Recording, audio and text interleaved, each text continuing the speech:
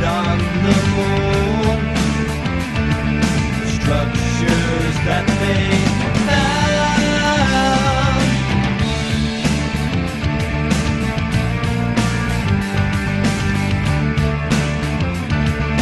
they were surprised to find structure 7 miles high. It would be nice to know who built them and how long ago. Tell us about the structures on the moon. Tell us all we have a right to know. Will we ever get to know?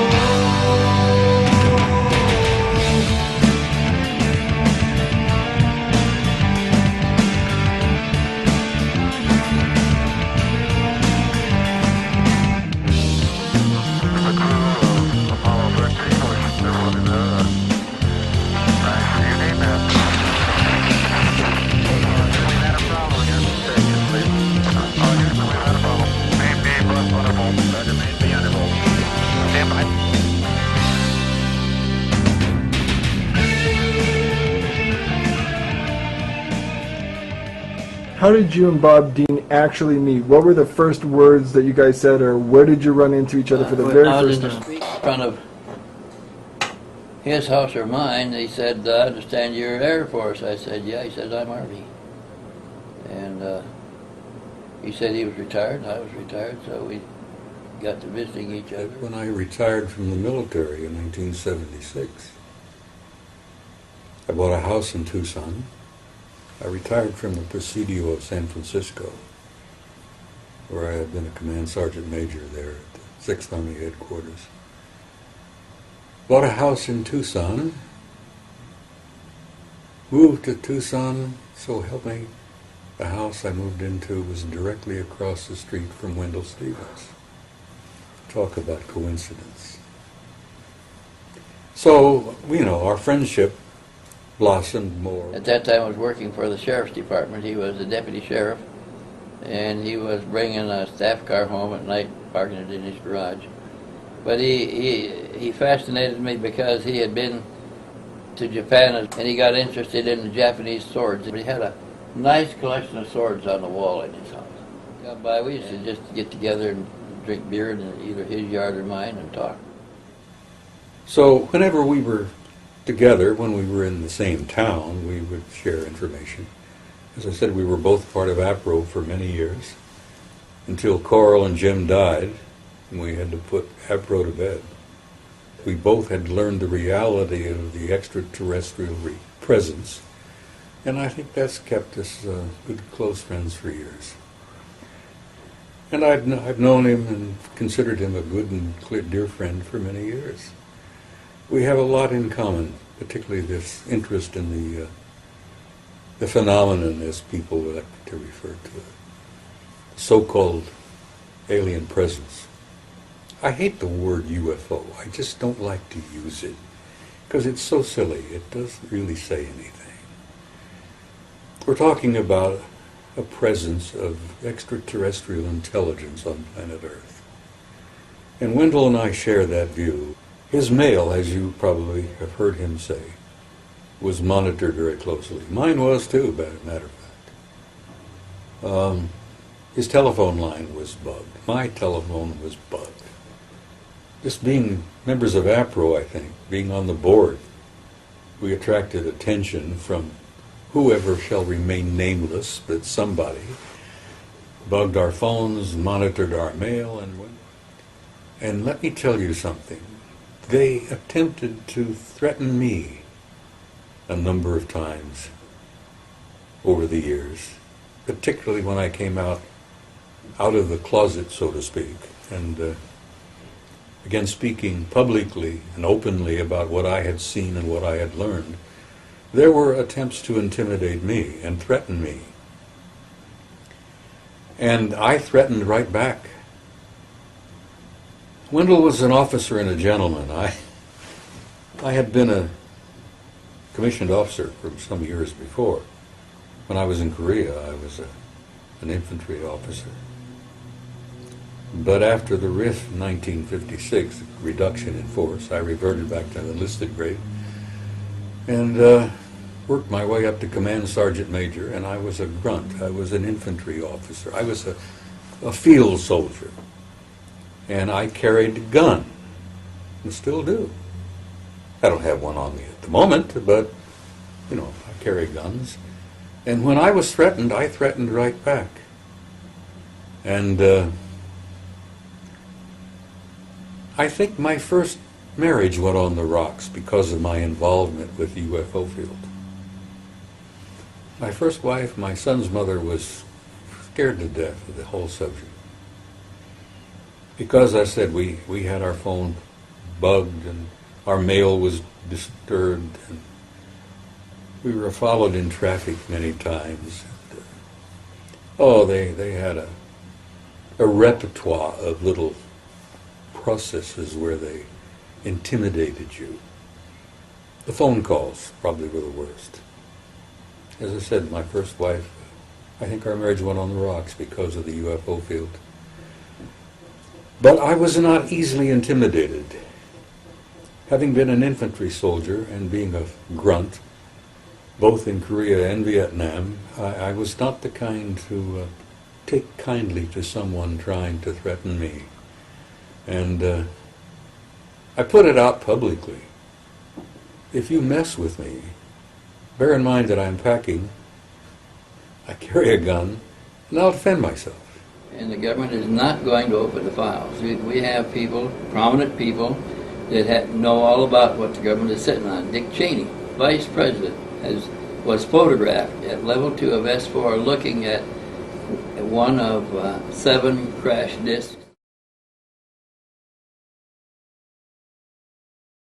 I had sat on the information for a long time after I got it because I never knew whether it was a disinformation ploy or not. And then I had decided to accept the speaking engagement in Australia, an invitation, and as soon as I did, they asked me what subjects. I told them I was going to introduce a new subject that hadn't been published yet. A day or two later, I got a telephone call, a surprise telephone call, an anonymous voice that says, "Stevens, be damn sure you know what you're doing." So my feeling at the time was, I got to risk it sooner or later. It was 10 years after the fact. The man was gone. I thought if they attack it and discredit it, well, if they don't, I win. If they do, I still win because they now have confirmed it. I did get a call when I got back warning me that I'm going too far with these. That convinced me that maybe it wasn't a ploy, that maybe there was something to it, and I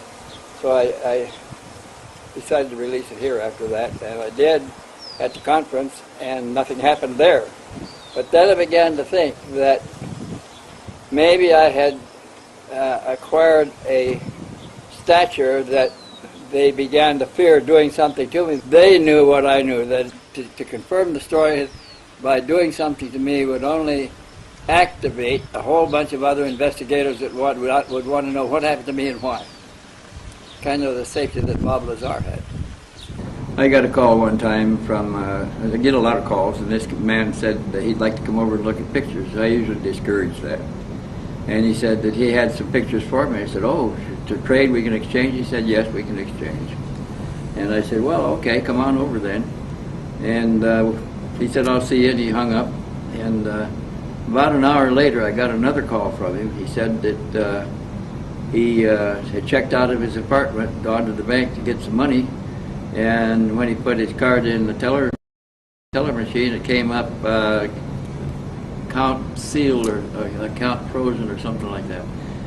And he said, "I got money in the bank." He said, "So I just went to another machine and used another card.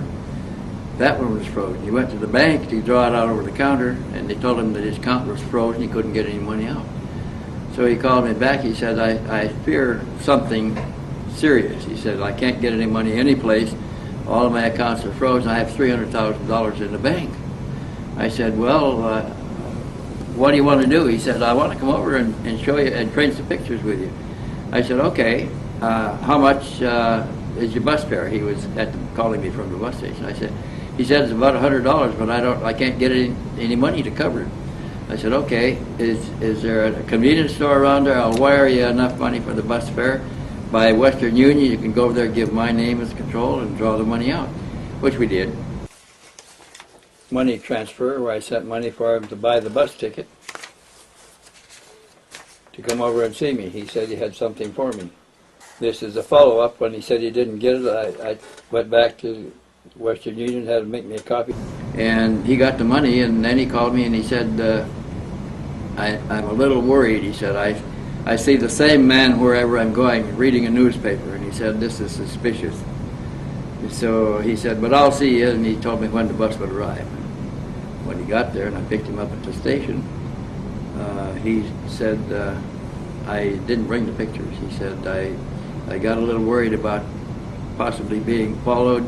And after he got the ticket, he thought he saw the same person standing behind the newspaper watching him, and later reading a magazine at the newsstand, always within sight of him, and he got a little paranoid about that, and the fact that he had the pictures in his pocket, and he thought he ought to safeguard it something. So I went out behind the bus station, got a hard box, a car starter box, a good sturdy box, put the package in the box and put rocks in it, took it in and had the station wrap it and address it to ship it on the bus. And he said when they got it wrapped and I tried to pay for the shipment, they collected for the shipment, they said it couldn't go on the same bus, there wasn't enough time. It would come on a following bus. So he said I had to get on it and come on. He said, but it'll be in behind us. So to separate himself from the photos is not a very bright move. It doesn't Well, make a he lot of thought he sense. could get him on the same bus with him, and he took the box and had the bus station wrap it and address it to me at Tucson for delivery. And he wanted to get it on the same bus with him, and they said they couldn't put it on the same bus. It would go on the next bus, be in the following day. And he allowed for that because then he's really Well, separated they were from the loading the photos. bus already, and they boarded him, and he got on the bus and came out. Picked him up at the bus station. I brought him out to the house. He was tired from traveling, and he laid on the sofa in the living room there, and I went to sleep. So we had the station check to see if they could find a record of a package that was en route on the next bus. They didn't have any record of it. They said that's not normally, they usually don't in advance anyway.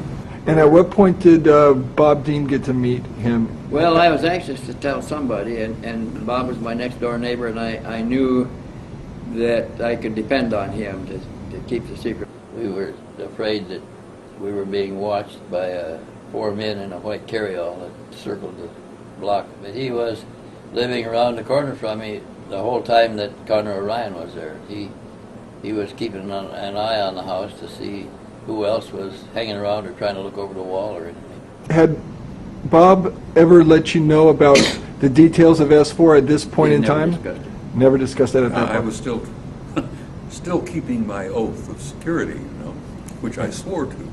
Right. But in '91, I gave that up. I said, "To hell with it. I'm going to tell it." Let them do what they're going to do. Yeah. Now, at what point did Bob find out that Connor O'Ryan was over at your house?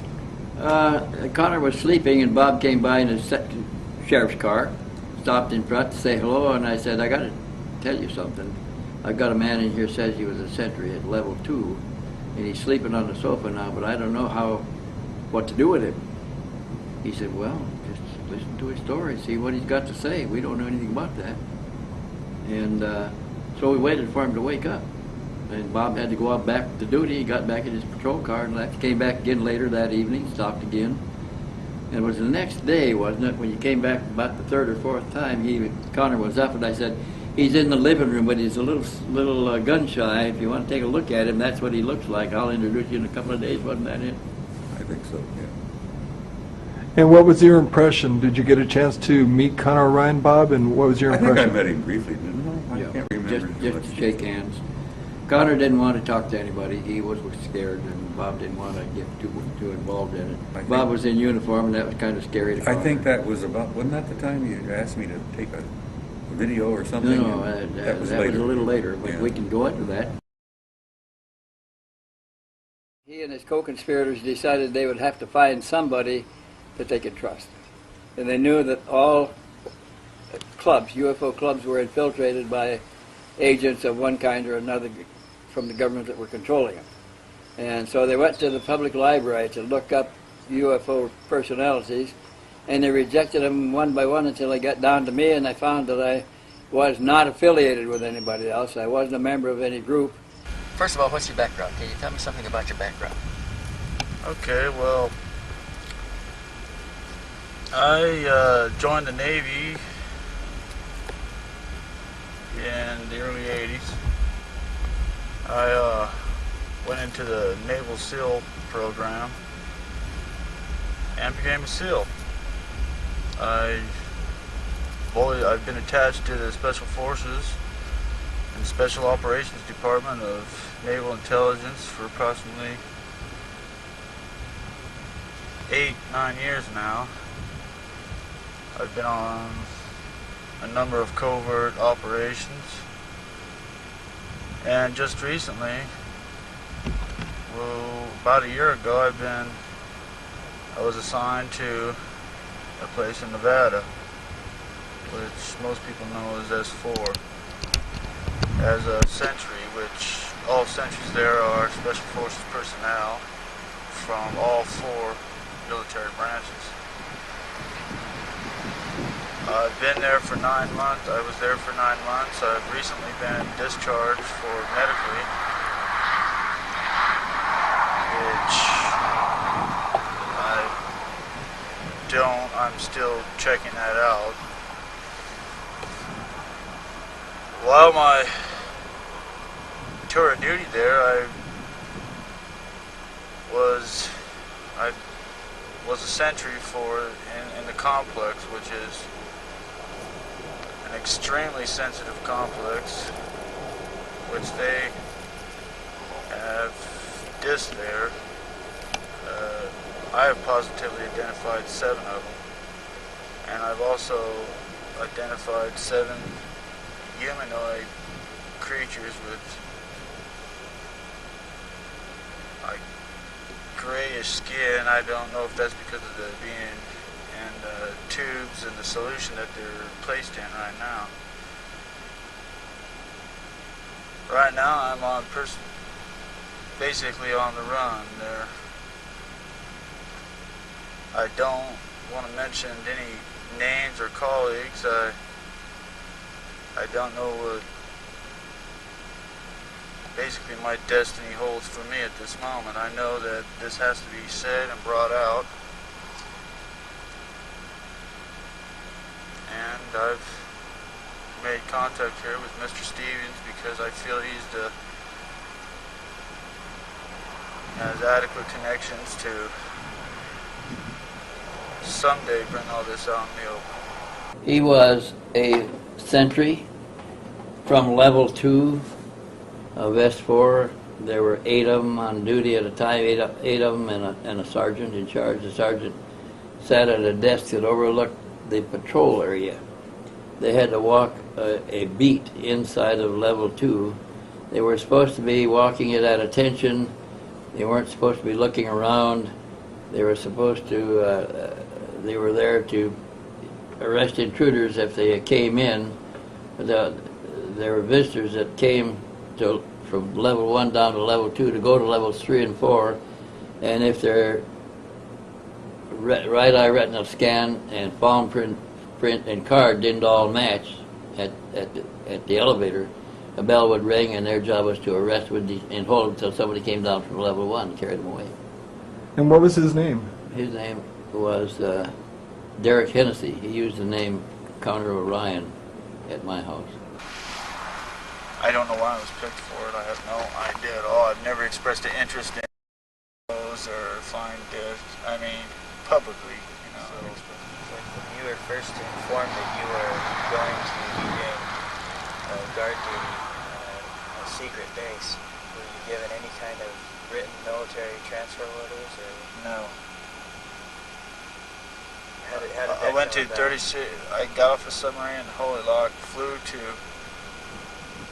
Charleston, to Pensacola, to the Navy. I'm in San Diego. Went to 32nd Street, Naval facility there. I was briefed that I was transferred to a sentry duty in Nevada somewhere, which I know that everybody's pretty much aware of all the facilities out in the southwest region out here in Sequenza. I've already had a security clearance for entering some of these facilities. Nothing like this before. I had no idea that I was going to be involved in anything like this. I mean, when I first walked in, I was convinced that they were American prototype vehicles.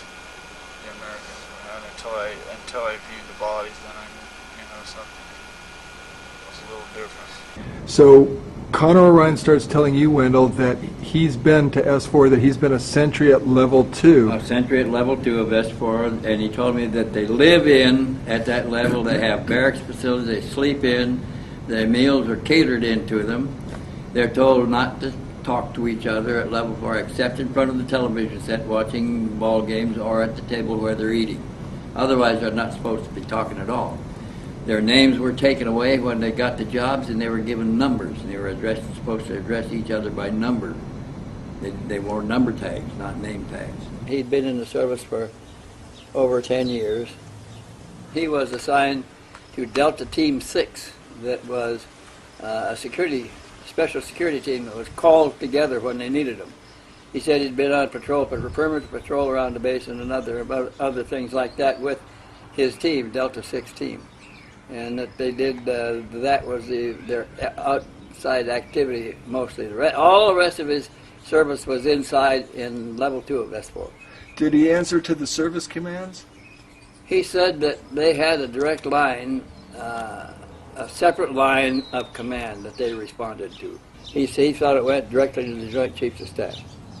Had you heard of anything like that before? Never heard of direct lines before.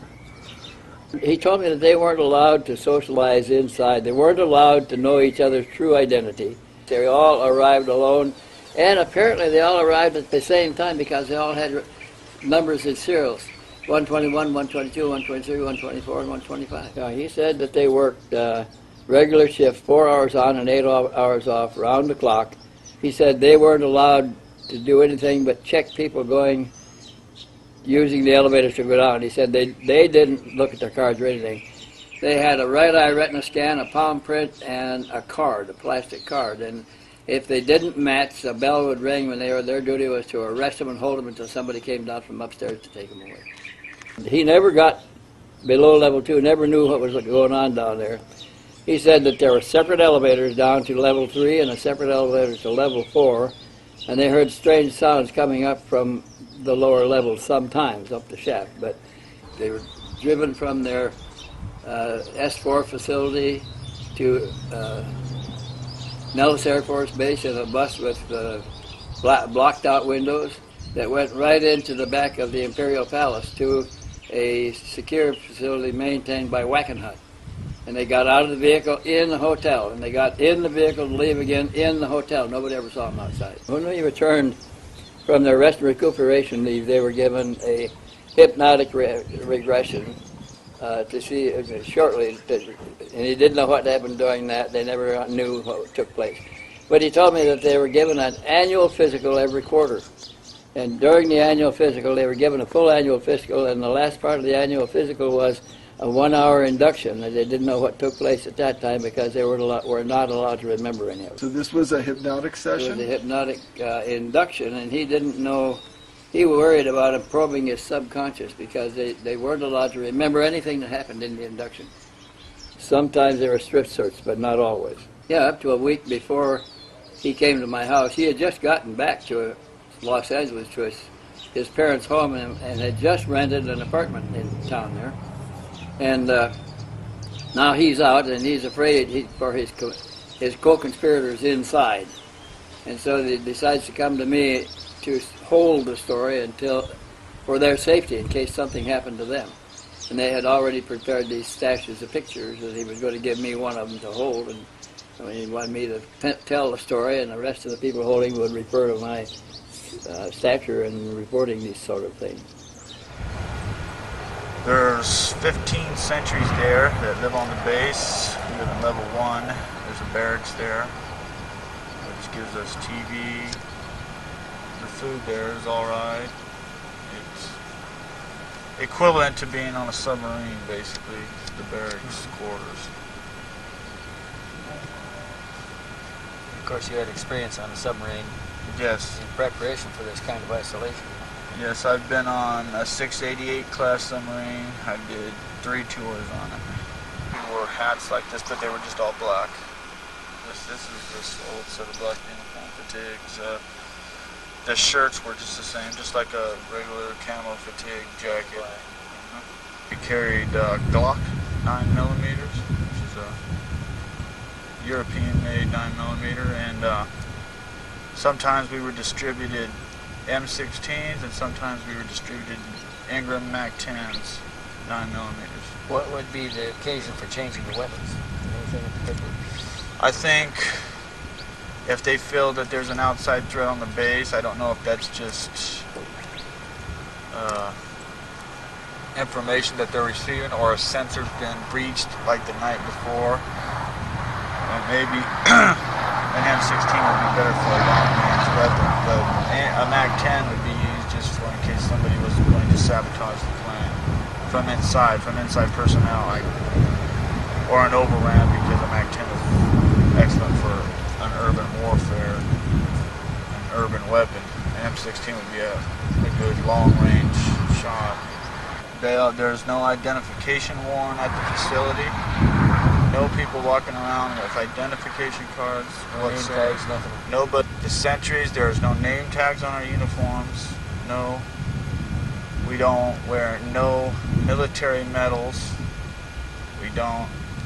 No stripes, no nothing. We wore black uniforms at night, and during the day we wore a brown uniform. No names were ever discussed. We called each other in the barracks just, by our ranks. We used rank only. And, we were ranked, individually 1, 2, 3, 4, 5, and 6. Detachment of 6 guys. At any given time, it was an actual detachment of 10 people, but in my detachment, we had all got there at the same time. We're all briefed at the same time, so I guess that they had relieved the whole complete detachment. But the other detachments, I know, were there for a little bit longer. As I say, we were on 4-hour shifts with an 8-hour off, 4 hours, 8 off, 4 on, 8 off. When we're off our shifts, we don't know what happens on other shifts. We're not briefed in any way whatsoever on anything that happened the night before or anything. We're told not to talk with any security personnel during any of our duties at all. We're not allowed to say one word. We're supposed to use peripheral vision at all times. We're not allowed to discuss any duties while we're in our cubicles at night, our barracks, as you could say. That's just the way it was. There were audio pickups all through the place, and if they talked to anybody else, they were called in and treated. Our sole thing to do is to be a sentry, an idiot, a grunt. You're just standing there. And we don't hear no where everything's need to know, and we don't need to know nothing, so that's the way it was. None of the chain of command was ever discussed. Our boss was the watch commander out front, which was in charge of all security. I have no idea who was in charge of the facility or who even ran the facility. Now, I've been in the Navy, so with the Special Warfare Department so long that you know better than to ask questions by now. The questions are just don't ask. As I said before, I've already been with the Special Forces for so long. I think that they really trusted me. I think they trusted everybody because we're basic grunts and everybody's expendable to them. And we can be written off very easily, like, hey, these Special Forces, you knew that, telling your parents he was in Nicaragua, he got shot, that's all you need, or you know what I mean, he died in an accident. Parents are going to accept that because they've already accepted the fact that you're a Special Forces personnel and high risk job.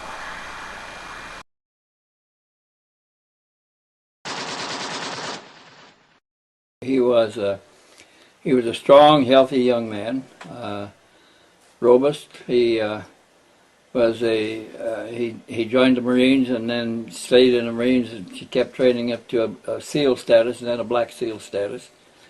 and which is the highest ranking or the highest trained level a Marine can reach. But when I found the W4 in his wallet while he was taking a shower, he was drawing $72,000 a year on a commission from the CIA, which is about equivalent to a colonel grade. He had sparse blonde hair. It wasn't not real shaggy hair. He was he stood very erect. He looked like a Marine, like a soldier. He had blue eyes. He'd answer questions, but he didn't add a lot. If he didn't ask the question, you're not going to get any information. He had a tattoo on his right arm that he kept covered up, and he got a mark for each special mission carried out. Now, to him, his special missions were terminating enemies of the United States government.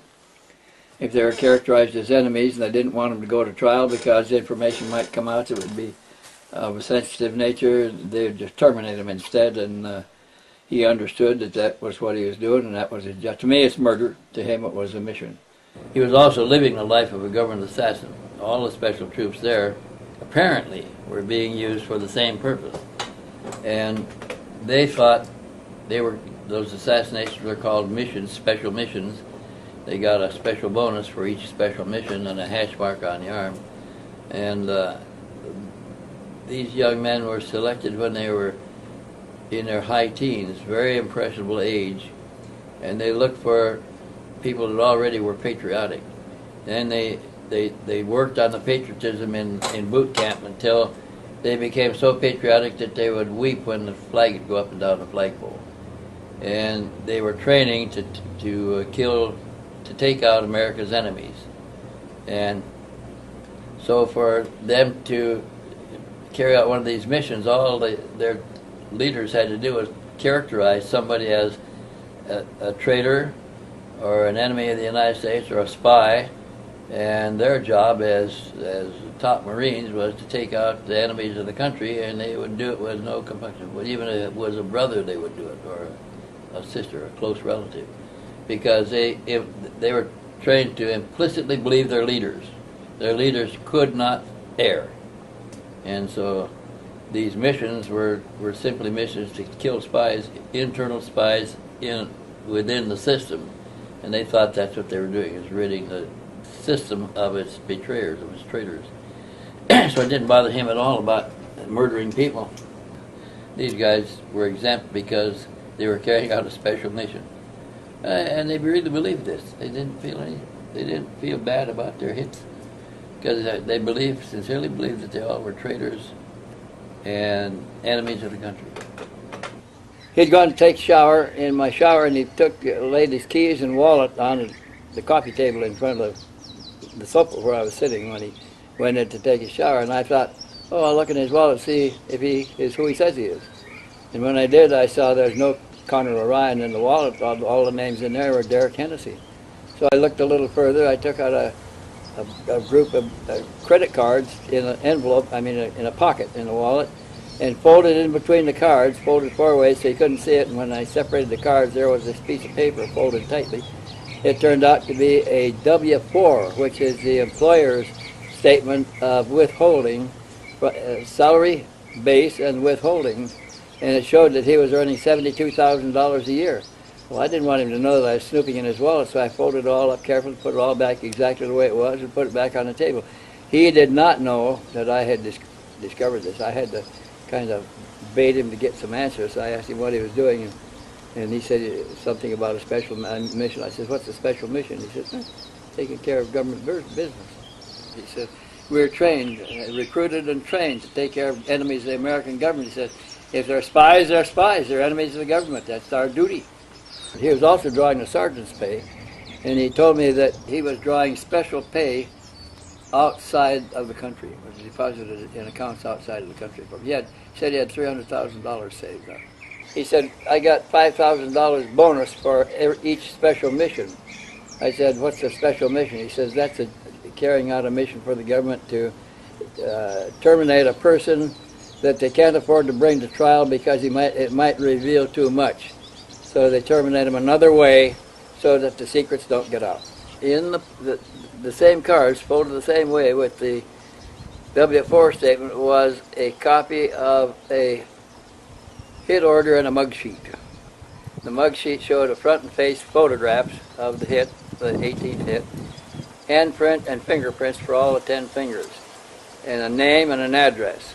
And I folded that the same way and put it back, all back in his wallet, so he didn't know that I had seen it. But later I got him to tell me about his special missions, and he told me about the 18th one being his last one. And I fished a little bit and got more information, but I never did tell him that I'd looked in his wallet. I don't think he ever knew that. When you took it out of his wallet, did you go over and scan it on your copy? Is that how you got copies? I made a copy, yeah. Okay.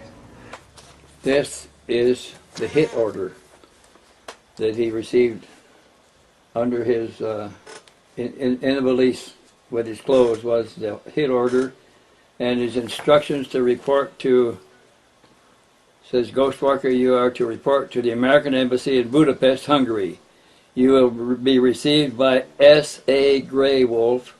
As a unit, you will proceed to terminate ex-S.A. David T. Johnson. That's the hit order. And there's David T. Johnson. He was a Army Green Beret, staff officer in the American Embassy in Budapest. Murdered. Murdered. By Connor O'Ryan. By Connor O'Ryan, and his partner, they both put bullets in him. His partner was S.A. Grey Wolf. Zoom in and you can see it's the CIA. Connor O'Ryan was Ghostwalker. When they were on missions like that, they were not allowed to exchange names. He never knew who Grey Wolf was. He was in level 2 of S4 when he found a note under his pillow after he'd gone off shift. Report to his sergeant. His sergeant handed him an envelope and told him the car was waiting and they'd drive him to Las Vegas to the bus station. When he got to the bus station in Las Vegas, he knew, having done this before, that he would look for a key taped to the back of the locker. So he felt around the back of the locker, so he found a key taped there. It had the locker number. He opened the locker and took out a valise, a traveling valise, nice one, with a suit of clothes, shoes, socks, shirt, tie, and everything for business travel. And he put those clothes on and put his clothes back in the locker, his Marine clothes back in the locker, and took the bus down to Los Angeles and the airline ticket to Budapest. And had a schedule and everything else on, so somebody had already coordinated. He didn't have a long wait anyplace. The last one, the 18th one, when he was sent to Budapest, Hungary, he was paired with another CIA agent, or another agent like himself, who was another Special Forces troop. And they were given Hungarian clothes and Hungarian weapons and ammunition, shoes and everything to do it. Mugshots of their hit, and where he lived, maps of where he lived, his routes that he traveled, where he went to church, where he went to the grocery store and everything. And they took him out together, one on each side of his car. When he came out of the grocery store with his groceries, putting them in his car, they hit him from both sides with his 2 teenage kids in the car. And they put 7 or 8 bullets in him, and he died. See, and they just pocketed their weapons and walked away in the crowd. They looked like everybody else there, and they went back to the American Embassy, reported to the attaché, who gave them the clothes and the guns and the money. The attaché gave them their clothes, but traveling clothes back, and drove them to the airport, and they went home. Now that's what a mission was. And they were given back their American clothes and money to the airport right away in an embassy car to put them on an airplane to get out of there. And he said, right back into S4. And I said, what a marvelous way to cool somebody who's just carried out a hit. He said, yeah. He says, nobody can get to us. Nobody can investigate anything. In my mind, it was the most secure facility we had. Nobody can get in or out. I said, do all of you carry out these special missions? He says, we all do special missions, yes. That really is frightening to me, because we don't know how long this has been going on. He told me he didn't have a chevron mark for this. I never did get a count on a mark, but he had a lot of chevron marks, vertical marks in a certain part of the shield.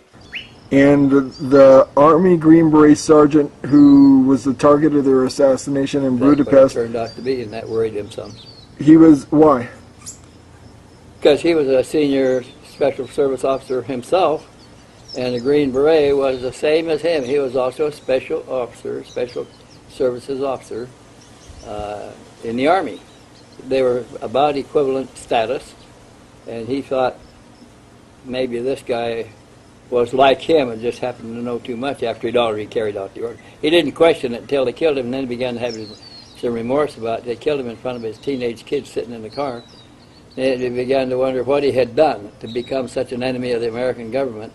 And he began to think about his own career and thinking that maybe that guy was just like him.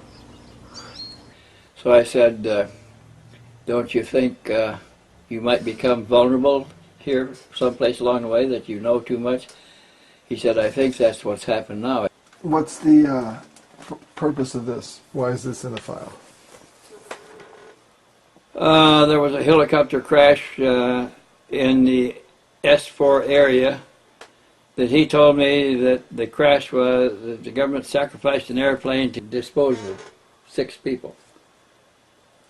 And these are people that the government killed off in Area 51 for reasons of their own. And they sacrificed a helicopter, sabotaged the helicopter, and killed them all on it. 3 of these workers were targets. The rest of them were accidental victims. Wrong place, wrong time. Yeah, Do they sometimes accident whole groups of people together like that? I don't know. He told me one time he was on a hit was partnered with a Vatican hitman on a hit. I didn't know the Vatican had hitmen. Did you? I had heard that they did, that they had their own secret service, but I didn't know that they put out hits. But they control so much wealth, and they're so powerful within the scope of the planet that it makes sense. I mean, the leader of the Catholic Church right now is an ex-Nazi, right? Yeah. Pope Ratzinger. Benedict what's his name? Pope? Ratzinger is Yeah. Benedict XVI, yeah. Benedict the 16th or whatever. He's ex-Nazi. Yeah, he was in Nazi youth, yeah. Yeah. This appalled me to understand and find out that we are executing our own American citizens with other American citizens at American money for nefarious reasons without the justice system that protects us all. And it's run by the government and ordered by higher authorities. The government knows what they're doing. When I asked him about his salary, he said he got $5,000 bonus for each special mission. And he had just finished his 18th. And by now I knew from seeing his papers that his special missions were murder, government executions. The pay we got I have always gotten demolition pay and jump pay being with the teams, but when we go on a covert out, we get hazardous duties pay. Now being with this detachment, we got hazardous duties pay too, which is extra. So we were still paid to normal U.S. Navy. Exact. E6. Petty officer first class pay rate with, I got jump pay if I made so many jumps in a year's time. Demolition pay, because we're demolition experts, being with the team, the UDT, and hazardous duties pay when we run hazardous operations, any kind of covert opera in a country that the American government considers hostile. You get a hazardous, it's like Nicaragua, we're not.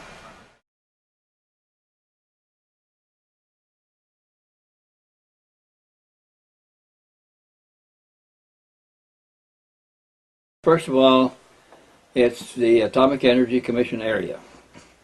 The Navy had a Navy auxiliary airfield there that had arrestor gear on the runways that they practiced carrier landings on.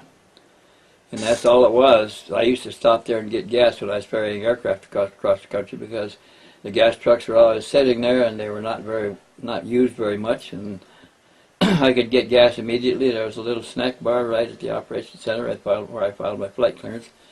and I'd take off and leave in a short time. Was that Groom Lake? That was Groom Lake Auxiliary Naval Airfield. And the last time I stopped there, I was coming from Troutdale, Oregon, going to Oklahoma City with a small trainer, that a fixed base operator, about 10 of them from the surplus from up there.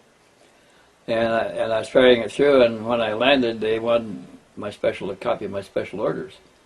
I told them, what special orders? They said, you can't land here without special orders. And I said, well, I've always landed here for gas. And they said, well, you have to have special orders now. And they did give me gas, but made me leave right away and made me understand that I can't come back. What year was that, roughly? That was in the early 50s.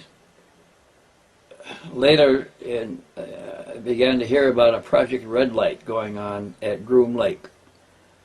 And when I tried to get information on Project Red Light, that was so secret that nothing was available. But I was doing a lecture at Oakland, California, when I mentioned Project Red Light, and the fact that they closed the base, nobody knows what they were doing there. And a guy came up out of the audience afterwards to talk to me. He said, I was a technical sergeant in the medical corps in the hospital detachment. He told me that when Groom Lake Auxiliary Airfield was closed, they brought in the reinforced CB battalion. They closed everything but the base engineers and the hospital. And the hospital served the reinforced CB battalion until they were almost through working, and then they brought in a hospital team to take over the hospital. But during the 2 years that they were servicing, they heard scuttlebutt about what they were doing. They took up the runway, they took down buildings and put up camouflage netting to make it look like nothing had changed. And when they got through, they put the buildings and the runway back. And that sergeant thought that they had only put extra facilities under the runway and some under the ramp, the parking ramp. But he never knew how big it was or anything. And that's all I had for some time, until I found at another lecture like that, a man came up to me, said that he was working in the CB battalion. He was a tech sergeant engineer, project engineer, and he told me about digging the 4 levels.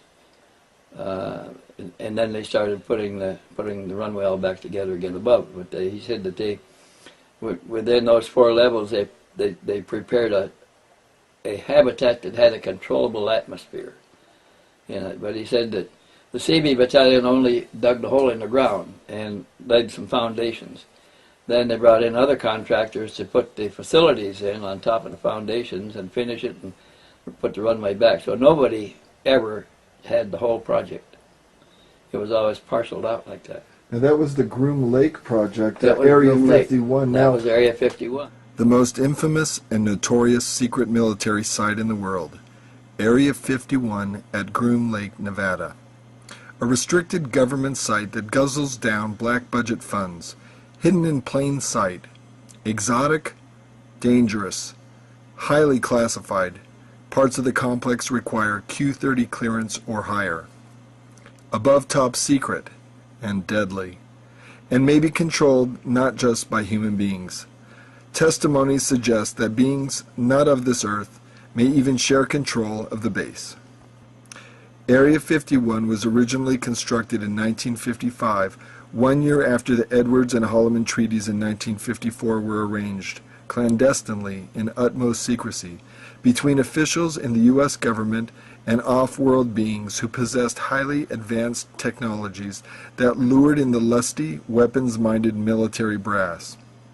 Originally known as Watertown Strip in 1955, after CIA Director Allen Dulles' hometown, the growing base was later dubbed Paradise Ranch, now simply the Ranch.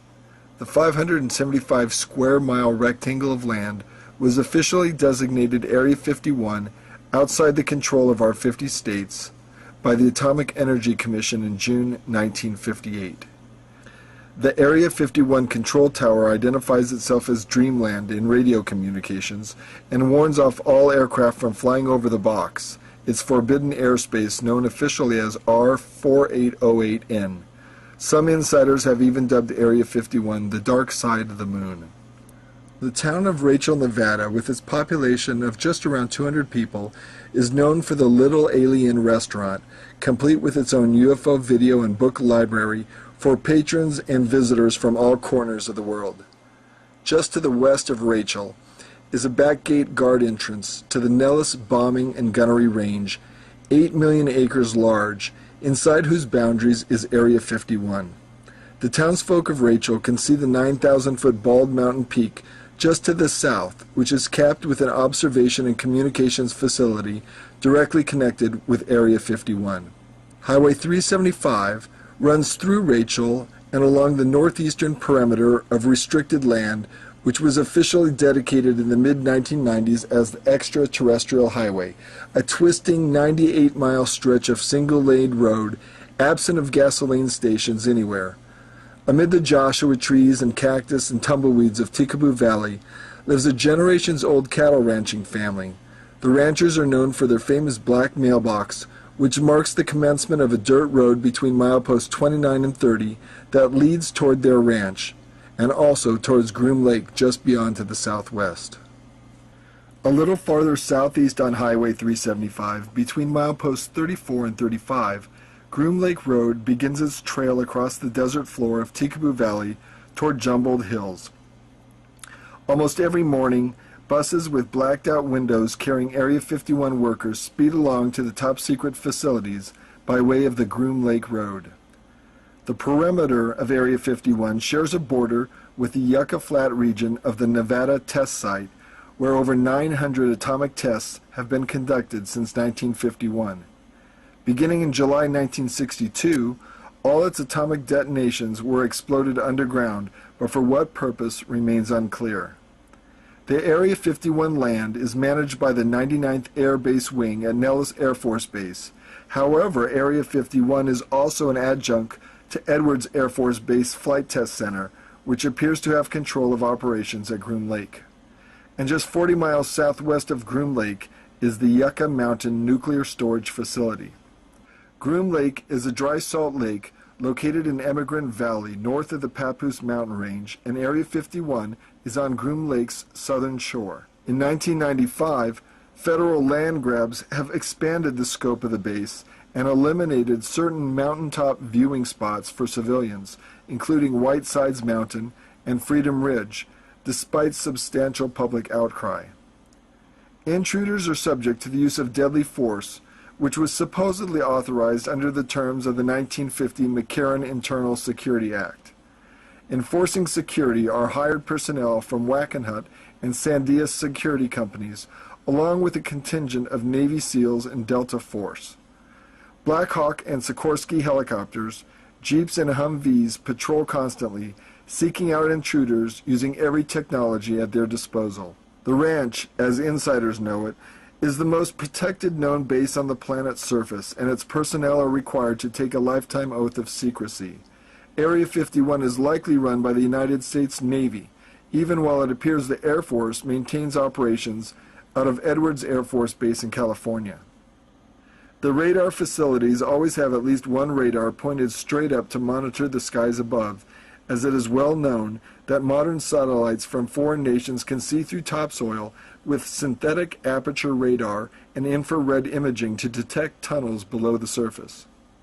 Strangely, due to the Open Skies Treaty of March 24, 1992, member countries signing the treaty are allowed to use satellites to take photos of the Area 51 base in exchange for the U.S. being allowed to spy on other treaty-signing nations' top-secret facilities. Participating countries include the Soviet republics, Canada, France, Germany, Italy, the United Kingdom, Turkey, Ukraine, Norway, Denmark, Poland, and Romania. Ironically, the American taxpayers that foot the bills for Area 51 are not allowed any information regarding Area 51, even those Americans who have suffered chemical contamination working at Area 51, for court cases seeking due compensation for their injuries. Incoming flights come from several key installations, all directed by the control tower, situated about 1/4 mile northeast of an enormous 100-foot tall hangar, suspected of housing a giant elevator that can lower heavy tonnage aircraft down to a vast underground complex below. Along with Area 51, Bechtel controls Los Alamos, Lawrence Livermore, and a host of the most sensitive nuclear weapons facilities for the U.S. Department of Energy.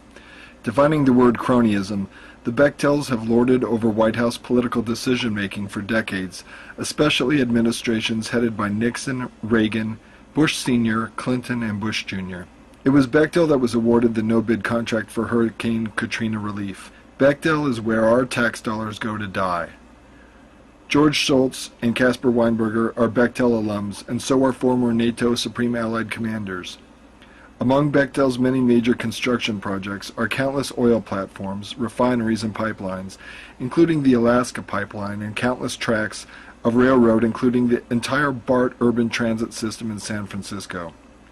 Bechtel and its partners built the Hoover Dam project and the ARCO experimental breeder reactor, which produced the first ever electric power from a nuclear source, leading to Bechtel gathering the largest contracts for the biggest nuclear power plants worldwide.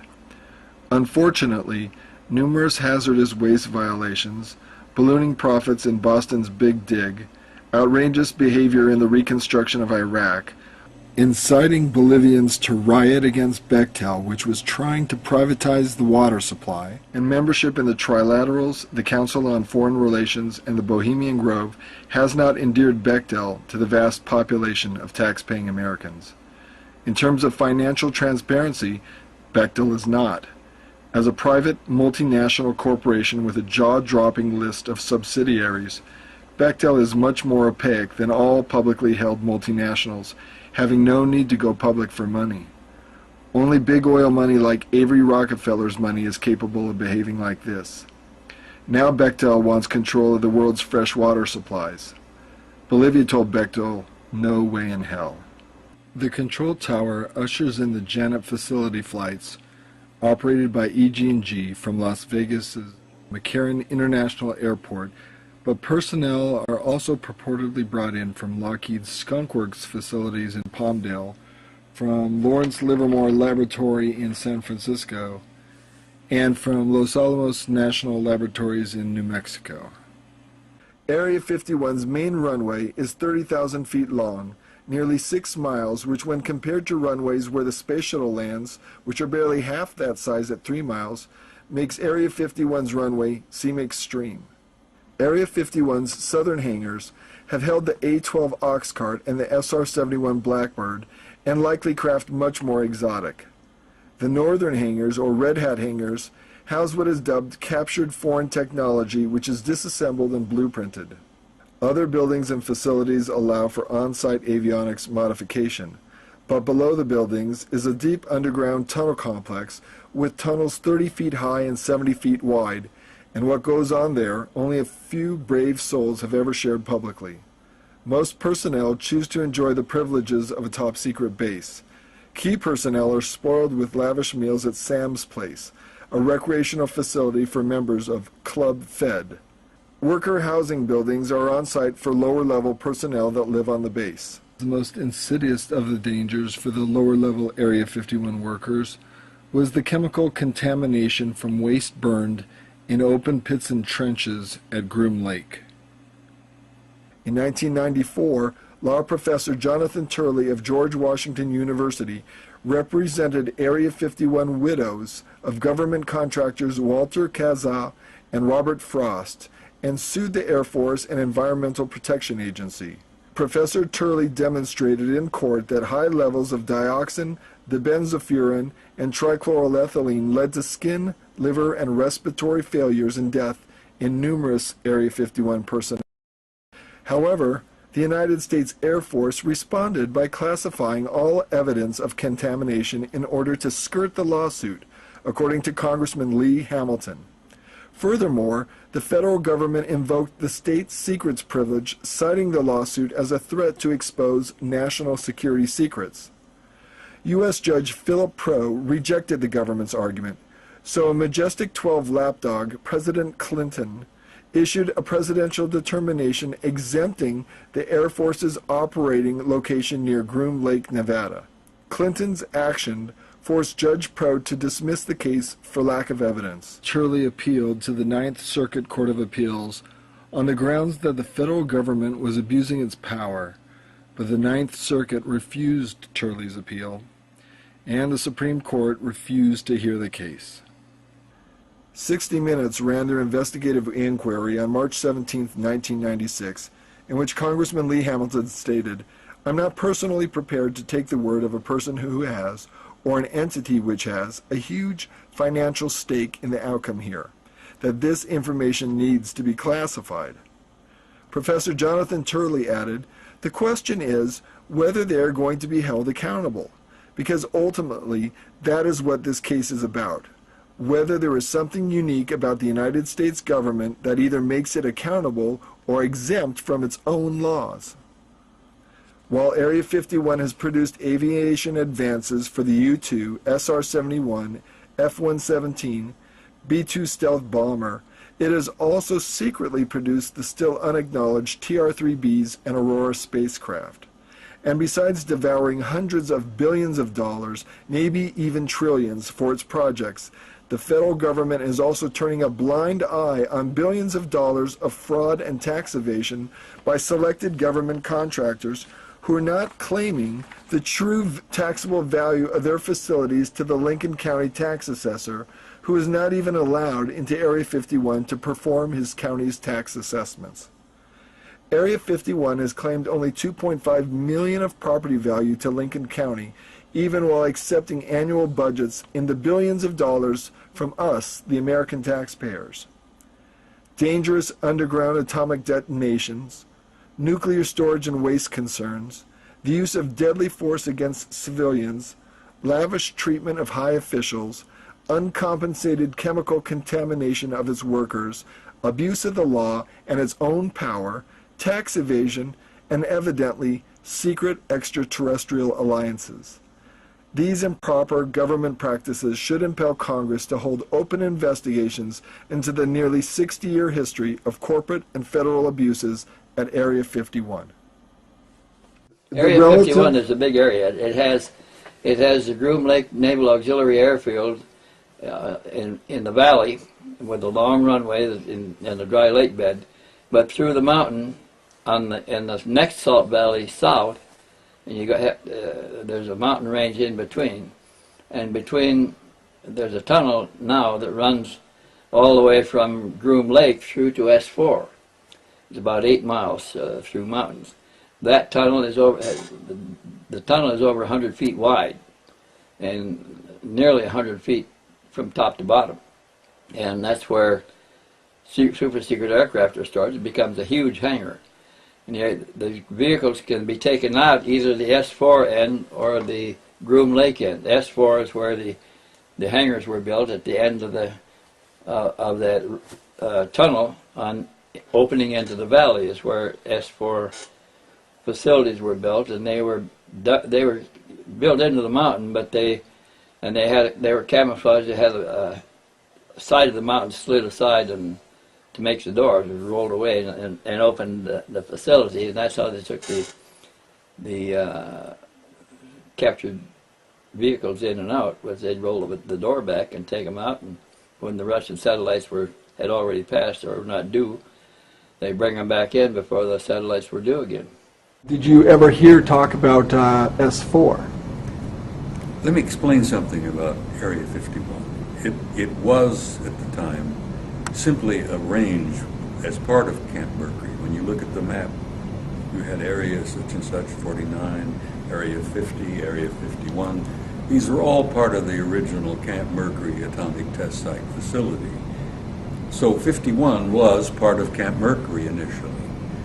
And while I was there, I was at Department of Energy School in 1979.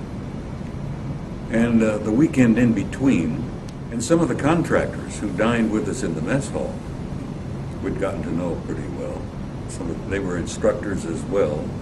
They said, look, let's all hop on the bus after breakfast on Saturday. They invited us to hop on the bus, and we're going to show you guys something. So away we went on this fairly rickety old bus, wasn't one of the more modern, more comfortable ones. And down the road we went. We went over a pass into Groom Lake from the other side, from the rear. I never went through any. The mailbox out on the road's kind of garbage. We came in from the back over to Groom Lake. And they took us over to one of the facilities, and we got out of the bus. And anyhow, never made it to S4, but I heard the contractors talking about it. And some of them were contractors who were involved in the construction. They said that S4 had 30 levels.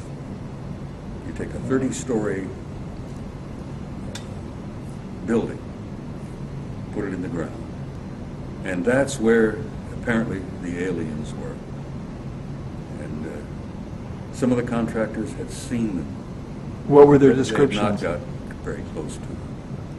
Well, they appeared to be kind of like grays, but not the little ones. These were 5.5 feet tall, or 6 feet even. They were grays, and they had a fairly large eye, but they were not the little guys with the wraparound eyes. I was to learn later that those little dudes are laboratory products. Organic robots. Yeah, they're organic robots, I guess is their best description. At the very bottom of this thing at S4, there was a gate. A retired bird colonel shared with me. He said, I went down to level, the lower level, the third level, 30th floor. He says, they told me to put on a summer uniform, and it was wintertime. He went down, they had his luggage and suitcase and his briefcase and all. And he stepped through the doorway, and he came out, and he was at, what's the middle of Australia? Pine Gap. Pine Gap? Mm-hmm. He went through a door at S4, and on the other It came side out was at Pine Pine Gap. Gap. Australia. Yeah. So Which they already we- had teleportation at Which that where point. we were to learn later was just a mile and a half from one of the major UFO ET installations on the planet. The ETs had had a facility there from apparently over 100 years. The retired colonel told me, he said, you know, I was in a state of shock. He said, I didn't feel a thing. He says, I went through the door, I'm in S4 in Nevada. He says, the next thing I'm coming up, being led off to a private set of quarters in a facility that is in Pine Gap, Australia. And he says, it took me a while to adjust to it, he says. When we were sitting down together with Bob Dean says he heard that S4 had 30 levels, which are 3 sections of 10 levels each, coded green, blue, and red. But I gathered from your 10 days with Connor Ryan that he only knew about 4 levels. He only knew about 4 levels. And He never saw anything at 3 or 4. do you subscribe to Bob Dean's description from somebody? I don't have any information on the other levels. Do you think they exist? Or do you think there are only 4? I don't know. If they exist, they would have been dug after the initial red light project that set up the facility there, the first 4 levels. I think one of the things that impressed me the most about what the contractors would share with us is that they were in the tunnel building business, and they were digging tunnels all over the damn place. And they had these big 40-foot tunnel boring machines, you know, on railroad tracks. They'd go into the side of a mountain, literally, and they would go down and then out. And they were laughing one time. They said they were digging a tunnel and they ran into another tunnel, which they didn't know about. Really? And they said the tunnel they ran into was better than the one they were building. And all our ears perked up. And I said, "What?" He says, "This thing was beautiful." He says, "It was big and it was smooth, and the walls were like glass." And he says, "We built this damn thing. The ones we were building were, rough and not too ready, and we had to plaster them and, finish them up a bit, cement and all to make them livable." But he says, we ran into a series of tunnels that were incredible. And what we were going to do is we were going to get a Jeep and load it up with, spotlights and water, and whatever, and we were going to explore. And one of our senior supervisors, he said, found out about our plan and threatened to court-martial or put us all in jail. And he said, you stay the hell out of those tunnels. Those are not ours. Those are not for you to look at. You leave them alone. And they said, all among themselves, who the hell built those tunnels, you know? Well, who had the technology to build those that good? And here we are digging these things in. When I retired, we knew officially, at my level of security, that there were 4 different groups that we were interrelating with. They were all humanoid, but only one was human, or at least so much like us that you couldn't tell the difference. Technologically, they are so far beyond us that we can't even imagine it. And I think spiritually they are so far beyond us. And I think those are the ones that are really calling the shots. I think those are the ones that are really in charge of the program. And you see other aliens, you see little grays, you see tall grays, you see tall whites with no hair at all. You even see, some of the people have described seeing reptilians. I don't deny that. I don't doubt that for a moment.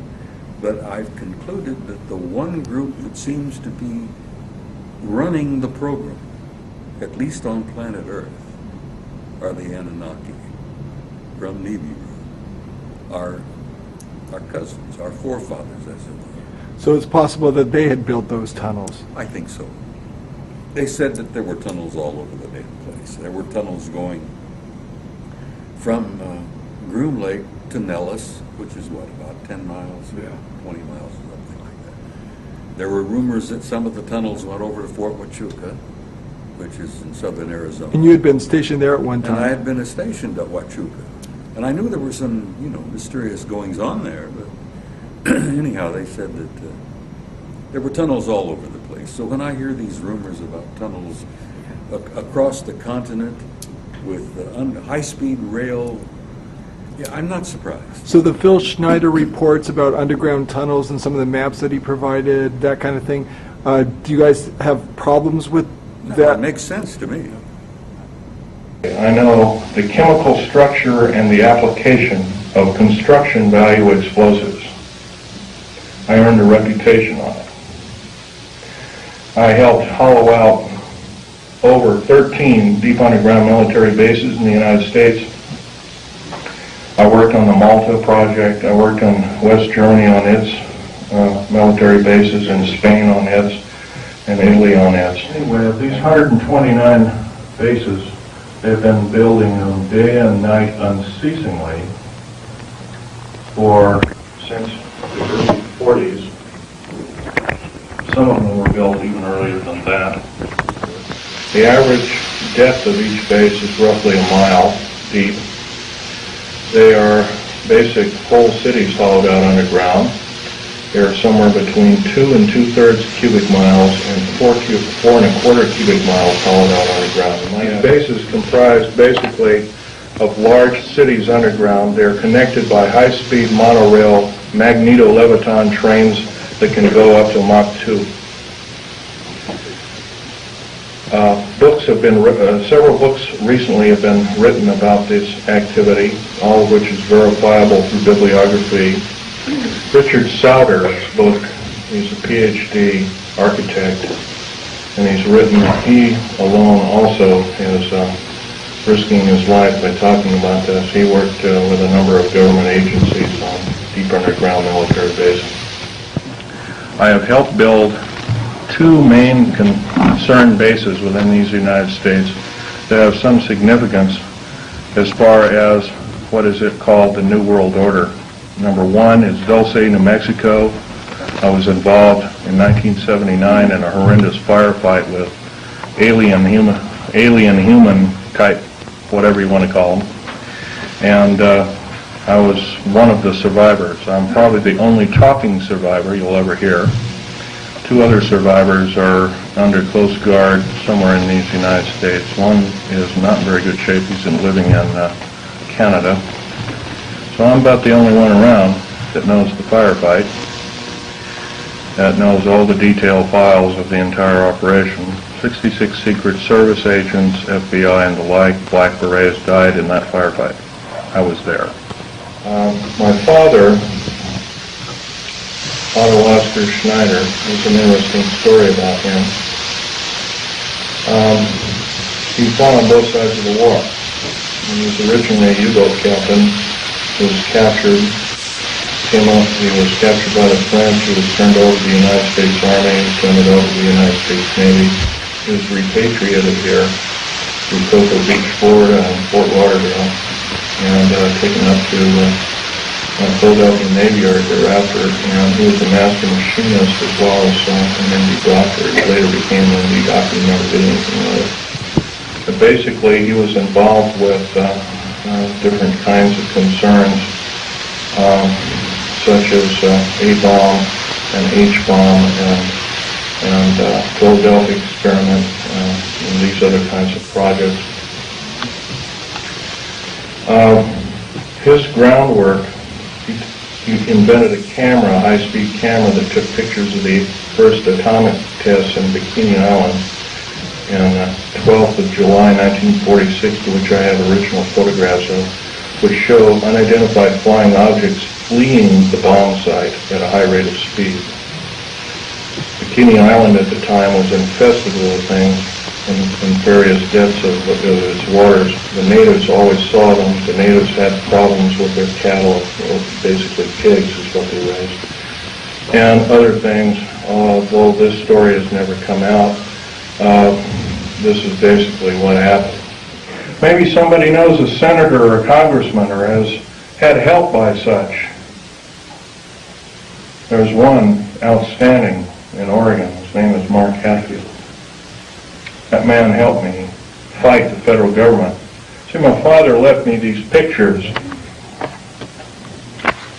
of what he took at Bikini Island. Operation Crossroads. And I'm going to have this one out on the table. It's the original. I'll ask you please carefully handle it and try not to put too many fingerprints on it. Right over here, and I'll point to it, Hey, Echo, is a structure that is an unidentified flying object. This was taken 12th of July, 1946. Federal government at that time knew all about flying saucers, what they were and what their agenda was, and how they want to control us by world domination. Without question, they knew about it. UFOs really wasn't my bag until I started work at Area 51, which is in the Nellis Air Force Base north of Las Vegas, Nevada. The Guardians of Stealth. There are over 3 distinct classifications of special police used to guard one of our most well-kept secrets. Number 1, this is the most disturbing of all. The MJTF, and that, by the way, that stands for Military Joint Tactical Force, otherwise known as the Black Berets. Some people call them the Delta Force, and there are other names for it. A multinational tactical force primarily used to guard the various stealth aircraft worldwide. Stealth aircraft, for instance, the F-117A, there's 157 of the son of a guns going around. You know their sole purpose is? They're all loaded with LIDAR, L-I-D-A-R, and SEER, computer-enhanced imaging radar. They can fly over your house. They can see you walking from room to room. They can tell if you've got an old antique rifle on your mantelpiece. They can see objects in the house with a variation limit and capability of 1 inch to 30,000 miles. That's how accurate this is. Is this the proper use of our tax money? I would say not. The Black Budget is a secretive group, basically a secret budget. It garners 1/4 of the gross national product, the entire gross national product of these United States. At present, the gross national product is around $5 trillion. So 1/4 of that's about $1.25 trillion per year. At least 1.023 trillion, and I say at least, is used in black budget programs like deep underground military bases. Presently, there are 129 deep underground military bases in these United States. Still, 68% of the U.S. military budget is directly or indirectly affected by the black budget. Star Wars, otherwise nicknamed Star Wars, Strategic Defense Initiative, relies heavily upon stealth weaponry. By the way, none of this would have been available without us taking apart with a fine-tooth comb crashed flying saucers that either we downed or they crashed themselves into our deserts. None.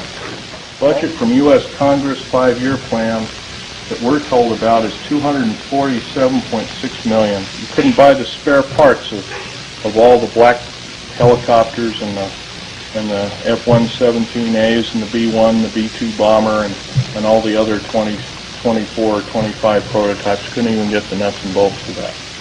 So we've been lied to, folks, and I know we can do better.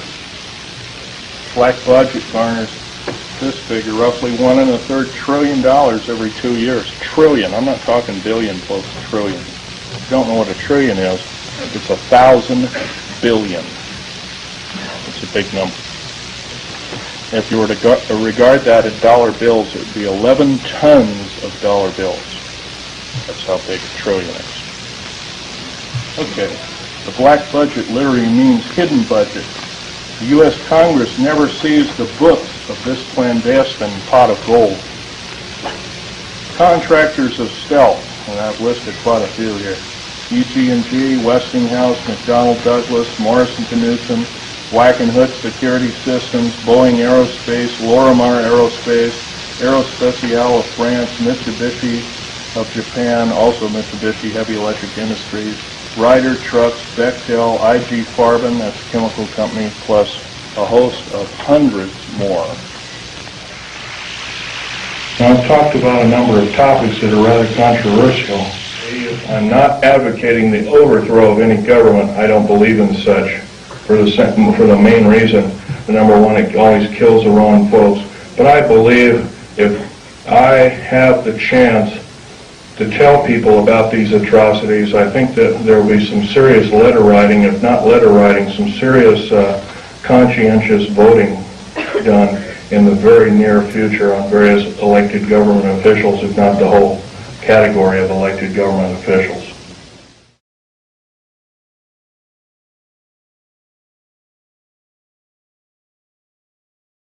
Now, the construction of S4 happened then after the construction of Groom Lake. S4 followed Groom Lake, yes. Okay, so describe what you know about the construction of S4, how that occurred. Well, they started tunneling from Groom Lake back into the mountain for secure facilities. And they kept tunneling over the years. They kept tunneling till they came out the other end down there. And that's where they put the captured alien vehicles, but that's where our most secret aircraft were stored too, is right next to the captured vehicles up the tunnel towards Groom Lake.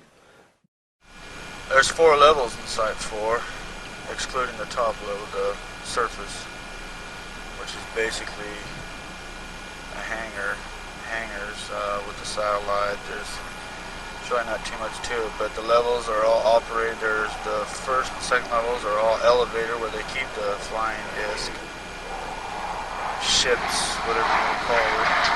They bring it to the surface. Right when I was there, they were trying to operate the disc, but to my viewing, unsuccessfully. There's scientists there.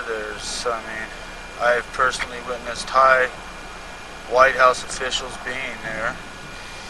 Was there any reference to any of those dry lake beds? No. By name? I didn't hear any. I mean, we were just, as I said, I was just being the sentry there. You didn't hear nothing. Was it called S4 or A4? S4. S4. We called it, it was called a museum.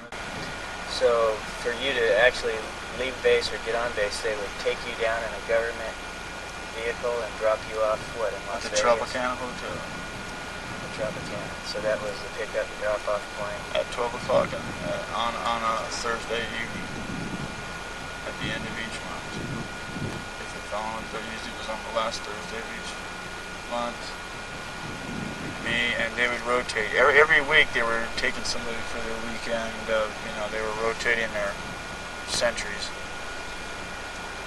Yes, they dropped us off at the Tropicana, on Tropicana Boulevard, right in the back. And they just dropped us off. And you had to stay with your group of people? No, we could venture off and do what we wanted to.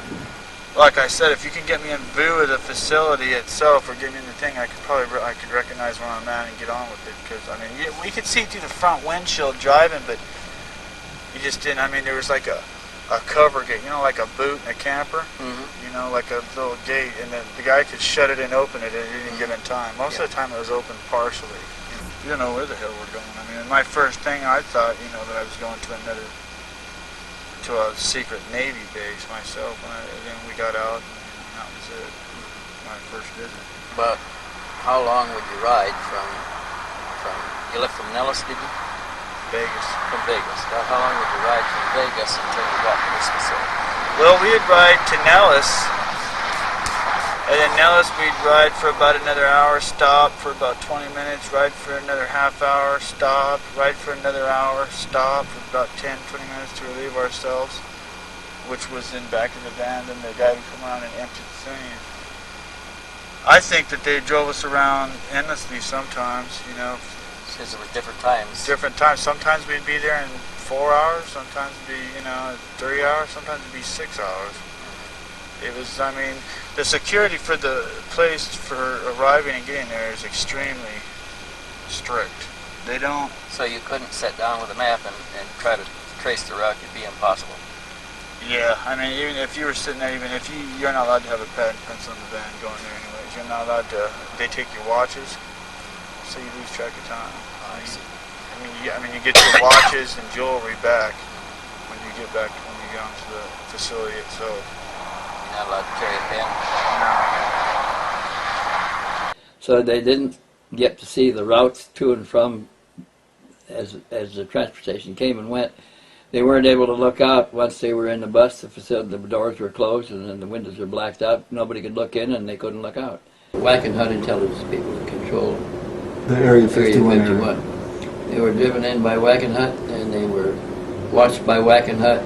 They could leave the facility, but they couldn't. Nobody could leave alone. They had to leave together at least, and they were required to watch each other. Has any employee of Wackenhut ever come out and described being a guard and what their duties were around Area 51, Groom Lake, or S4? Yeah, I don't know of any. So they're able to keep those people fairly quiet compared to some of the military people. The business they're in, I guess they're scared enough, so they keep quiet. They drove them all the way back to S4, and it drove into a covered facility where they were taken out and went right into the reception room for level 1, which is all they ever saw. We didn't discuss nothing, absolutely nothing. How the football team's doing, and basic talk. We didn't never discuss. We get picked up in the van, never go there, took me to sit in there, nice comfortable ride. We get to the gate, and that's it. That's the way I always got there. I never personally drove there. Was the gate an external gate? Was outside where the van went through? You drove through and went into this little overhang, like an inspection center. Like a shelter. Oh, okay. You get out. Walk through a door and you're thumbprint, and then once that passed, present identification, and then they take you to the other gates and they take you into the infirmary room where, not the infirmary, but where the watch commander is, and they take us in and they individually polygraph us real quick. We had to sit there. We couldn't go anywhere to your cubicles or anything until after you'd been polygraphed. After you're polygraphed, you went into another room. You never were told if you passed or whatever. If you passed, I assume you just went back to work. They had posted a watch schedule where you're going to be, and that was it. I don't know of any, how would you say, interaction between any of the agencies that are involved. To be honest, I don't even know who's really running the facility. I've heard it was ONI, but I don't think so.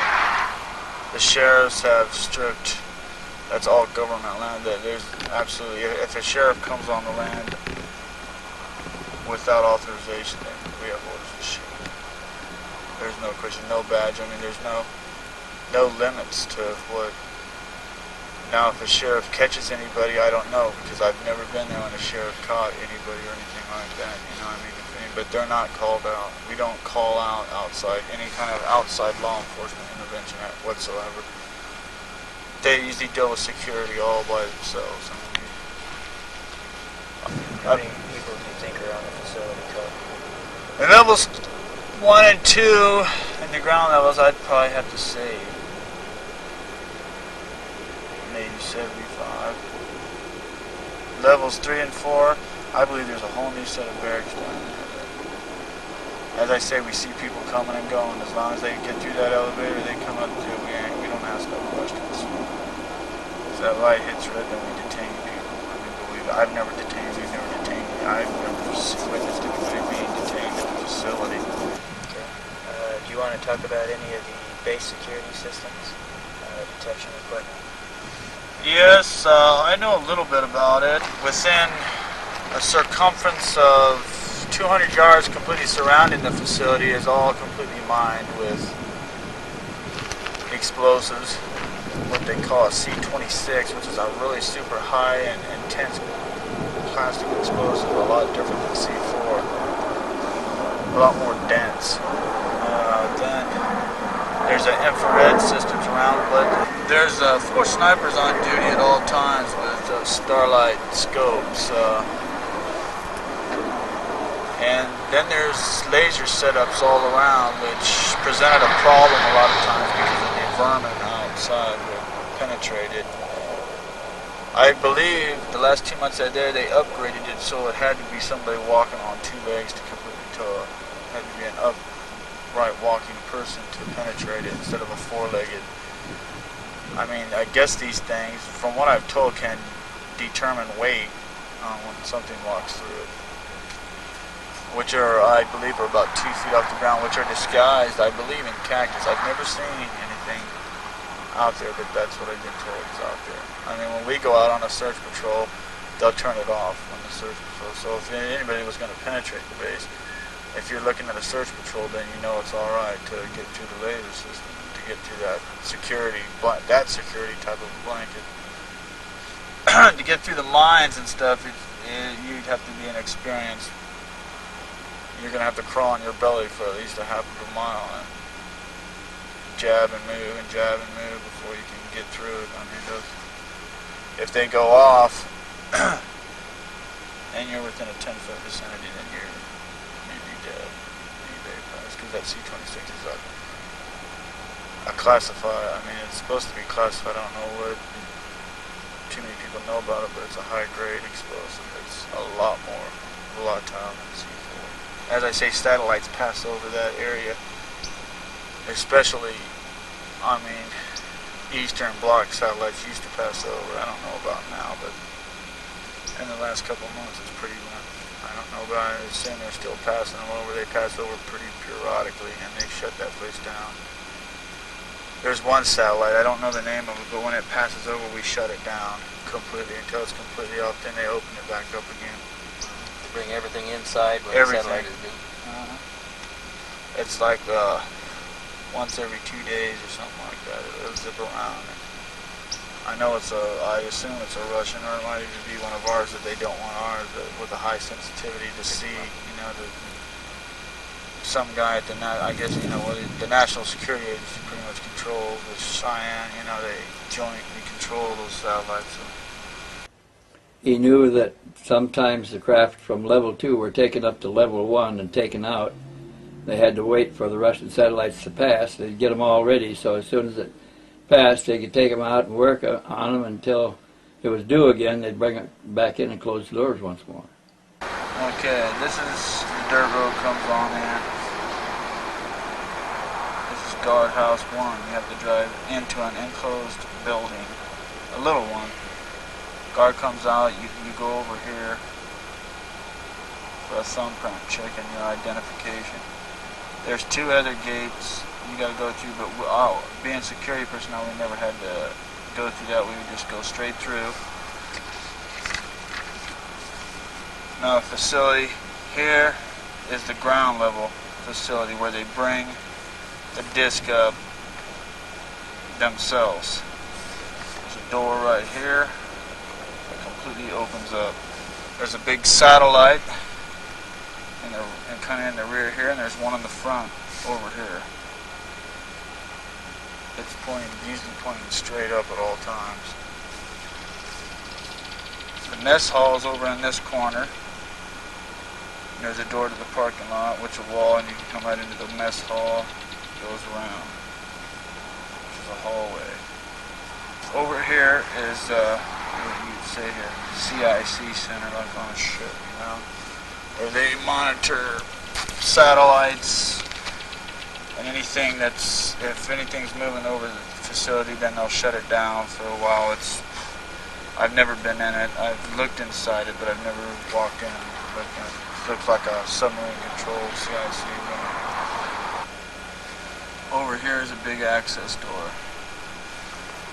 Now they bring the disc up one at a time. They never bring up more than one at a time. These are like the platforms that they bring them up on. They can move it right on out, bring it on outside if they're going to try to activate it in some way or anything like So that. this is like an open hangar, elevator platform. Yes. From the lower compartment. A big open hangar. Not bad. It doesn't look very big from the outside. I mean, it's because the discs themselves aren't very. I mean, you know, they're. I mean, yeah, I would say it's about 30 feet, 35 feet tall. This is all open right in here. This is. There's a lot of equipment laying around. I don't even know when I begin to explain what it is because I have no idea really what it is. It looks like a car tune-up garage. I mean, with all kinds of computer diagnostic stuff, and That's under a roof, so. that's all this is under the roof except for the parking lot over here. Okay, how about a runway? For landing or taking off airplanes? I've never seen airplanes land or take off. I've seen helicopters come and go, which is a pad about half a block back. It's like a little helo pad. This is his sketch of the layout at level number 1, showing the disposition of the facilities on the floor. He does not show the bays there over here. Yes, level 1 is basically your living quarters. There's 4 security detachments. Each has their own thing. One security detachment takes care of complete exterior of the facility around it constantly. One security detachment is gate and entrance. One security detachment is the levels, what I did, which is 2, 1, 2, 3, and 4. And detachment 1 is your snipers.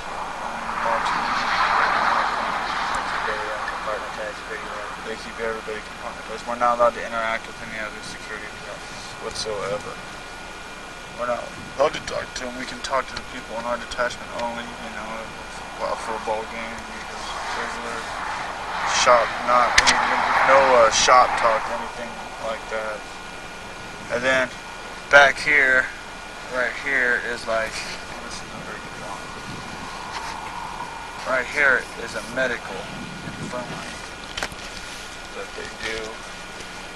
There's a naval corpsman. They give us physicals once every 3 months. Right here is another security office where you go for light examinations. Right here is pictures of everybody. It's like an office break room, like. But there's pictures of everybody. There's pictures of everybody in the facility, with the exception of the people in level 3 and 4. This is all open right here, because it's all you see is a brick wall, a block wall. Okay, first thing we do is we go to gate number 1. We all line up, which is usually 4 of us at the same time we picked up. We all subject our thumbs to a print, take it into a back ushered through the next two gates, taken into level 1. There's an office there. We go through a polygraph examination. After the polygraph examination, if your results were bad, which I've never heard of anyone being bad, or flunking your polygraph thing, I don't know what happened to you. No one's never just disappeared from the security detachment I was with.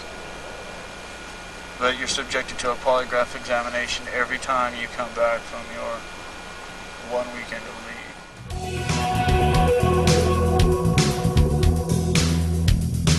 How is Bob Lazar connected to S4? Bob Lazar was hired to do some back engineering on a certain disk. He called it the space sport model. Was when we got a look at the outline of the disk, it was very close to the shape of the version 2 flying disc that Billy Meyer was photographing in Switzerland. Bob Lazar said the seats were smaller. They were for smaller people than him. There was only 3 seats. Billy described 3 seats aboard the craft. The outside shape was very much the same. Led us to speculate on where that craft came from. In 1988 and 89, a nuclear physicist and propulsion systems scientist named Bob Lazar got several months of hands-on experience working on a classified, top-secret engineering project for a covert branch of the U.S. military aerospace program. Lazar's work included examination of extraterrestrial spacecraft recovered relatively intact over the decades by Central Intelligence, Special Air Force and Navy operatives and personnel. After telling friend John Lear about his experiences within a secret lab inside Area 51, Lazar found himself at the end of a gun in the secret Nevada facility, and his job at S4 was terminated shortly thereafter. Fearing the worst, Lazar went public with his claims of working on UFOs for the government, and television investigative journalist George Knapp, now a Peabody Award winner, reported the story to the general public through KLAS-TV in Las Vegas. Did you meet Bob Lazar before Lazar went out to Area 51? Yeah, he was sitting right there. Goof on, Gene Elf was sitting right there. We were talking about UFOs. They took their tape, they did their measurements, and we talked more about UFOs, and Bob told us we were nuts. And that's when I first met him. How did the meeting go when George Knapp and his KLS-TV news director, when they came out to your house to meet with you and Bob Lazar? We sat right there, when the other table was there, and Bob strolled out and just asked question after question after question after question, and because George Knapp wanted to do a series, and he needed Bob Stoldow's permission to go ahead. It was at that same meeting, Bob Stoldau said, "Go ahead and do it." Lazar and S4 became the object of intense scrutiny by UFO research investigators and reporters for the next several years, and his claims and evidence were presented by filmmaker and real estate appraiser Gene Huff in the film Excerpts from the Government Bible, The Bob Lazar Story. Many of the following statements by Lazar are from that film. Lazar says, "In May of 1987, some scientists took an antimatter reactor to an underground blast facility on the Nevada test site to perform an experiment. Unfortunately for them, their experiment required them to cut the reactor open, which resulted in their deaths. I was hired," says Lazar, "in December 1988 to replace one of these men. I worked in a number of scientific programs, some of which required top-secret and above top-secret security clearances, of which the most easily verifiable is my 1980s job at the Los Alamos Mason Physics Facility in Los Alamos, New Mexico. While working at Los Alamos National Lab in 1982, the local newspaper did a front-page story on a jet car I had built. Coincidentally, Dr. Teller was giving a speech in Los Alamos that same day. We met and had a short chat about the jet car, and I later listened to his speech. I never met Dr. Teller again, but in 1988, when I decided to re-enter the scientific community, I sent him a resume and inquired about a job. And did Lazar investigate a classified library at Los Alamos and discover that Project Grudge was still ongoing? I don't know whether he did or he gave the job to a friend of his, because there was 4 questions that needed answers to, and one was YY-2, what that meant, the classified library, and there was 2 other questions, and I forget what they were. Dr. Teller responded by telephone and told me that he was no longer active, but just functioned in a consultant capacity. He gave me the name of a contact to call in Las Vegas. I made that call, and things progressed from there until I got into the program. I never got a chance to ask Dr. Teller if he remembered me from Los Alamos, so I don't know if that was a factor or not. Why did Lazar decide to try to get employed at Area 51? Because we gave him enough information that he thought, you know, maybe there is something to this. And how did Lazar get the job at Area 51? And please describe specifically the interview testing process that he went through. He called, and I thought I was there. He says I wasn't. I thought I was there when he called Dr. Teller. And Dr. Teller said, Bob, do you want to work in Livermore with me or out there in Las Vegas? And Bob said, I want to work at Area 51. And Dr. Teller said, let me see what I can do. And so the next phone call, he was given a number to call, and they asked him out for an interview. And he got 3 interviews, and at the end of every interview he'd come over and say, I aced it. And on the second interview, he said, guess what their first question was? And I said, what? He said, what do you know about John Lear and what's your relation with him? What's your relationship with him? So they already knew you were connected to each other. Yeah. So he said, I believe that John Lear sticks his nose into places where it doesn't belong, but what I didn't tell him was that I also like to stick my nose in places where it doesn't belong. Do you still point it in places it doesn't belong, or has age mellowed you a bit? Age has mellowed me a bit. I mean, tracking down this moon stuff is so much fun because all you have to do is sit at the computer and look at the moon. How do you think Area 51 already knew that Lazar had a friendship with you, and why do you think that was important to them? I don't know. Yeah, why would that be important to them? And if I ask you on camera if you know Bob Lazar, can you just say no? I will sit silently. The first night Lazar got back from S4 in Area 51, what did he talk about to you? That must have been a pretty dramatic night. Yeah. And did he talk about discs or aliens or? He came, he sat here and he said, I saw a disc today. And I said, what? He said, I saw a disc today. And I said, theirs or ours? And he said, theirs. And I said, what are you doing here then? They're going to follow you here. They'll know you. You're telling me. He said, John, let me tell you something. I've seen you take so much shit over this. I wanted to tell you I was there. I touched it. I saw it. It's real. Wow. Lazar continues. Between December of '88 and April of '89, I worked as a senior staff physicist in what has to be the most secret project in history. My place of work was a facility in an area known as S4 on the Nellis Air Force Range in central Nevada.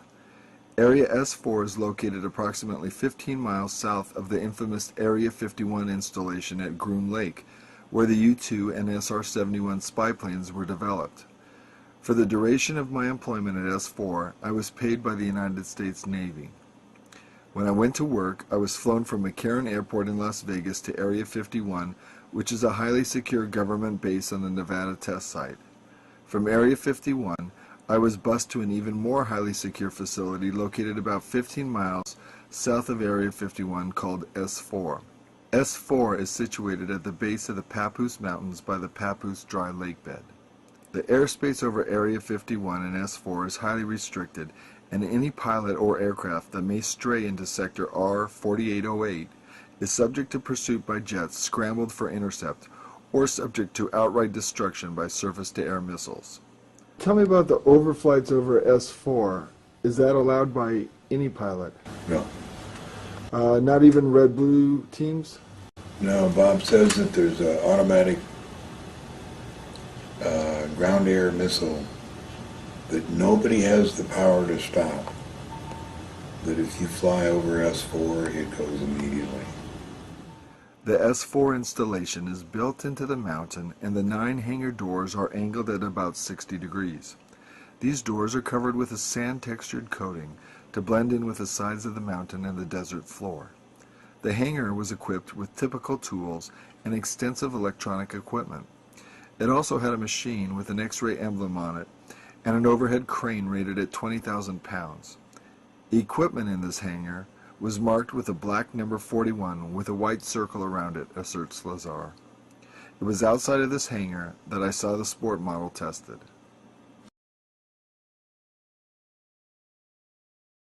The program out at S4 consisted of 3 projects: Project Galileo, Project Sidekick, and Project Looking Glass. Project Galileo dealt with gravity propulsion. Project Sidekick dealt with a beam weapon that had a neutron source and was focused by a gravity lens. Project Looking Glass dealt with the physics of seeing back in time. I was not personally involved with the hardware of Project Sidekick or Looking Glass. Regarding Project Looking Glass that Lazar was briefed on, what was Lazar's understanding about time and time compartmentalization? This is Project Looking Glass. All he told us was that the paradox of if you go back in time and kill your father, will you still be here? He said, yes, you will still be here because time is compartmentalized. As part of my indoctrination into the program at S4, I would randomly be taken into a small room which contained a table, a chair, and 120 or so briefings in blue folders. I'd be left there to read for varying amounts of time, usually about half an hour. Describe some of the information Lazar got from the blue folder briefing documents. He said just mostly talked about the nasty things we did around the world, and I said, like what? And he said, oh, you know, like starting wars. And these briefings contained a wide spectrum of information, mostly relating to aliens and alien technology. These reports appeared to be an overview of alien information which could be used to brief scientists from any field about the scope of the whole project and not just their specific field of endeavor. The overview of Project Galileo was accurate. I read the overview and later witnessed evidence which proved it to be accurate. He also got to see a holographic book of some kind where it was comparing civilizations, Earth civilization and the Reticulan civilization. And when he looked at the book, he would see Earth history, and when he flipped it over, he would see Reticulan history. yeah, actually what it was is on one side of the book, you had a book like this, and this would be our civilization. You look through it like that, and the pictures were three-dimensional, and that he could move it like that, and he could see inside, back, forward, outside, like that. And then if you turn the book over like this, then the same thing with the reticulans. Interesting that the book you're holding is Alice in Wonderland. I got this because the new secret base up in Nevada uses a lot of Alice in Wonderland terms. So I got the book to read all the terms that they use. I know you probably can't say who, but how did that information arrive to you that they were using Alice in Wonderland terms for the new base? Because either Bob or one of the people that worked up there said that when you went in the door of S4, there was a rabbit with a stopwatch up there. Somebody put a rabbit with a stopwatch up there. There's a new base being created in Nevada that's moving away. Are you saying there's one that's going to move the strategic operations that go on at Groom Lake and S4 away from that location to another facility? Yeah, there's some at both those facilities that are different. And where in Nevada are they located? They're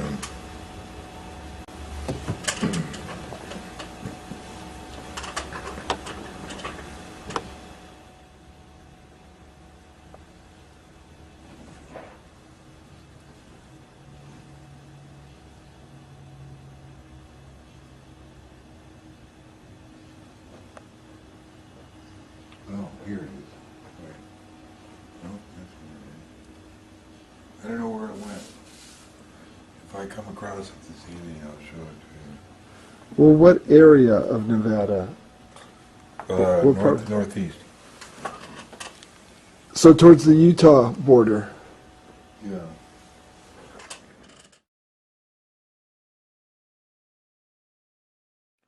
My job in this program was to be part of a back engineering team. Back engineering is the act of taking a finished product and tearing it apart to find out what makes it tick. The goal in this program was to see if the technology of the disk could be duplicated with Earth material. I had at least partial view of 9 different disks out at Area S4. Lazar describes the interior of the flying disc he nicknamed the Sport Model, in which he was allowed to go inside.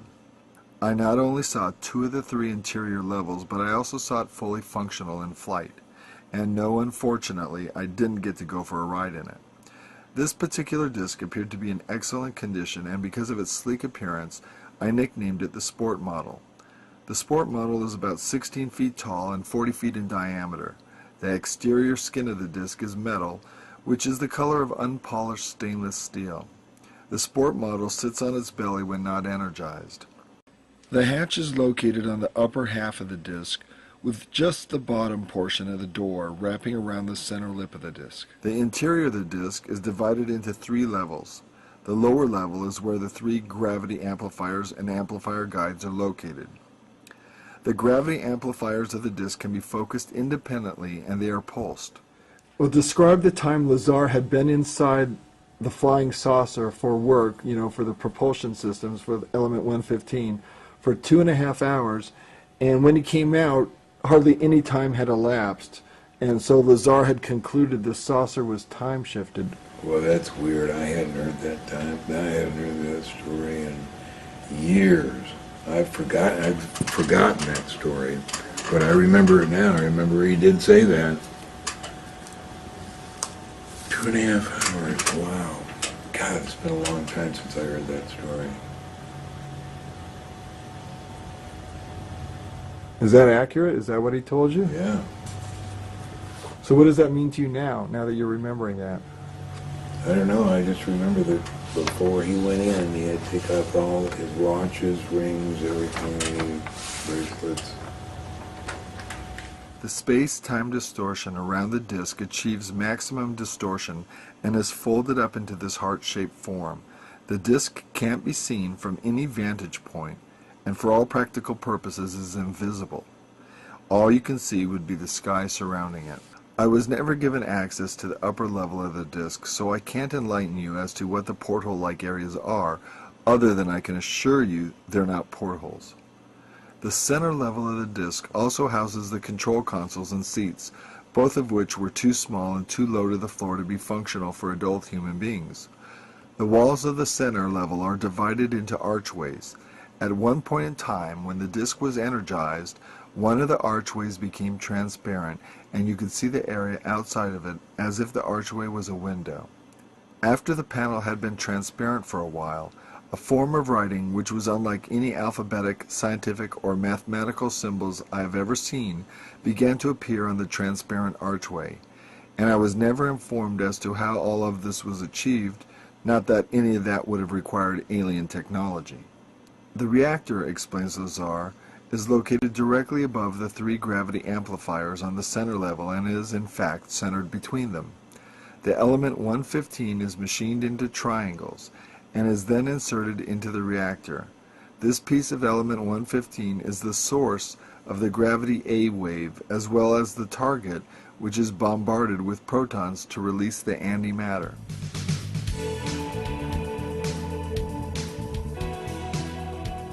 Dr. Edward Teller was the key scientist who determined that fusion, as opposed to fission, could be used to create a nuclear bomb that would be even more destructive than the bombs dropped on Japan. Teller is known in the scientific community as the father of the hydrogen bomb. Teller's hydrogen bomb fusion process releases vastly more energy than fission and results in a much larger explosion from the identical amount of nuclear material as that within the bombs dropped on Japan. We never dropped the hydrogen bomb, and, quips Lazar, Dr. Teller's been in a bad mood ever since. Is there any other nuclear reaction besides fission and fusion that you know of? No. Is there anything such? Look, please, you try to explore the things about which I only will have to tell you it is not interesting, it's a waste of time. Plutonium or Look, uranium? it is, in my opinion, not interesting. I don't intend to answer it. If you ask me that question on camera, I will shut up. I will sit silent. You're not going to get an answer out of me on that. Okay. Teller refused to even acknowledge antimatter on camera, and in excerpts from the government Bible, Bob Lazar clearly explains the enormous destructive power of antimatter. The older atomic bombs, like those dropped on Japan, would create an area of total devastation only several miles long caused, says Lazar, by a fission reaction in which less than 1% of the nuclear material is converted to energy. But if a hydrogen bomb containing the same amount of nuclear fuel as the Nagasaki bomb were to explode, the area of total devastation would be approximately 20 miles. Now, if a bomb was made with the same amount of nuclear material as the Nagasaki bomb, and that material was antimatter, when that bomb exploded in Baghdad, says Lazar as an example, the area of devastation would include parts of Africa, Europe, and Asia, with the exact area of total devastation being very difficult to calculate. Besides the devastated areas, an antimatter explosion would wreak nightmarish consequences upon the Earth's atmosphere and ozone layer, as well as producing poisoning effects of tremendous nuclear clouds circling the Earth. This, says Lazar, demonstrates the enormous amount of power released when you totally convert matter to energy, which is what happens when antimatter and matter are combined. The potentially devastating consequences of an antimatter experiment gone awry now becomes painfully obvious. These are the real dangers of letting secret military scientists experiment with flying discs gathered in secret from UFO crash retrievals, without necessary and vital congressional and civilian oversight. Do not forget that Lazar was brought to S4 to replace scientists who died due to an antimatter reactor experiment gone horribly wrong.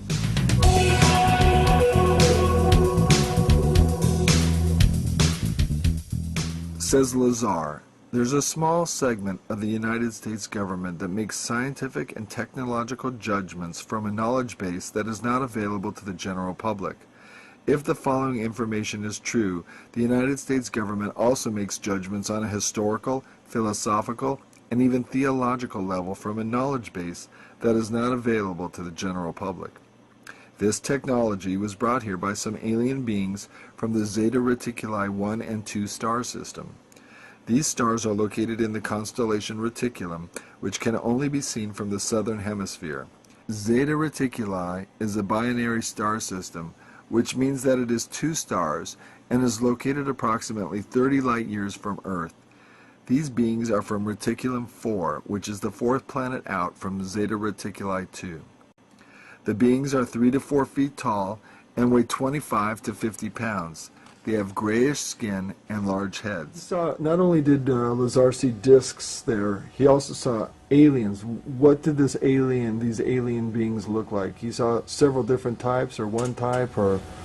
He saw the single type, the little gray, 3 times. Once through the door, once when he was taking the drugs, the pine-smelling fluid, and once when he went to the MGM for the lie detector test. When he opened the door for this room where they would do the test, there was a desk and a chair and a setting that reminded him of the incident at S4 when he saw the alien, and he nearly fainted. Gene Huff was there and said that he nearly fainted. These beings said that man was the product of externally corrected evolution. They said that man as a species had been genetically altered 65 times. They referred to humans as containers, yet I don't know what we are containers of. As I'm sure you know now, it was impossible for me to corroborate the information. Was Lazar purposely brought to S4, do you think, to leak information? That's always been a possibility. It's always been a possibility to leak information to John there, false information, to lead them in a different direction. And I've never denied that. That could be true. John, that March 22nd tape with Lazar, why is that important in the history of ufology? Because that's the first time that Bob took us out there, knowing ahead, a day in advance of exactly the hour and the minute when that flying saucer would fly, and we saw it at that time. And how many minutes did you get on camera? Nothing on camera. The camera was on the bumper wheel. I forgot to take a picture. Because you were so caught up in the event at that time. Did you ever get any photos of UFOs that you took yourself? Have you ever taken... No, but Bob or George Knapp did the next Wednesday night of it going around. Now, have you ever had an experience with Wackenhut security? I know you and Bob and Jean and some of your wives went out one time. It's a famous story where you went out to film and were... Yeah, and other than the thing out in the desert, no experience. What was your feeling when you guys were being held by the sheriffs there at that time? Were you feeling in jeopardy at all, or fairly cool-headed? You've been through combat and a lot of different things. How does that rank as far as stress levels? You know, S4 let us go, and then when we got out onto the highway, that's when Doug, what was his name? The sheriff. The sheriff. That's when he stopped us, and he knew all of us. And he said, okay, hands against the car, you know. All I want to know is 2 things. Why are there 5 guys in this car and there was only 4 on the test site? And where's the 9mm? And we just didn't say anything for an hour. And then pretty soon he said, I don't know why I'm supposed to tell you this, but what I'm supposed to tell you is to get out of here and never come back. How was Bob Lazar treated by the FBI agent on the debriefing the day after the night, viewing objects above Groom Lake with you? I don't know. You know, Bob said it was pretty rough. What did he say happened? They took him out of the car with a gun in his ear and then said, now Bob, when we gave you this clearance, it didn't mean you were supposed to tell all your friends about the flying saucers. And what did Bob do after that in regard to disclosing information? Well, he didn't make up his mind then. He said that he didn't clearly say he wanted to stay or didn't want to stay, but eventually he decided not to stay. And eventually he left S4. Yeah. So is it possible Lazar was given false information in hopes that he would spread it, do you think? Or do you think this is what he discovered was actually what was going on. Where are you today on that? I think he discovered what was actually going on, but I do admit the possibility that it was, bogus. Well, do you keep in contact with Gene Huff and Bob Lazar at all? What's Lazar's stance on everything these days in regard to S4? He doesn't want to talk about anything about it. He's still involved in the nuclear industry, is that right? Supposedly. But he doesn't want to publicly come out or discuss it anymore because he feels threatened, because he doesn't want to be discredited. Well, he got his clearance back, and one of the promises when he got his clearance back is they said, "Now, Bob, you're not going to give us any more trouble, are you?" Obviously, if this information is true, the ramifications are far-reaching, and you don't have to be a nuclear physicist to figure that out. Lazar summed up his feelings when stating, "The hardware and technology that I was exposed to should be placed in the proper hands of the scientific community, and it is the right of every person on Earth to know that there is physical evidence which proves that there is life elsewhere, and that at least one form of that life has been here." I began looking for sketches done by Bob Lazar over various interviews. Here's some of the sketches done. These were done for Best Evidence, video documented Best Evidence. And he made other sketches for other presentations. He eventually sketched all of the craft at level 1. And there were some that were quite different. These are images that came from various interviews with Bob Lazar. This is an interview for a document drawn by Bob Lazar also. I don't know where he got the image of the alien. I don't know that he had any contact with aliens. So there's the last sketch by Bob Lazar. Do you think it was possible that Orion was a CIA disinformation agent who was posing as a S4 sentry to discredit Lazar's testimony or confuse Lazar's testimony? He didn't seem to know anything about Lazar's testimony. I've personally heard of Bob Lazar, but I personally just heard of him in the last 2 months I was there.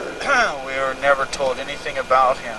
As I say, I think when they transferred security, I think they did it complete detachments to completely eliminate, and I don't know what they do with the rest of the personnel because I've never got to that stage. I was discharged for medical reasons because I'm basically medically unfit to perform my duties anymore. Bob Lazar, I don't know too much about him. I know I can't say for sure if he was a resident there. I've never seen any photographs of him, but they keep all that under wraps. If there have ever been security breaches, they're not going to tell you. I've never heard his name mentioned at the facility. But from what I hear, he describes the facility very good in detail. He was only hired by the Atomic Energy Commission people to do some back engineering because of his engineering expertise. Others later, Huff and John Lear, went to where Bob Lazar lived in Los Alamos, and they got pictures of his house. They got a telephone book with his address at that house in it and his telephone number. They even found a picture in the newspaper of him showing his home-built jet car. So that made Edward Teller the liar in the whole deal. He knew Bob Lazar. What else do you know about Ed Teller in connection with Area 51, Groom Lake, and S4? Well, Edward Teller was the head of the Atomic Energy Commission and was therefore the overall head of all of the Groom Lake operations. S4 and Area 51, all of them. They had Edward Teller, for instance, one time, who was the head of all of the Atomic Energy Commission facilities, which included Area 51 and Los Alamos and all the big, most secret facilities this country has. He said he told them he didn't know anything about UFOs. At the same time, we know that a few years before that, in 1968, he held a conference in his center facilities there at Los Alamos for 18 people, a progress review conference, to find out why we hadn't solved the technical problems on an operational UFO that we had recovered, and one of the alien occupants of that UFO was sitting across the table from my friend Bill Uhouse, an engineer, a simulator engineer there, who was working with the alien on trying to bridge the technology between their technology and ours. And from 54 to 68, they hadn't succeeded in making any real significant progress. And this is what the meeting was all about. Why aren't we able to do this? And the alien indicated that their technology requires a certain amount of mental input that we have never learned to do, to impart. So maybe it has to do with a certain type of brainwave activity, Well, and it you might have to be in require a certain brainwave pattern too that we Right. are not familiar with. And here's the same guy that sitting at the head of the table with all of his scientists around there. Years later, is lecturing in Dallas for MUFA and says he doesn't know anything about UFOs. And Ed Teller, isn't he also the one who Bob Lazar claimed hired him to work at Area 51 and S4? On crashed UFOs. Right. But he doesn't know a thing. Said he didn't know anything about UFOs. And was Edward Teller involved in the program as far back as the initial beginnings of Project Red Light? He had to be. He was there during he took over after the atomic bomb project was finished and we began manufacturing bombs in quantity. He was still the head of the Atomic Energy Commission, had the most secure facilities in the whole United States. So that's why the crashed UFOs were taken to Atomic Energy Commission property, where they had super secret, secure facilities. The only other place that housed a lot of this stuff that was being recovered was the White Sands Missile Test Range, which was equally secure in the mountains behind the White Sands desert.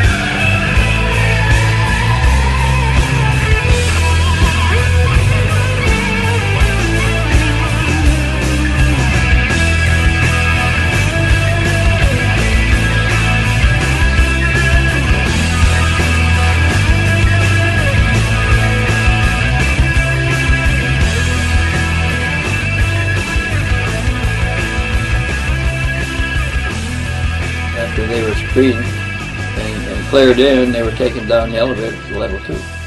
Walk in, all the bays are over here. This is a very vast complex. Big place, huh? Big place. The elevators are right here. There's 4 elevators. 3 and 4 are was sentries down at 3 or 4. And the levels of 3 and 4, I don't know what goes on down there.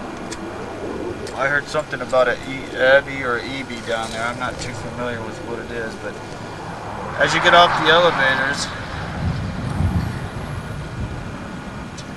you get off, and this is level 2. You walk in, the bays are over here. They're all separated by like an automatic doors that open and close each bay. Walk down, there's 5 on each side. There's a hallway right there, and each of these bays have elevators. It'll bring them all the way to the top. It'll bring the whole floor all the way up with a hydraulic system. Now, as you walk down, there's a lot of machinery right here, which I have no recollection of what it does. I believe I've never been in that area. My job was to be a sentry for these 3 gates and up above in the level complex, and sometimes I would be walking down here escorting people. This is all machinery right here. This, I believe, is a computer. I believe it's like something that's preserving whatever, these gray humanoid people in here. This right here is shelving in a desk area. It's occupied with TV. There's a back hallway right here. I've never been back there. There's 4 snipers on duty at all times. I don't know. They have their own sleeping quarters. This is a further sketch of facilities, living facilities in level 2. He was sketching the map of the layout of level 2, and he showed me their patrol area.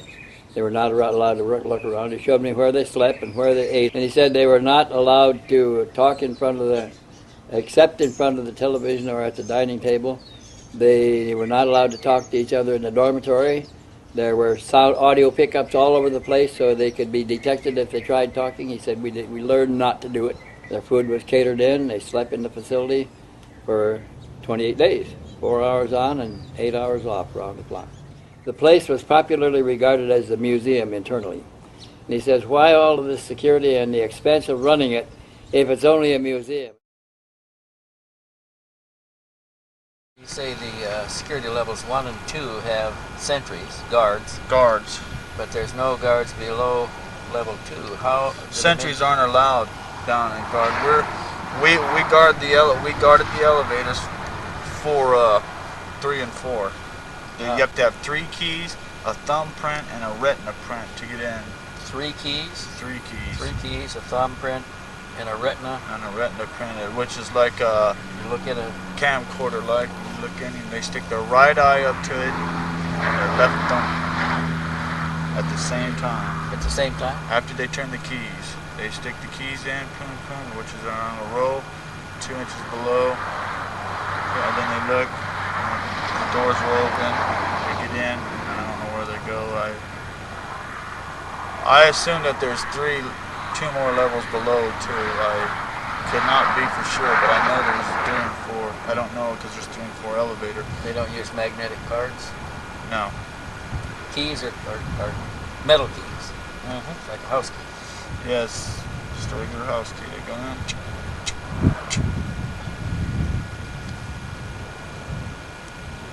I heard in level 3 that they had what they call a EBI, or an EB, which I don't. Mr. Stevens described it a little bit better, but I don't know what it looks like. I never viewed it. They said it was dead or alive? They never said. Nobody never said. I just heard, through gossip talk sometimes you hear, as these guys were coming out of the elevator and stuff like that, you're just sitting there at your post and they just, go along talking. You could hear what they're saying about something about an EBI, which is a biological abuse. Now, when you're in level 2, every once in a while, as I was saying before, that there's some screaming that is a part of a cross of a chimpanzee and I know it's not a chimpanzee. It sounds know how to describe it. It's extremely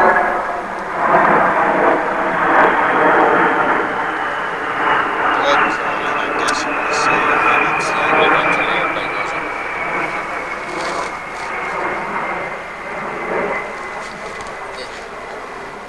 The screaming, how would you describe it again? yeah, it's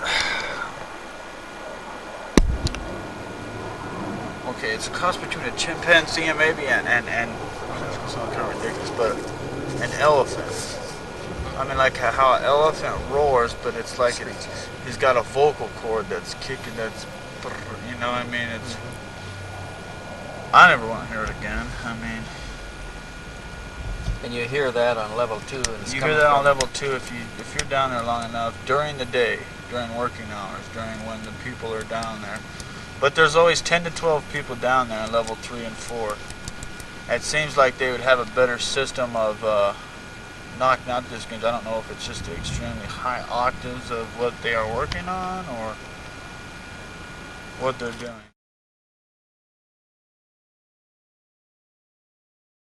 He told me his name was Connor Orion, and I didn't question it at the time. Saw 7 ships stored at level 2 of S4. 3 of them were identical, and the rest were all different from all the others. As I remembered Bob Lazar saying that he saw 9 bays in a row and different craft in each bay. They were not allowed to look directly at the cadavers pickled in vertical cylinders. There's about 5 or 6 of them on one side, and they weren't allowed to look directly at the craft in the 7 of the bays available there. He said it looked like all the craft were stored on separate mobile bays that could be rolled out and down to a big elevator, like a carrier elevator, that took them to level 1 where they could be taken outside. And he knew that they always had to wait when they got to level 1 until all the Russian satellites were below the horizon before they would take them outside. As far as the disc craft and other craft over in S4, are they all captured alien vehicles, or are they also Nazi engineered vehicles that Those are we took over? Oh, yeah, those are in another part of S4. When we were out in the desert at the High Point interviewing Connor Orion, we had him sketch the craft that he saw in the 7 bays of the bay facility there. And he said that there were craft in 7 of the bays. If 3 of the craft were identical, all the rest were different. What was your main focus in doing the interview? To let him say what he could say as much as we could get from him. I didn't want to be leading him or introducing anything, changing the subject. I wanted it to be his testimony. This is his sketch on the notebook that we were using at the recording site of the ship in Bay Number 1. He's doing all the sketching in ball pen in blue ink. This one is this one's got the legs and all. I mean, I don't know too much about this one. I've only seen this one twice. It has like a hydraulic system in here that keeps it up off the ground. The legs kind of like they got joints in them that move. There's 4 legs on this one. I mean, I believe this is an older recovery. There's no. Is this a smooth curve up here on the top? This is a smooth curve, and there's some kind of a white crystalline substance right here. Crystalline substance. Crystalline. Looks to me like a diamond, but I mean, it's about 8 inches wide. I don't know what it is or what it's for. I've never seen it activated. This is of a low priority vehicle. This one is mostly covered all the time, and this is in Bay 1. I think 1, 2, 3, 4, and 6. Yes. And this is, I mean, this, it's like they don't pay no attention to this one at all. This is mostly covered all the time. I've seen it uncovered once. What kind of testing could have done on the craft that you saw on the side? Well, I know there was, I mean, there's I guess what you call a metallurgist at the facility that's there all the time. I mean, he was always constantly trying to get some kind of, I mean, they were trying to scrape it, but a couple of them would produce some kind of residue from the scrape. Some of them wouldn't. I mean, as I say, when somebody was there on the ship, we couldn't get a view at all. When they were working on the vehicles, we couldn't. If we turned around and looked, we were reprimanded immediately in the body. So it was best not to observe. You just walk back and forth. I mean, you can kind of look out a corner of your eye, but that's about the best you can see. I mean, they had machines they'd wheel in there, and I just couldn't make it out because everything was so tight. When they were working on it, it was tight. I mean, they didn't trust us. They trusted us to know. I mean, we knew what was there, but it was like to know what's going on. It's a whole different story. It's a need to know, and that's basically all there is to it. Did you ever overhear any of the scientists discussing any properties of the metals or magnetic fields? I heard one time about they were trying to figure out how many times that this metal was laid or something. Laid upon each some kind of a process that they didn't know what kind. I mean, that's about it. They were trying to figure out, and they were talking about how many times it was laid, like 1,000 times it makes it laid to produce this kind of a metal or something. But that's about it. I didn't. Nothing about conductivity or magnetism? No. Never overheard any of that? No. I mean, I've read books about, geomagnetic repulsion and stuff like that. Were you guys ever briefed on radiation hazard areas or magnetic, electronic hazard areas? Yeah, just a little bit though. We were told that the machines themselves were high in radiation up to touch. I don't think that's true. I think they just didn't want us near them. I mean, the people that were working around them always had a suit on. They were always dressed up appropriately. On the new one, they were.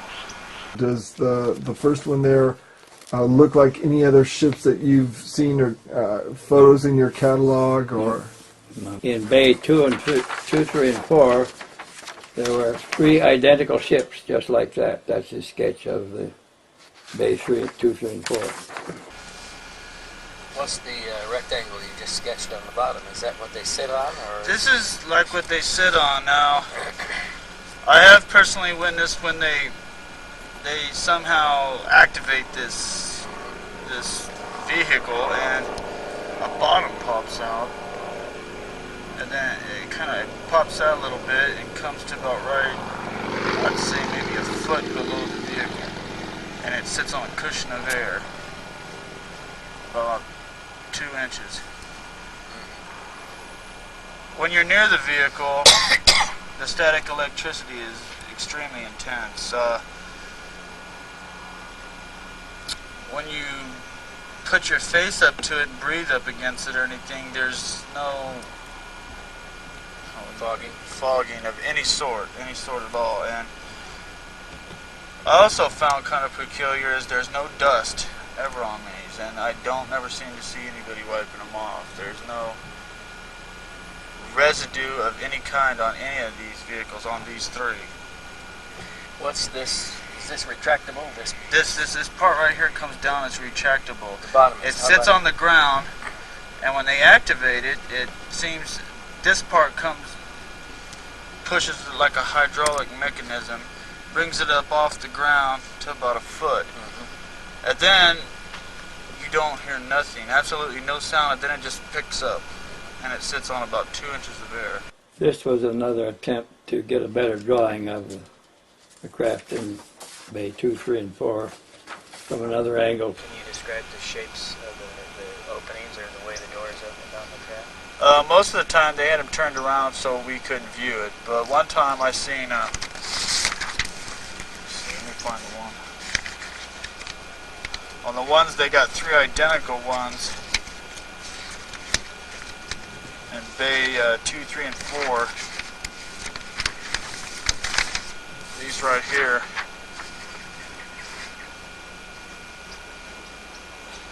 Something like this will just open up. Not from a hinge either. Just all pop up. A whole section will just pop up. There's no stairs or nothing. they had a stair system that would go to it. This is just a view that I've seen. The whole thing is popping Yeah, out I mean, all the way out and they laid it on the floor? Or no, it would pop up and just sit there with some kind of a hydraulic, not anything like we've seen, not hydraulics, but from a view like this, it would look like this.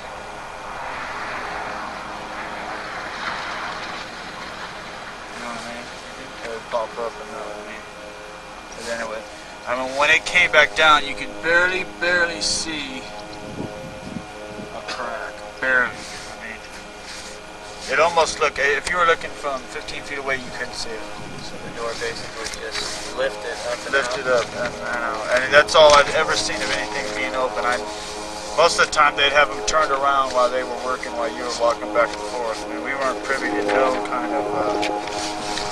no kind of information whatsoever. So you could never see a glance of any kind of any kind of control or monitor, nothing of that sort at all. When there was people in the saucers, we had duty detachment in the hangar area and G level, you know what I mean?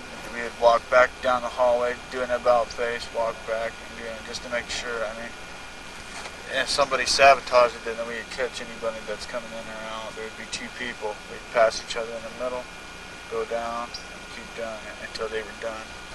I know they activated the one. I've seen them activate one, and that was the ones that all the three of them looked identical in bays 2, 3, and 4.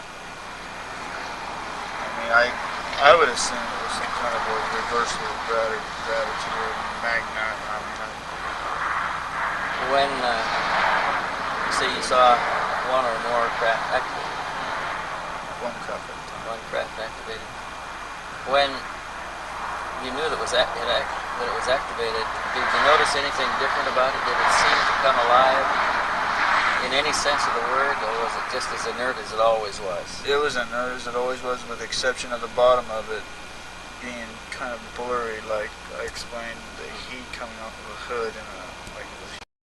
And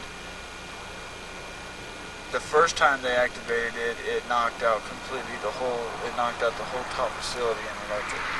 All of power. Yeah, then they rigged something up or something, and they did it again, and it didn't, but the static electricity was so intense that even being around the disc, we would oil our hair down.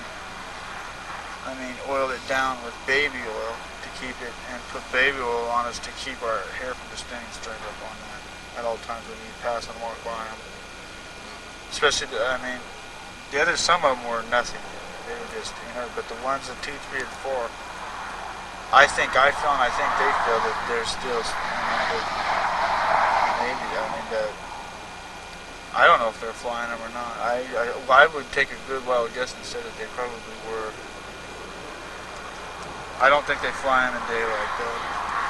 I've seen them activated in daylight, but I've never seen them fly. Did you ever see any pilots going to the craft or coming from the craft that might indicate? No.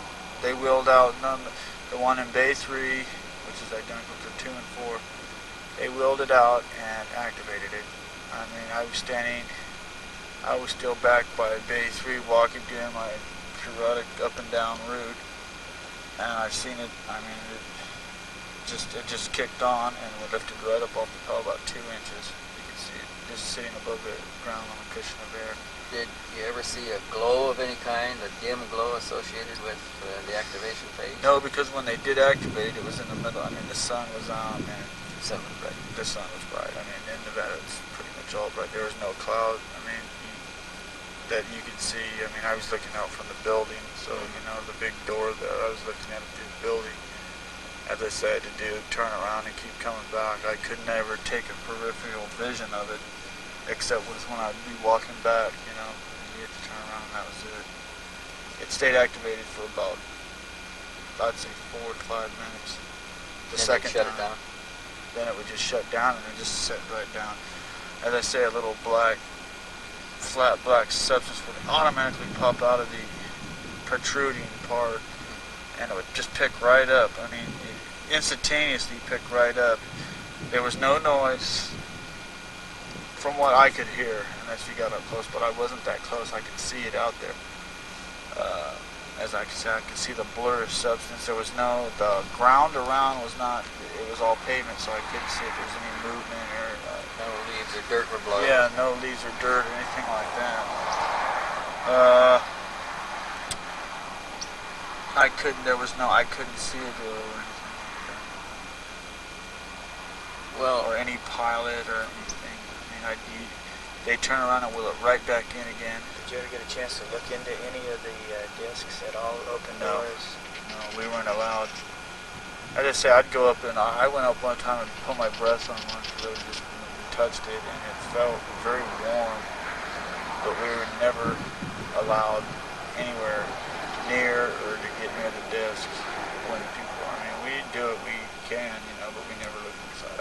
I never looked inside. I never had any observation of inside. Did you ever get to see any of the craft fly? No. I've seen them sitting on the ground on, like I said, that one sitting on 2 inches of cushion there. I've never seen any of the craft fly. But then again, they could do that on different ships when another sentry was there, and he could observe it, but I didn't. I've heard that they've flown them, but there again, we didn't ask no questions. Yeah, asking questions meant termination of your career immediately.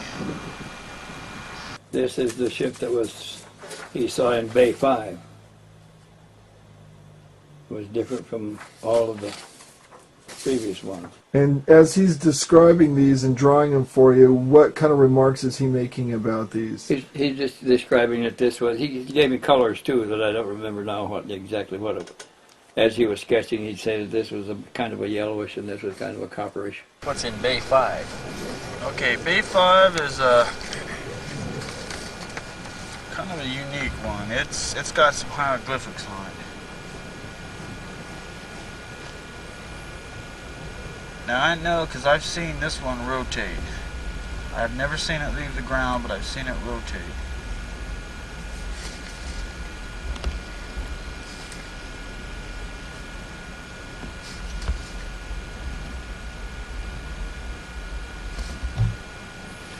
This one is really streamlined. I would say this one's about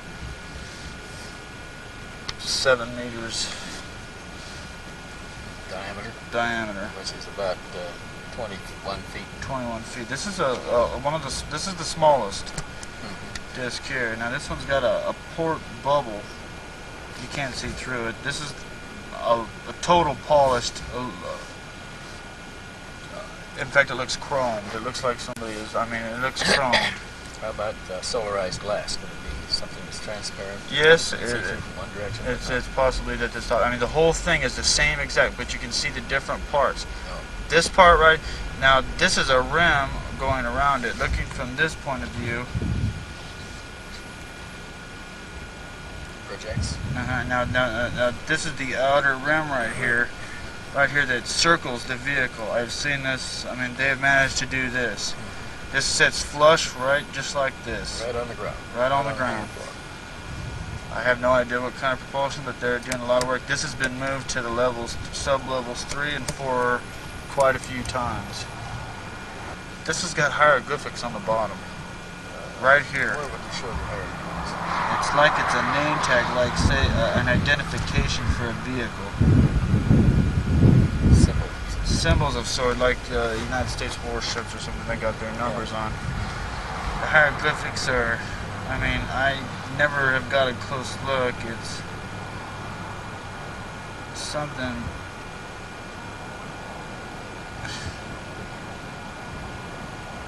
We have photos of it. We can take a look at the photos.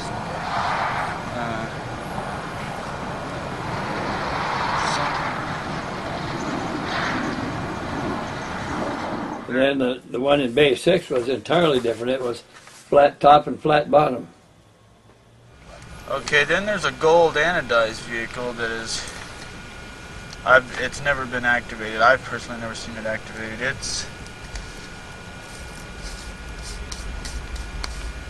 Now it's flush on the bottom all the way. Flat. And it comes up with a square protrusion. On top.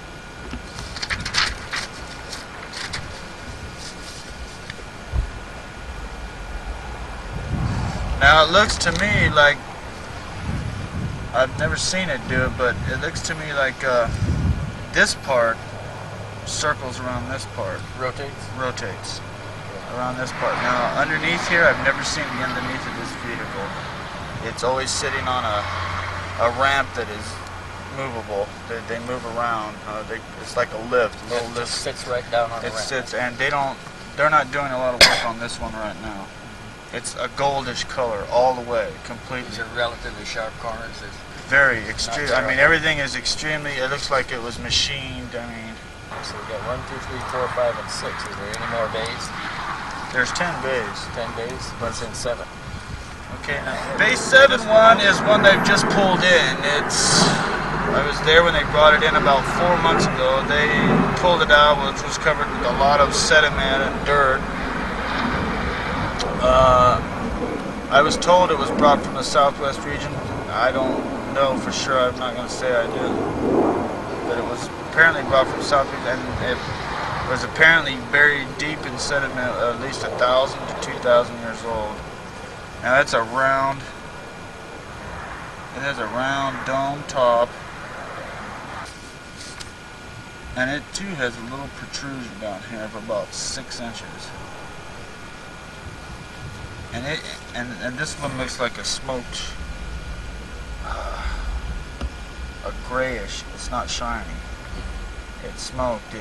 It cleaned up real nice. I mean, but it looks like it hasn't changed its color. I'm not any authority in there. There's no visible writing on this, and there are no visible machine parts that look like they move. No seams or joints? There's just a seam right here, but it's like, I mean, no bolts, no nuts, no any kind of interlocking parts that is keeping this vehicle. They're still trying to figure out how to get in this one. I left 6 weeks ago. They haven't yet to figure out without destroying or how to get in it. I've seen it twice. They just don't. It's been down in level 4. It was brought in. We've seen it. I watched them clean it up. Then they sent it down to level 4 up one more time. Kept it for about 2 days in Bay 7, and then they brought it right back down again. And Why don't you write the 7 on the corner there so we can remember which bays these were? Was there anything in Bay 8? No, they're empty. 8, 9, and 10 are all empty. 8, 9, and 10 are empty. These are all second level. They can be brought to the first level and on up to the top when they want to. Or as I say, I don't know what's in level 3 and 4 or beyond that. But I think all these vehicles have been to another installation sometime or another before they got here, with the exception of the one they brought in from the southwest region that they dug out of the ground. That they dug out of the ground. I mean, they were very excited with it being there. I mean, I overheard him saying that it was at least 1,000 to 2,000 years old in rock sediment. The vehicle itself, that was based on the sediment in the that rock. was found in. Yeah, it was found in. How they found it is beyond. I have no idea. I'd say one of the most outstanding events is the arrival of the 7th disc, the one that was supposedly buried in sediment, which had sediment all over the rock. So the people there were extremely excited, which went against what we talked about before about the place being a museum. You know, I mean, I don't really know, but the facility was in a kind of an uproar. I mean, not an uproar for the good. You know, they were kind of like, the people that were there were very excited to get this disc. I don't know how it was found, how it got there, or any of that information, but I know that they were very excited. They cleaned it off and put it in hangar 7 and dropped it to level 3, and they brought it back up about a good 3 months. I mean, a good month later, and then it sat up there for a couple of days, and they dropped it again. And never seen it again. And to your knowledge, they were trying to open it up and get it open? Yes, I observed a couple times them trying to open it up while it was up in G level. How are they attempting to open it? What kind of tools? They had like a scanner thing. They were walking around the thing trying to look, and one guy had what's similar like a pick thing just in the crevices looking for it. I mean, this is when it was rapidly new. I think they brought it down to level 3 for, I don't know, a radiation check or what would you say, to make quarantine it for the first 30 days to make sure nothing's going to come zip getting out of it and causing a mass, you know, biological plague of some sort or anything. That's what I observed here in talk. I don't know if that's true. I heard a thing called Project Ghostwalker referred to it a lot too. I think people coming and going. Yes, I think they referred Project Ghostwalker to the disc that was picked up, the most recent one found and brought there. I believe that's what they consider Project Ghostwalker. Did you ever hear any other project names mentioned? No. I overheard that name mentioned once, and so did one of my colleagues there. Heard it. We have operational discs that our government has built from back engineering in the projects.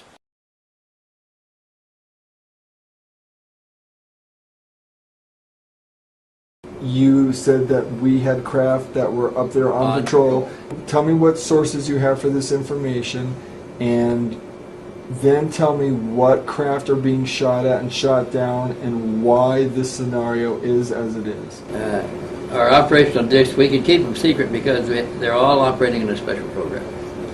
And the people that are in the program are recruited in a recruiting stage. We identify people that have limited family ties, foster parents that they don't maintain contact with, or they're outright orphans, or they've lost their parents or something like that. So they're unmarried, young men that are unmarried, fit, otherwise qualified in every way, but don't have strong outside contacts. And they recruit them, they identify them early on when they're processing the incoming cadets to the academy, assigned to the secret Air Force Academy on the other side of the mountain, out there in Colorado Springs.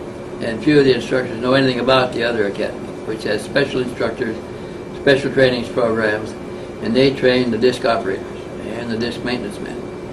And they're all trained in a special facility. They come out with special grades and special pay scales, and they're assigned to special organizations that are closed organizations. People don't rotate in them. They're assigned there for their career.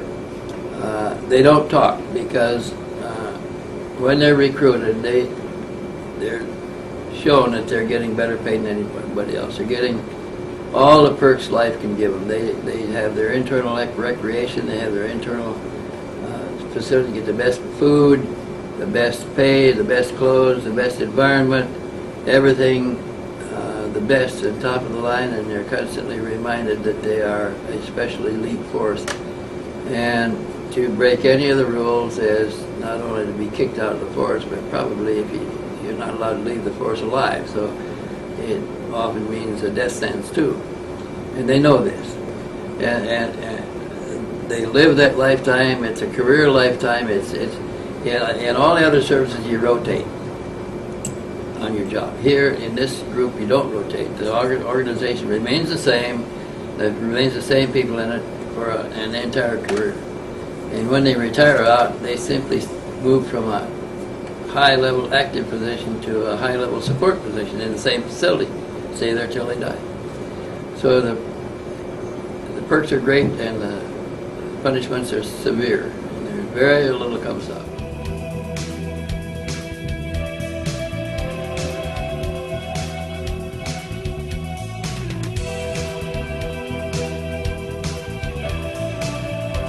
Discover Houston, while you're looking at Orion, we're getting a pretty tremendous light show. We're looking at the lightning on the Earth. Yeah, I was looking at that myself, and looks like we're coming up on sunrise. To orient you, the glowing curved line, unevenly dividing the dark upper right portion of your screen from the larger gray tone portion to the lower left, is the airglow layer of our atmosphere. It begins about 40 miles above the surface of the Earth and dissipates at an altitude of approximately 60 miles. Don't confuse this glowing line with the actual solid horizon of the planet, indicated on the NASA video by the little electronic registration marker at the upper left.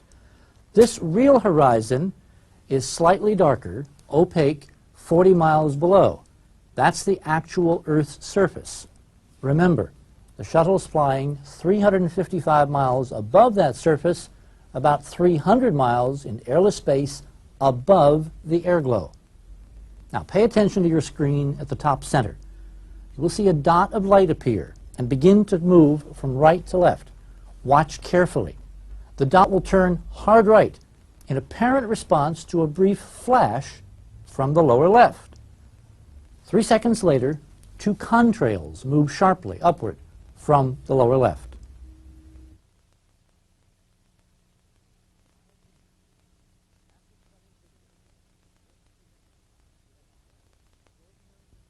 In my opinion, the NASA shuttle video you have just seen is among the most extraordinary pieces of footage in television history. Some of you may have seen parts of this extraordinary NASA footage elsewhere. It's made the rounds of several national television shows. It's also become something of a classic among UFO enthusiasts who see the extraordinary physics and automatically assume we're seeing aliens. From NASA, the official explanation of what you've just seen is that it's anything but aliens or high-performance spacecraft. When you see the shuttle video in fast motion, the stunning anomalous movement of these anomalous objects really stands out.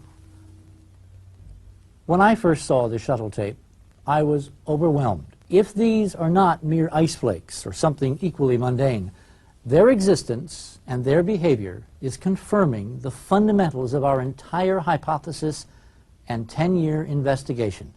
If we can prove that these objects we are seeing are in the atmosphere, then they have to be at least several hundred miles from the shuttle's camera.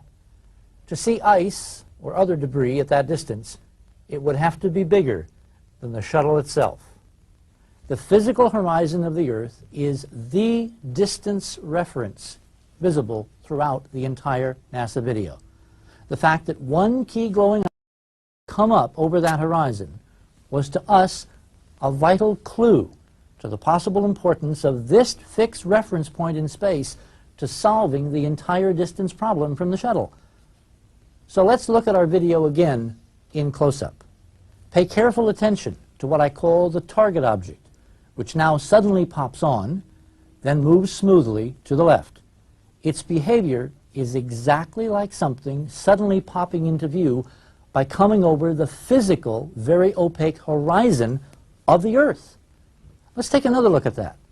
If we can prove that that's exactly what we're seeing, then this simple fact, if we can establish that it is a fact, automatically fixes the object's distance in relation to the shuttle as the distance to that horizon, and the airglow 40 miles above it.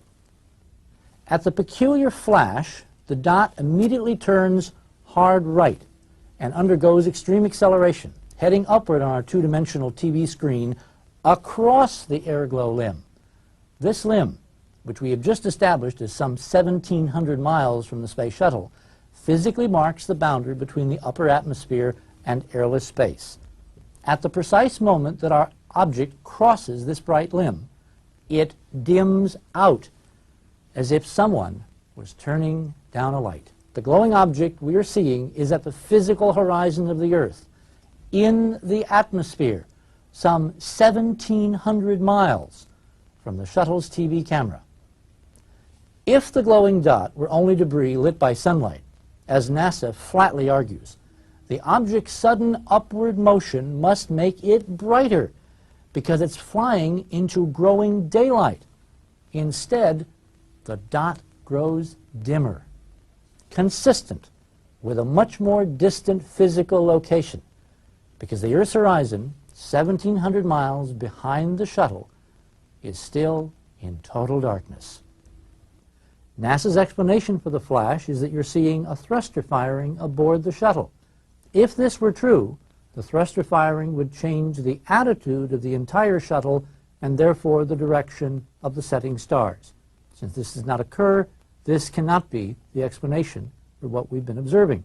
The calculations say that this object had to also be at least as far away from the space shuttle as the airglow, therefore fixing its distance in terms of simple physics as 1,700 miles away. Since we have now established beyond any reasonable doubt this fascinating object's distance from the shuttle, the rest is easy, if slightly unbelievable. Our little dot is in fact drifting along at a leisurely pace of some 15 miles per second. That's about 54,000 miles per hour. We say it's drifting because when you see our little target object react to that peculiar flash that you're quite familiar with by now, the undisputed star of our update accelerates in less than 2 seconds to over 200,000 miles per hour.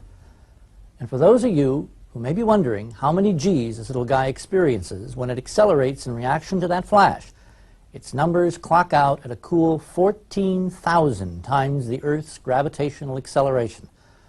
A force of 14,000 G's is roughly equivalent to dropping a 10-story building on top of you. 200,000 miles per hour in less than 2 seconds, 14,000 G's. Obviously, nothing in our space technology can even begin to approach numbers like this and have pilots survive. In fact, nothing in our known laws of physics provides for propulsive performances and capabilities such as those we've just observed. But this is well within, in fact, it is implicit in any hyperdimensional technologies capable of literally altering gravity. We have calculated the actual velocities of these two peculiar streaks of light. They are indeed consistent with a much publicized Star Wars weapon system from the Pentagon called Brilliant Pebbles.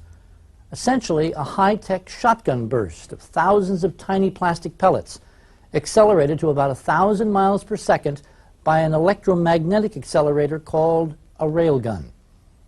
If this is true, the flash you're seeing is not light. It's an effect in the camera created by the electromagnetic pulse that accelerates the brilliant pebbles. Quite a weapon, but no match for a vehicle capable of nimbly darting away at over 14,000 Gs, as we've seen. The target, you now see why we've been calling our little glowing dot by this peculiar name, in fact evades this shot with ease. This and a host of other actions by all the other anomalous dots present in this sequence, which we haven't time to talk about, has led us to this amazing conclusion, that the shuttle cameras that night somehow showed us an active Star Wars weapon system in Earth orbit, and the system is using our own American hyperdimensional technology. At the time that I first saw that tape, I didn't know that we had this shaped craft on patrol with beam weapons. I didn't know that. But since then, I've learned that we have them on regular patrol in space. U.S. military has disc U.S. shaped. military has disc-shaped craft that patrol in orbit, and they do shoot down visitors. First off, how are they able to go undetected? Well, we know where they are, and we know that the Russians have some up there too. Where are they? They're not in orbit because they move around. They're not confined to orbits. They're on patrol up there. How many? I don't know how many are on patrol at a time, but we have 2 squadrons of them that are running these patrols. Squadron being how many in the squadron? A squadron of fighter airplanes is 15 airplanes, 15 vehicles. So I don't know what a UFO squadron or a disc squadron is, but if it's 10, even 10 vehicles, that's 20 vehicles available. There's probably 2 on patrol all the time.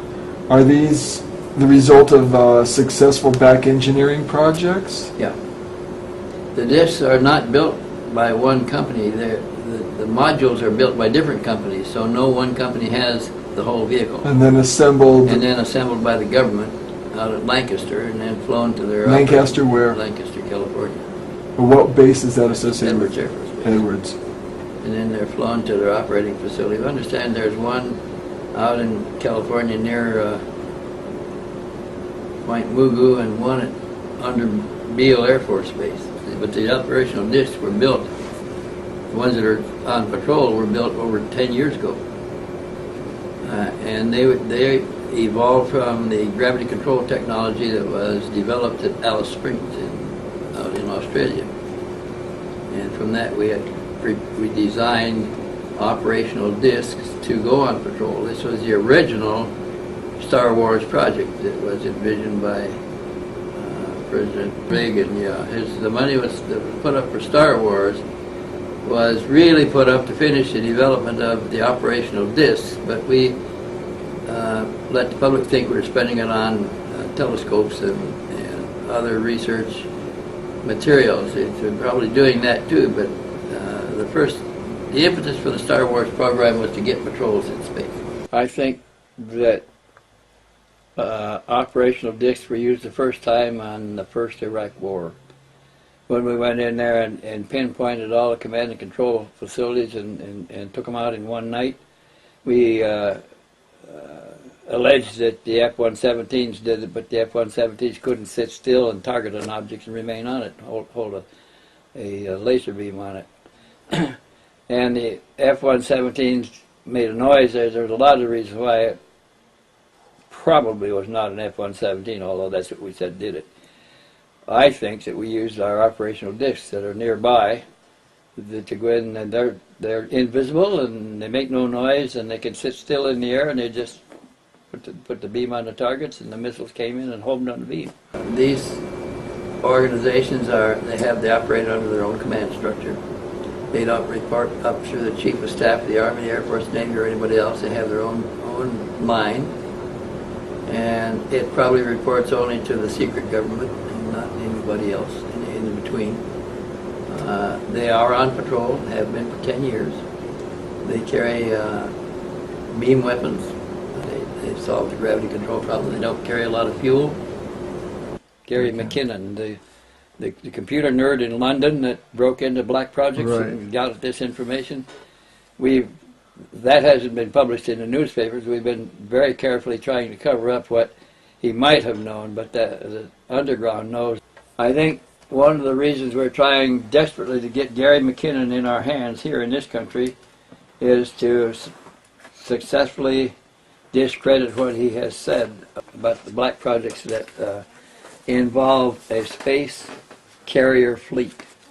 He says that he have 3 super space carriers out there, like aircraft carriers, that carry operational discs that have beam weapons.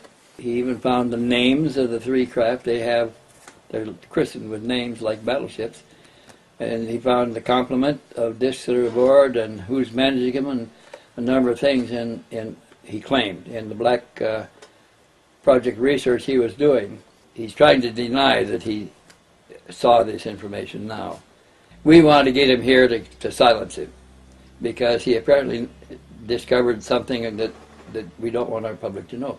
That we do have patrol craft out there of carrier size that carries a number of patrol discs aboard and can launch and recover them anytime and any place they want to.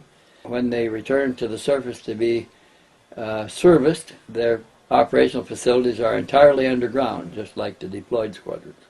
All he found was names, that they were carrier craft, that they have a live aboard complement, that the names of the commanders are not known because those that enter these programs have their names changed and their families are notified that they were killed in a military accident and they can't come back to an identity again. What's your overall opinion then about us having a UFO fleet? Valid or? Well, yeah, I think we have. I think we probably, I'm aware of 4 squadrons at least, and there may be more, and a squadron of aircraft, fighter aircraft, consists of 15 airframes. So I would guess that a squadron of discs must be 12 to 15 discs.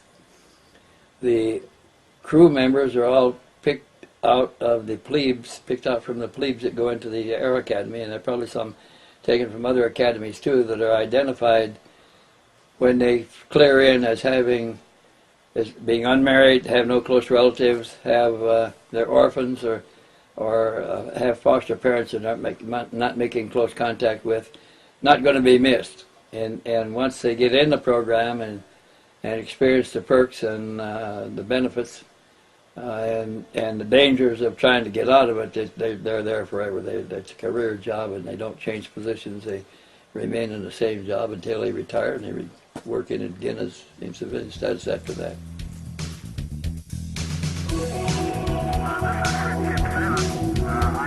A big man of some very small particles that are brilliantly lit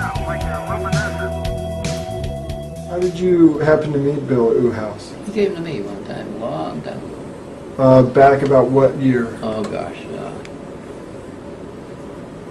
1990. 1990, and how many years did you keep in contact with him? Or are you still in contact? I was in contact with him up till a year ago. I haven't heard from him. He may have died now. He was an older man. What city was he living in? He was living in Las Vegas the last I knew. He went back, he was from Kansas, and when he retired about 10 years ago, he wanted to go back to Kansas, to where he was raised, his boyhood hometown. And he and his wife began making plans to go back and look at property there. As soon as they made several telephone calls and began firming up their plans, his wife came down with a brain tumor. They took her to the hospital, military hospital, of course, there in the facility at Area 51, where they removed a tumor bigger than a golf ball. And that incapacitated her for a long time. And it took her a couple of years to recover. As soon as she got where she felt reasonably well again, they began the telephone calls once more, and then she comes down with a second brain tumor, fast-growing brain tumor. This time it was bigger than an orange when they took it out. And she never fully recovered from that. So they stayed out there in Vegas, where she had to be treated regularly. She had to keep going back to the neurosurgeons, and he couldn't afford to do it anyplace else. So they had him captive there, where he couldn't go anyplace, and they had him under control. And in my own mind, I'm not so sure that wasn't induced just to keep him there and keep him out of circulation. He was a simulator engineer. Started out as a link trainer technician, and then as the science grew, he grew with it, going to the schools as it evolved, until he became a simulator technician and builder out there, building the machines to teach pilots to fly airplanes that had never been flown before.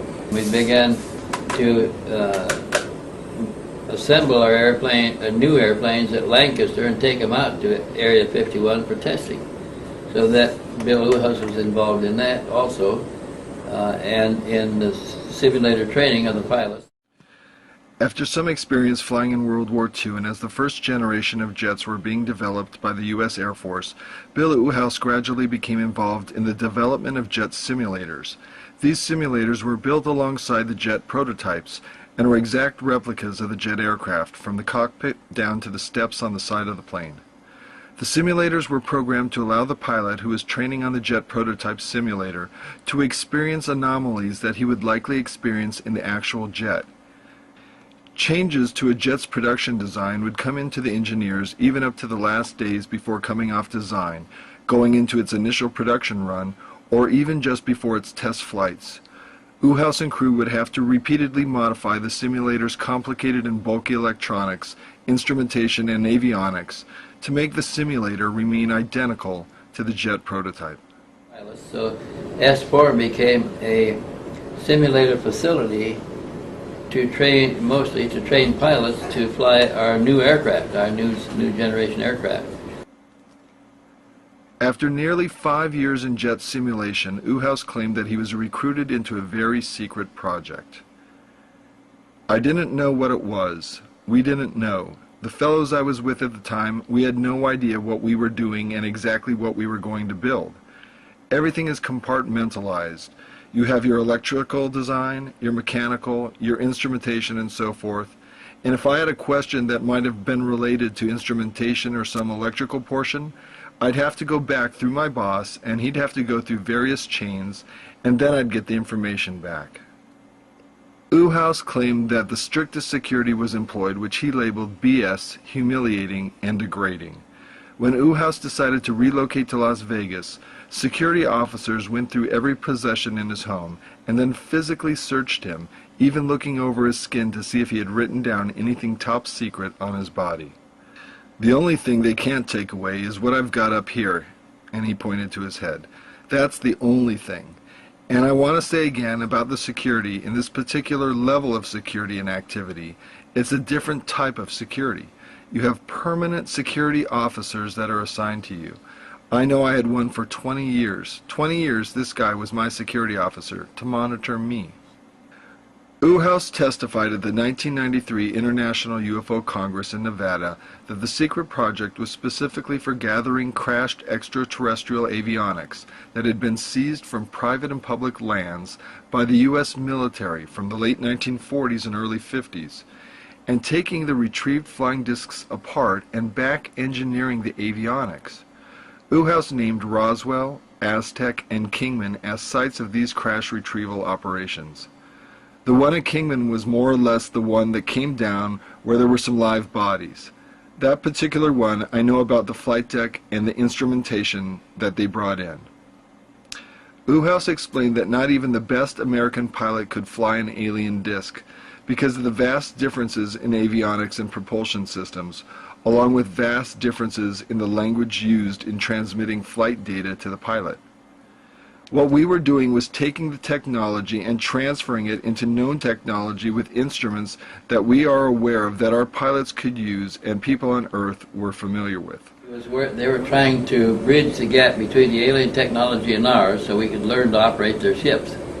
And they never succeeded in bridging the gap. They could never convert the alien controls to toggles and switches and buttons. And so in 30 years of trying, they never succeeded in it. We saw solutions, but we couldn't reach those solutions by their method because we didn't understand their technology. However, knowing that a solution exists, we found other ways to some of these solutions, like solid-state electronics and laser technology and a number of things. The first thing they noticed is when they pulled the modules out of the panels, the modules continued to work. There's no wires, no lights or nothing. They could put them any place and they still operate. And then plug them back in and they function. One of the first things that we were on was to join metal without nuts and bolts. That is, to put two pieces of metal together without glue, nuts, bolts, or whatever. What we were going to do is make the aircraft lighter. Uhaus goes on to explain the details of this phase of mechanical engineering. We finally did it after about 3 or 4 years of putting these two pieces of steel together.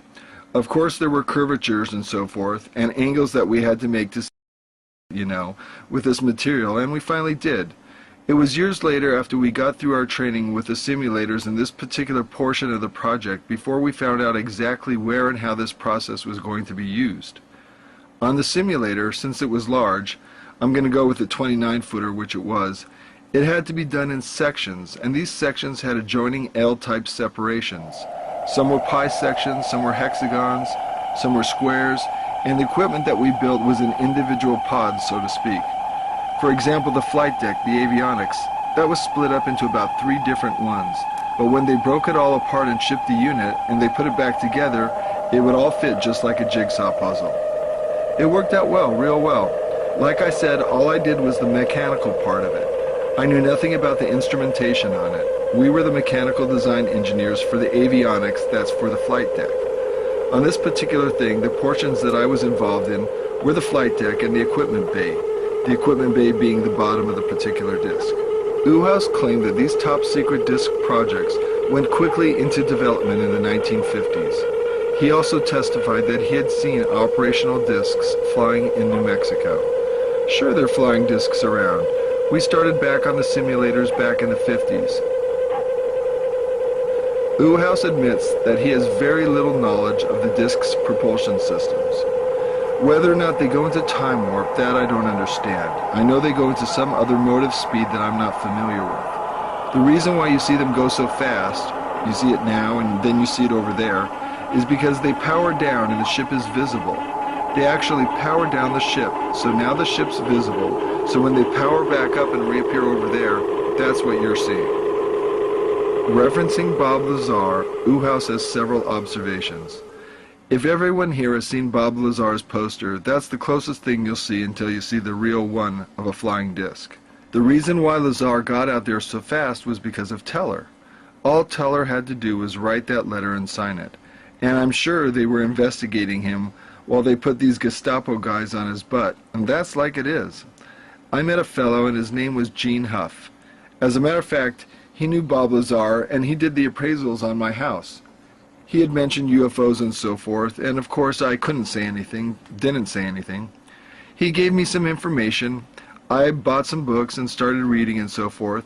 And then, of course, Bob Lazar had come on TV, and I'd watched that program, and I said, boy, stuff is leaking out fast.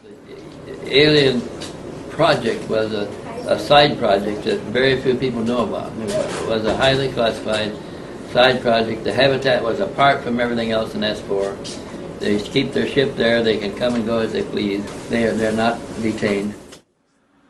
Uhaus refers back to the live bodies from the Kingman crash and claims that he had several occasions to work with a living extraterrestrial during the engineering process. When they first introduced us to the Greys, it was sort of a long period of sessions that we went through, but finally they did, but it was only on a limited, like 2 or 3 minutes or whatever. And the other thing, if they speak to you, you're going to hear it in your own voice. The agreement, as I understood it, was that the aliens would give us some technology, help us with some technology, and they did this in the form of delivering one of their spacecraft with 2 operators, pilots.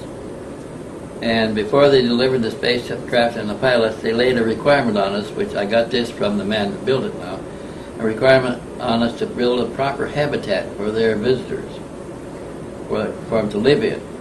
And so we did this out at Area 51, in the S4 area of Area 51, where Bill Uhaus, who I later made the acquaintance of, and he told me that when the agreement was reached and they got the specifications for the habitat, he was given part of the job. He was an engineer at Area 51, and he was on the team that was given the job of providing the habitat. He particularly worked on their sanitary facilities. He said the bathroom had 2 nozzles in the wall, one for water and one for an enzyme that the aliens brought from their home planet that was carried, it was held in a tank. It was evidently a living enzyme. It was held in a tank, and it was dispensed through a nozzle which they lathed over their skin, then rubbed it in and stood there for a few minutes until it cleaned their skin, whatever it was. And it might have nourished them too. And then after that interval, it was washed off with the shower nozzle, and everything was collected in the basin. The enzyme was filtered out, put back in the enzyme tank, and the water was flushed away. And so I said, well, what did they eat? He said that was another problem. He said they brought a culture from their home planet of primary order foods like fungi and spores and chlorophyll, and I don't know what was in it, but it was all simple foods that require less digestion. What we eat is complicated. It starts with the simple foods and gets more complex and more complex and more complex until the meat we eat is about 4 or 5 or 6 generations away from the primary source. And there are things that are added and things that are lost in the process. So our food is not very nutritious. Their food was supremely nutritious for them. And it took little to digest it because it's in lower forms already. And so we had to culture that and provide it to them as a diet and proper eating facility. All these had to be built to make them comfortable. Sleeping, they had special sleeping requirements, and all this was built in to their little habitat facility out there in S4. And they when it was complete, they came in and inspected it and left the ship and 2 men and took 2 American scientists back to their home planet on a trade-off, reciprocal. They wore a shirt and a pair of pants. Their shoes were a little different. And this guy's name is J-Rod. Imagine that, J-A-R-O-D. That's a translation from whatever they had given the translators at the facility that I worked at. There's a lot of linguists. There's so many people involved in this whole particular project. Describe fully what this alien looked like. Well, he had a disproportionately large head, disproportionately large oblique eyes, black. Very little nose, just 2 vertical slits for a nares, for a nose. The ears had no shell on the ears, they were just a slight bump and a membrane. The mouth was just a slit, a narrow slit. No fleshy lips, it was almost a lipless mouth. And the chin was kind of pointed. The neck was slender and weak looking. No hair at all. The skin was a different skin texture. It was more like the skin of a fine-skinned beaded lizard. And it seemed to be very flexible in all directions. There was no muscular activity in the face. The creature couldn't smile, couldn't grimace, couldn't laugh or anything like. Could openly close his mouth, but he only, his expression was all in his eyes when Bill could see him around the table. The lenses are too dark to see anything. So he didn't manifest any expressions, possibly motion of his hands or something of surprise. Did Bill say what planetary system or solar system? No, he said that he had a feeling that he came from Reticulum, but the alien couldn't talk because he has no vocal cords. He has no opening in the back of his mouth at all. The mouth cavity only went back about 4.5 inches, and the mouth cavity was filled with many folds of tissue. And they took the alimentation into the mouth cavity, and a stiff, raspy tongue in the back of it moved it around among the tissue, and the nutrient was absorbed directly into the bloodstream through the tissues in the mouth, and the waste would just spit out like that. And the alimentation that was provided to the aliens at Area 51, Bill said, came in two forms. One was tablets that we made of their nourishment, was pressed into tablet form, and so they could carry it around in their pockets. And the other form was a paste that was put in a tube, just squeezed in their mouth. It was confusing for me for many years since I didn't know what the heck I was working on. After a while, it became apparent that what we were doing was a little bit different than what we normally do on this earth with our sciences. It was sciences from somewhere else. This J-Rod fellow, he was a science translator. We had these big groups of people that were taking information, all these characters and symbols and so forth and so on, and he was assisting those people. We didn't see him very often. Maybe I saw this gentleman about once in a year. So Bill Uhouse spent 20-some years trying to bridge the gap, and he often would find himself working under the instrumentation consoles of theirs or ours in a situation where he could see an iris and a pupil behind that black onyx-looking eye in bright daylight. So that whatever that was in the eye, it was light sensitive, and in dim light it became more transparent. In full sunlight it was black as onyx, solid opaque black. And what did he describe the eye under this shield He to said look it had like? an iris a little bit bigger than ours, and a bigger pupil. It was probably one reason why they had to use the shield. They had more sensitive eyes. And the shape of the pupil and the eye? It's round, it's just like ours. And the pupil as well? Yeah. And he said that that in 1968, a progress review conference was called at Los Alamos with Edward Teller heading the table, and they took him and his... The one who eventually hired Bob Lazar. Yeah. And they took Bill Uhouse and his counterpart, the alien counterpart that he was working with regularly, to Los Alamos to sit around the big oval table with 18 participants to discuss the failure in making any progress in the technology assisted we were supposed to be getting. We haven't learned a damn thing. And they took the alien there with Bill Uhouse. They put him in a white shirt and slacks to make him look less alien, but his proportionately large head and proportionally large black eyes with no hair and everything stood out starkly in contrast to all the other participants around the table. So Bill Uhouse, most engineers are pretty good sketch artists. Bill Uhouse, while he's sitting there, as things were moving along, he's doodling on his pad, and he sketched a portrait of J-Rod, is what they called him out there. And even after a while, they began calling Bill Uhouse J-Rod too, because he was spending so much time with the alien.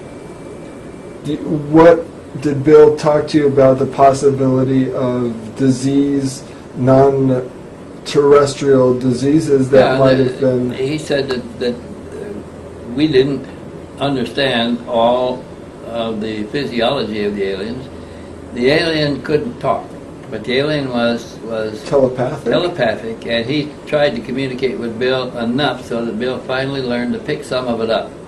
So what he couldn't pick up telepathically, the alien could make symbols and motions with his hands and sketch, like trying to, if he's thinking about making a connection from here to here for such and such reason, he could communicate the idea, but he couldn't write it down. He couldn't articulate it. And Bill eventually got to where he could understand the guy pretty well, and that's why he was at the conference with the alien, is to interpret for the alien and tell him what the alien was thinking or saying. So let's get back to that conference now then. You've got the 18 people sitting around there at the table. And what happens? Well, I wasn't at the conference. I don't know. What did Bill say? He said that the conference lasted about an hour and a half to 2 hours, and the various departments made their reports on their attempts to solve some of the technological problems that they that were involved in understanding the spacecraft, and each department made their report on their failure to accomplish this or accomplish that, and the reasons for it, to Teller, to head the table. And when they adjourned, they agreed that they hadn't made a great deal of progress and may not make a lot of progress. There is much more disturbing information that Uhaus offers that confirms the basic tenets in the Connor Orion case. 1. That a group of multinational corporations, along with the U.S. military, are covertly hiding the existence of extraterrestrials and their secret flying disc back engineering program. And equally troubling, that 2. These bases of operation within the United States are behaving as separatist nation-states, headed by leaders of these multinational corporations and high-ranking military officers who don't answer to either the President or Congress. Uhaus explains what he observed from the inside for over 30 years. There are little countries within this country. You've got one not so far from here. It's part of Area 51, but a portion of that facility is a separate country. It's run by certain individuals.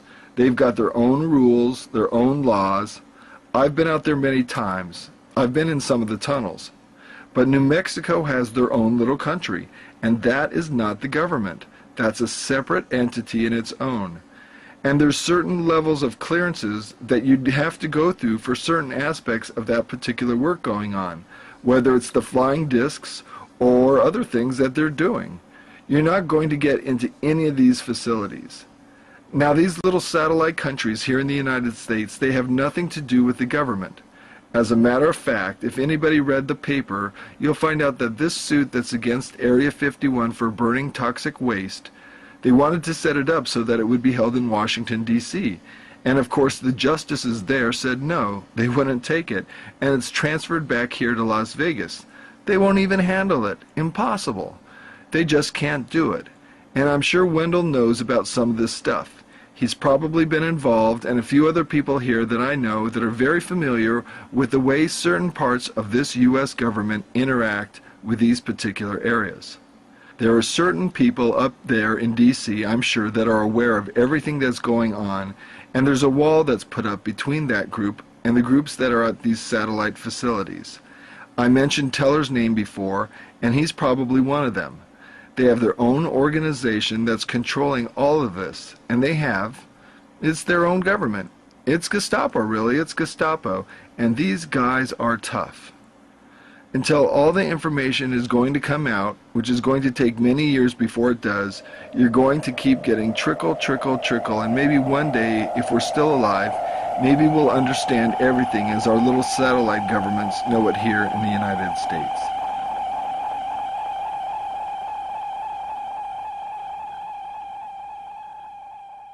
The aliens are still there, by the way. In S4. One of them is ill. Yeah, they're still here.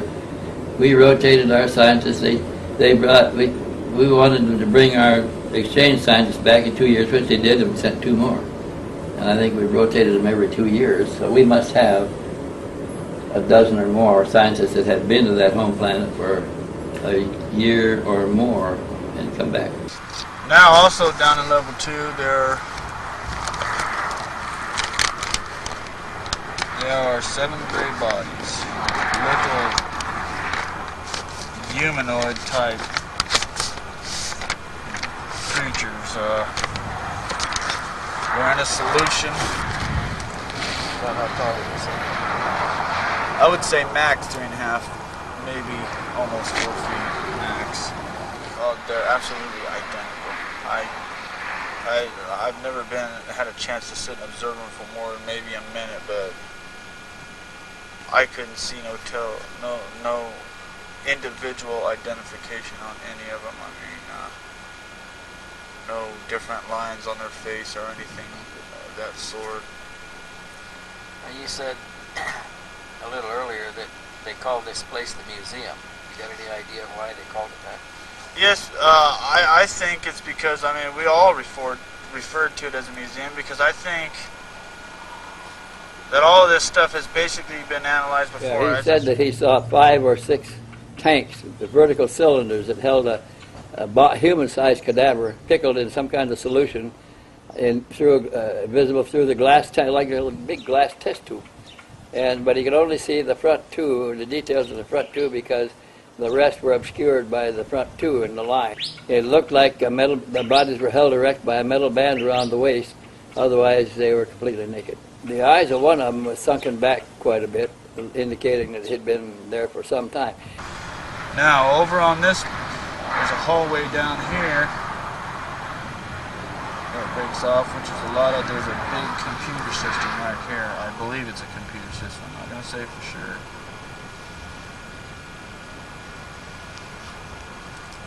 Right here is a level. There are 7 tubes.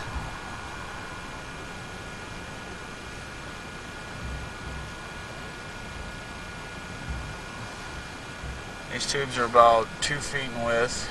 They're about 6 feet in height. They stand on end? They stand on end on end. Now, as you walk in and you look at these tubes,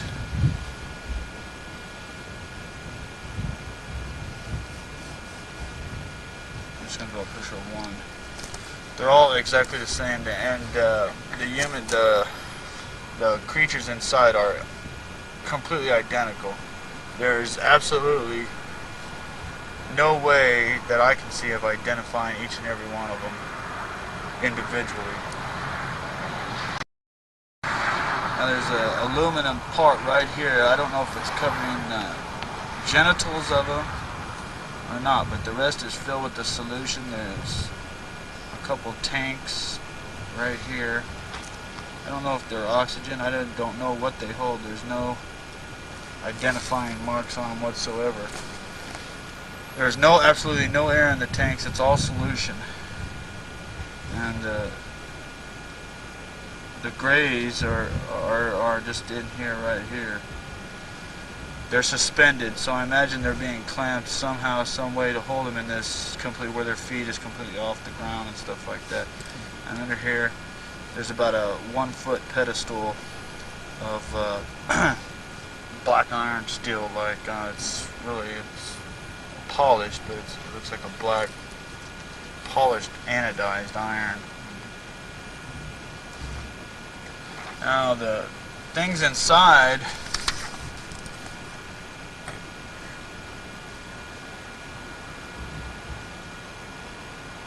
resemble what everybody sees, and the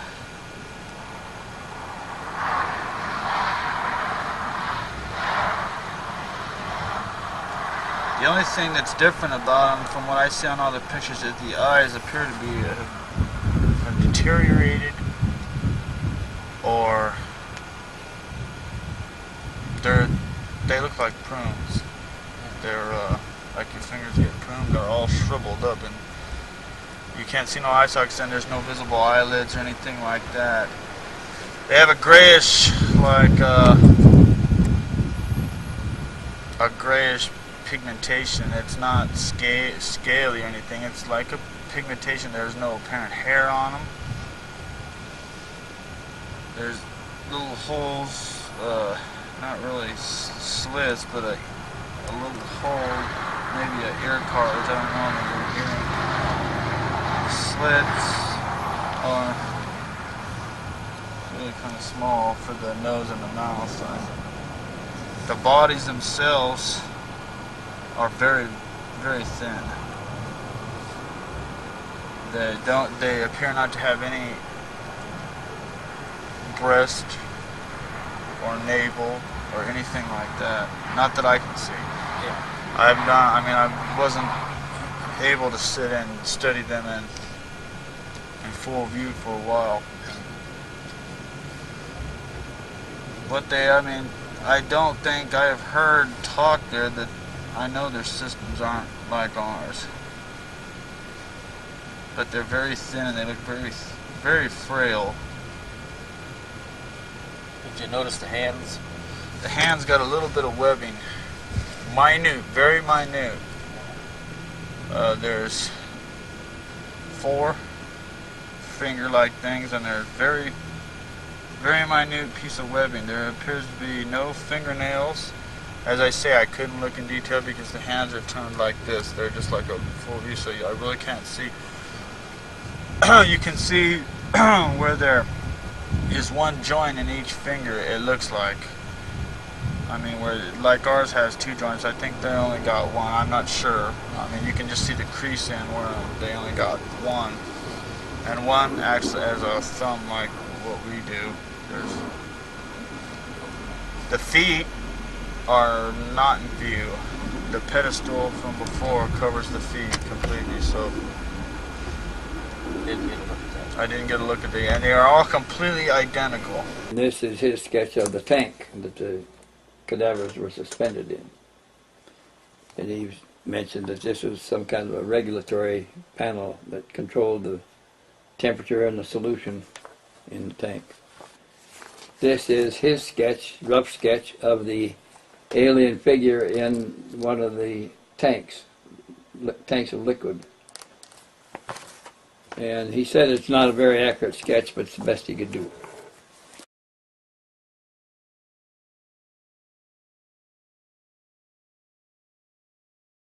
One of our colleagues there, the rest of the people there are sentries. That there are 4 people there that believe that they're working to try to get this on here. And one of them is a biologist, which I guess he's personally performed the autopsies. I can't say for sure, but we have those reports, so we can,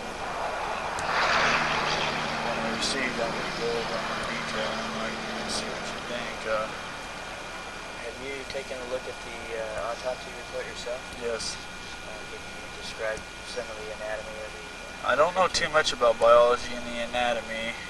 I'm not a pathologist, but I didn't go into detail in reading it. I'm going to be honest, I didn't read it. All I did was look at the pictures of one of the autopsies. And they had the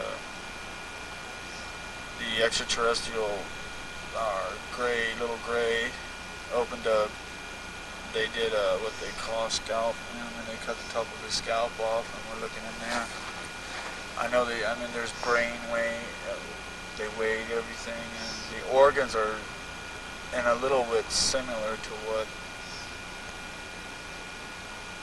a human Homo sapien anatomy is. So they had an epidermis, they had eyes, they had a mouth, throat, a brain. Yes, and they have a small Adam's apple. Because you can see that through what they're kept in. Now the autopsies are performed in level 3, I believe. As I say again, I didn't go into detail in the autopsies. I'm just going to leave that to someone else because I really don't understand a lot of the words. I'm a grunt. I know they have some kind of a pump system that pumps some kind of a chemical blood, I guess you would say. I know I've heard it mentioned that their eyes are, because of the gravitational pull, they're in no gravitation, so their eyes tend to go up in there, something like that. That's about all. What scientists did Connor O'Ryan mention by name who were involved? He didn't give us the names of them. He said that the biologist that had charge of the cadavers in the glass cylinders was one of the defectors, one of his co-defectors that were disappointed by the what they thought was unnecessary secrecy because they thought that they were guarding museum material, and why did it have to be so secret, and it's tying up their lives so seriously they didn't have any liberty or they had no freedoms. What did Connor O'Ryan say the biologist's position and information was? He said he just took care of the bodies in the containers, kept regulated the temperature, regulated the chemical balance in the solution. He escorted people that were brought in to view the bodies and described what they knew about the bodies. He kept the records on them. They only met him when they were both out of the facility. They weren't allowed to talk to anybody in the facility except in front of the TV set or eating lunch at the table. And they had to address each other by number. They couldn't use names. The numbers were on their tab on their suit. The biologist had a number tab also. They never knew his name. They weren't allowed to give each other their names. So when the Marines were out, they did exchange names. He knew some of the other Marines who they were. Did Bill Uhouse's testimony coincide with that of what Connor O'Ryan said the biologist within S4 was saying? Did any of that information corroborate each other? No, because Bill Uhouse said that the two alien beings that he helped build the habitat for they weren't detained, they weren't caged, they weren't restricted, they could move about. They chose not to move about a whole lot because we were as different from them as they were from us. They didn't really like us. Their facility was a special construction facility apart from all the others that we've discovered. Not a part of Groom Lake. It was in Papoose Lake in the S4 facility, but another part from where the craft were stored.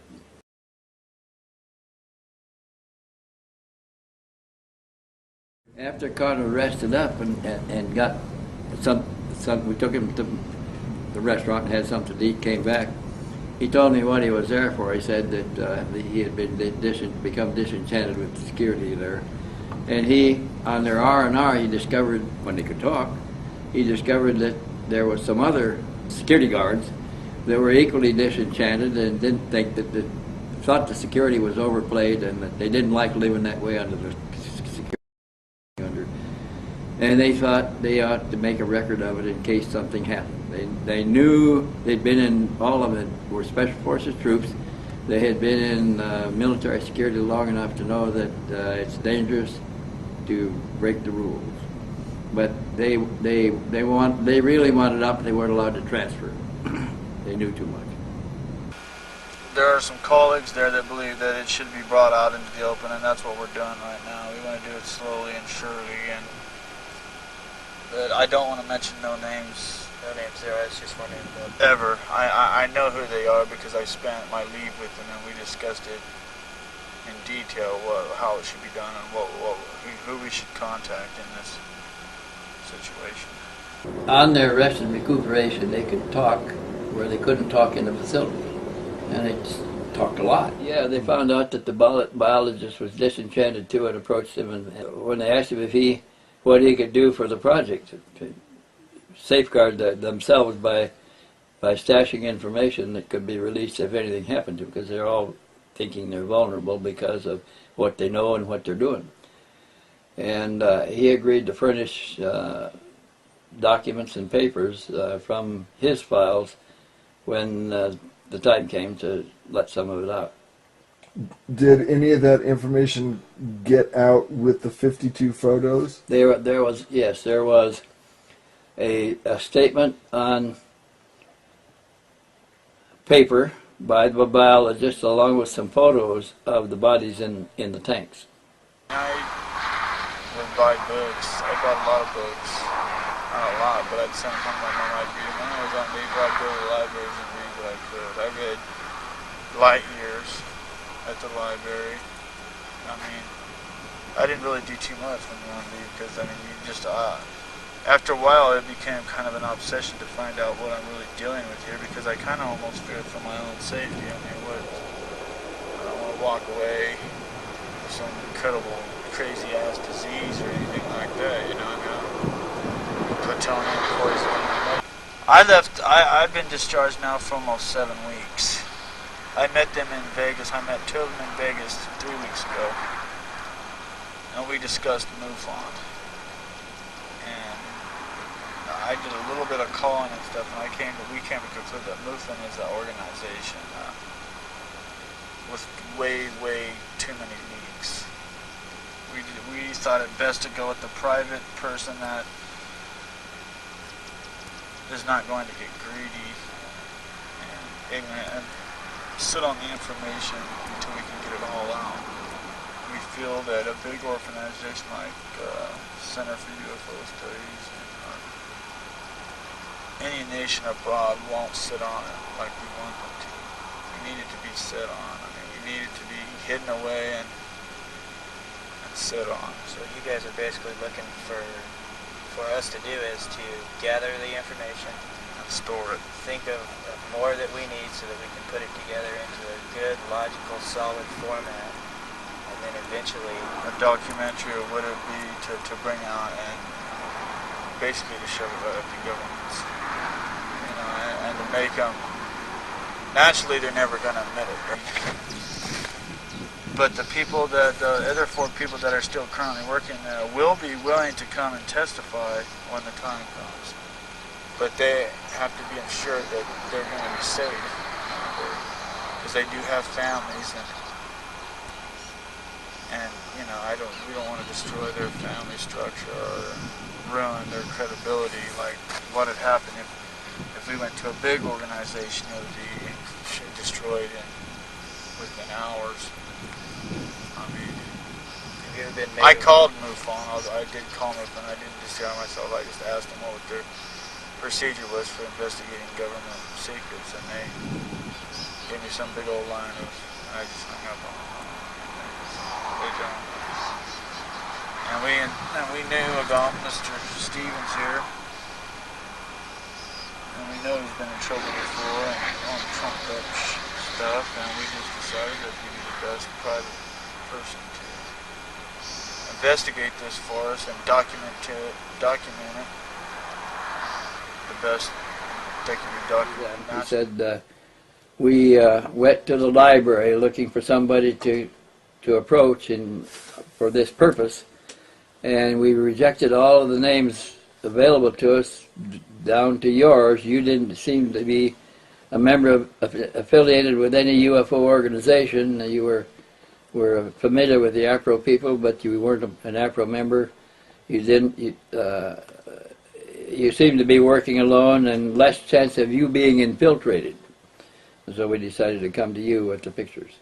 This could all be published on a signal to raise the profile of the group in case any of them were harmed. They hoped that a public outcry would result, and this would leave that this would save some of them from internal executions. Such an outcry could lead to lawsuits against the government, subpoenas of evidence, and finally bringing down the house of cards of security over those important matters affecting us all, our society, and our world. That was probably pipe dreaming, because they're too secure for that to happen. In terms of the guards conspiring together, did they do all of that on leave?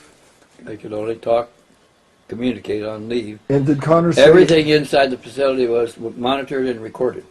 Did Connor say how he was going to stay in contact once he was out and over here? To the one guy's girlfriend that he was seeing every week, every R&R in Vegas, his girlfriend would come see him.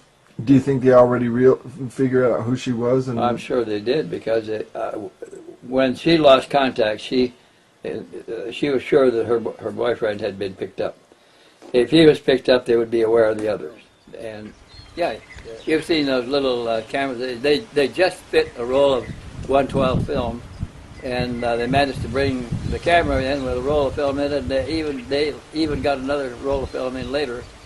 Some of the guards were strict, and some were not that strict, and so they were very careful about bringing the camera in and the film out.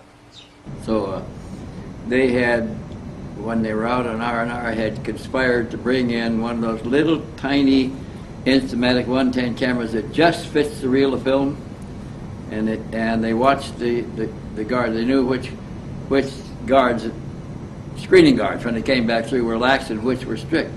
And they were calculating their schedules, and they started calculating the shift to figure out which guard might be on when they came back in, and they got the camera in on one of those calculated risks where the guards stripped it, searched them, everything, but didn't go through the pockets. And they got through okay with it. He didn't.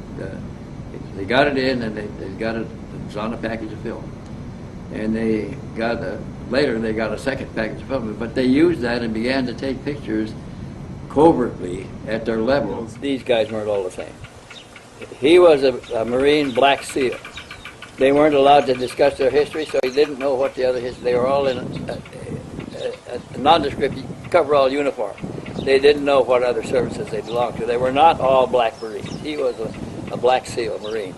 He didn't know what the others were because they weren't allowed to discuss it. But they discovered early on that the curator, the caretaker of the cylinders, a civilian biologist, was also had the same feelings about the overplayed security and wanted to get out of there. And he became one of their co-conspirators in getting out, and he had agreed to supply documents and photographs of the bodies in the cylinders. And the first deposit in the locker in the Las Vegas bus station included pictures of the bodies and material from the biologists also. And he said, the thing that sparked my interest, he said that there were hangar bays, small hangar bays at level 2, and there were craft in 7 of them. And he said that they had taken pictures of all the 7 craft, and that they took a picture of Dick Cheney standing in front of one with one of the lab people from above looking at it. He said, they want to say he wasn't there, we got proof. And I thought Secretary of Defense at the time. He was Secretary of Defense at the time, Dick Cheney was, yeah. And he's in there looking at one of the craft in level 2. Were you able to recognize any public figures that ever came through there of any kind? Yes, I did. Would you like me to mention? Yeah, let's mention a couple. Okay, 3 of them we haven't identified yet, but I believe that they are high CIA from the science department. One of them I've seen his picture before. I've looked for it in libraries, but I haven't placed it yet. One more key figure was the Secretary of Defense, Dick Cheney. He was there about 6 months ago. He was observing with I guess you could say it was a fact-finding type thing. They were walking around, just looking around. I didn't identify the other 3 people. Okay, this is about the time we were beginning to schedule a cutback in military force structure, right? I believe so, yes. And they were going to close. That's when they're starting to close the bases and stuff. That's around the talk of that right there. This base has been here for a long time. Mr. Cheney, his reason being there, I have no idea. I can only begin to just theorize on why he was there. He was, I assume, just wondering what's going on. I mean, being the Secretary of Defense and the unique quality of these things, I'm sure they're thinking some kind of weapons they can use or whatever there. I don't know. As I didn't have a privy to any information. They would have to go through 3 gates once you get onto the thing. Once they got through those 3 gates, which I've never been a sentry to those gates. If you were on the facility, you were all right, as long as you weren't putting in. We were just standing there, I guess, for an invasion, possibly, or to make sure as saboteurs we had orders to shoot, to kill if anything looked suspicious. Anything. Was Cheney escorted by anybody? He was escorted by 3. Yes, he was in 3 individuals, which I don't know who they were with Cheney. There was 2 people from the facility that were there, that walked with him through the complex. He went to level 2, level 1. He did not go to level 3 and 4. He only went to levels 1 and 2. Because I was in level 2 at the time during his visit. I was by elevator door number 3, and I watched him go in, and he went into the back building, and we were called up to go guard it into the front of the hangar area as we went up there. So I was relieved for elevator door number 3, and I went over there. So he visited levels 1 and 2, so he was able to see the spacecraft in level 2 yes. and the bodies in the cylinders. Absolutely, without discussion, he's seen the spacecraft. Without discussion, he's seen the bodies too. The 7 little gray people. Now, I mean, just like I said before, I'm on the run and I know my time's limited. So well, it sounds like you and your colleagues have thought this out a little bit. What is your best goal for getting this out in the open? Did you guys want to put it together into a movie format? No, we don't. I mean, it's not. We don't want no money. We don't want no publicity because these guys have families. I don't. What happens to me is irrelevant, and I've always been an expendable being. What I've always done in my life. So it's. But these guys have. They want to remain anonymous until the time comes. But they don't want no stardom. They don't want no. We don't want no movies. We don't want books. We just want the American public to know that what is really happening behind closed doors. I mean, the government is massively deceiving people, and many lives are being destroyed because of their debunking processes.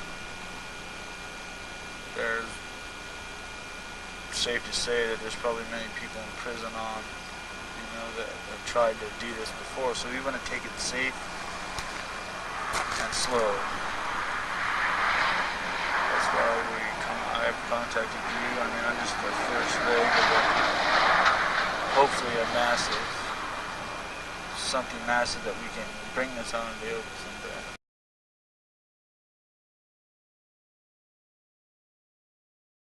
It was very irregular of a military base, and we weren't allowed to go into the parking lot area and look at license plate cars.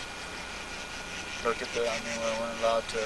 I think that's why they give you a polygraph to see if you memorize any license plates of any cars or anything like that. I mean, you're not allowed to keep any notepads whatsoever. The only time you're allowed to write letters or anything is when you're on your own leave. Then you go through a polygraph when you get there. So if you made any mental notes, they're gonna know about it. When we would meet and talk when we were on leave, it was like sometimes they would ask you questions and sometimes not. We took a big chance a couple times, talking about it. Because sometimes they would ask you a couple questions and you'd be out. And like, did you talk? Did you call anybody? No. All right, go. Sometimes they'd ask you 3 questions. Sometimes they'd barrage you with 30 if they suspected anything. And all of them had been subjected to hypnotic control. They had different controls, but their controllers knew that either a tone, a flash of light, a touch on a certain part of the body would put them in an altered state of consciousness, and then they could be controlled, instructed. Or interrogated. Or interrogated. We go in a room, they would hook us up to an IV, and that's basically, then you wake up about 50 minutes later and the physical is over. Counting, they tell you to count to 10, make it to about 7, and that'd be it. Wake up with a tremendous headache. We were told that if we breached any kind of security system, then you'd be terminated. You'd be terminated. If you were on the facility and you breached the system, you'd be terminated. Period. They've already done 9 years in covert operations with the SEAL team, so I think they pretty much trusted me in that concept to keep my mouth shut, which I would have. I mean, I don't want to be the one for ringing the bells, but this goes way beyond covert operations and stuff. Yeah, this was a dangerous situation. They were tempting fate every time. And they risked discovery, and they didn't know what was happening in the hypnotic induction. And he knew. Now I found out, my last physical, they told me I've contracted a form of Hodgkin's disease, which is a cancer of the blood. And to be perfectly honest, I don't know what the truth is or not. On the last annual physical, done quarterly, after a few days after the physical was over and the blood test and everything had time to get reported back, they called him in and told him that he had a fatal disease that would take him out in 2 or 3 weeks, and they were going to discharge him and let him go home and straighten out his personal affairs before his death. And right away he knew that if he had a disease in the sterile conditions he was living in, it had to be introduced by his own superiors. And at that point, he decided that he's going to bring the house of cards down before he goes. He's only got a short time to do it. And they discharged me. He said, for that purpose, he said, I am prepared to bring the house of cards. And then I began to think, well, this got to be a ploy because they're setting me up. And that's why I held off for 10 years, because I had to find out if he was true, if what he was telling me was what he truly believed, or whether he was a plant. But I now am convinced that he truly believed what he told me. If he truly had the disease, it had to be given to him, and if that's the case, he's not going to defend the situation anymore. He's going to bring the whole house of cards down before he goes. I wanted to take him to a doctor and get an examination, but he didn't want to go. He said, I do not want to know for sure. He said, I'm doing this because on the mites, if they did give it to me. I had to sign numerous National Security Act papers, polygraph examination, 2 polygraph examinations. I don't know if they hypnotized us or not. Somebody told me that they will, but I never remember being hypnotized, so I could not reveal and say I was or I wasn't. We were told I was never ever to speak about this again. That I could go back into they were going to put me back into the regular Navy. I could turn my time out, but I told them I didn't want to do that because I've always been in the SEAL team. So they promised me that I would be taken care of medically. But I had talked to my other colleagues there at the facility, and we decided that since I'm in this kind of a situation, that I just personally decided that we're going to try to bring it out in the open slowly and surely. I felt that he was very sincere about what he was doing. He'd been living in a sterile environment. He looked in perfect health. He didn't want to know if he only had a week left. He didn't want to go to a doctor. He wanted to take his own revenge before he died, if what they told him was correct. He also knew that they used very virulent strains of cancer and other diseases because he had been involved in some other operations involving the diseases and accidents too that were contrived. So he knew what was up against, and he feared that he was the victim. He had saved over $300,000. He didn't want that just to go back to him. He wanted to live the good life, and now he's faced with only 2 weeks to live, and he can't get the money because it's been blocked, frozen. Felt that his revenge was really sincere and that they had discovered it. I don't think that it was a ploy. It could have been. It could have been an intelligence ploy, but he wasn't that good of an actor. He was truly afraid for his life. When I showed him the first letter from behind the numbers on my house, and he looked at it, sweat popped out on his forehead, just popped out, just like that. And he turned kind of a palish, whitish green. And he said, oh my God, they're here already. He thought it would take him a few days to figure out where he was or what he had done. But they were there the next morning. He was truly worried that they had been discovered, and he knew that the results were certainly going to be fatal to everybody involved, that they didn't hesitate to take care of the problems internally. He worried about having all that money and not being able to get a penny of it. He couldn't even draw out $1. And he was really serious about revenge, bringing down the house of cards before he died a week later.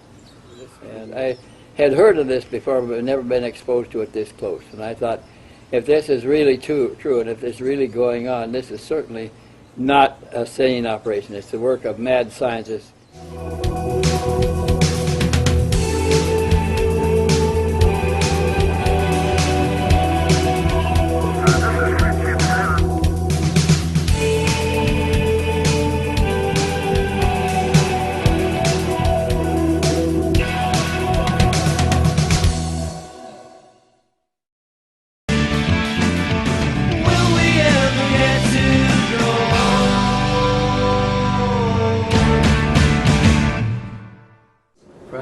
Is a project that recovers crashed UFOs and has custody of the ones that have been picked up. They're the ones that run S4 and Area 51. I thought that was something like Snowbird. Snowbird is an Army project to recover crashed vehicles. Project Pounce takes all the other recovered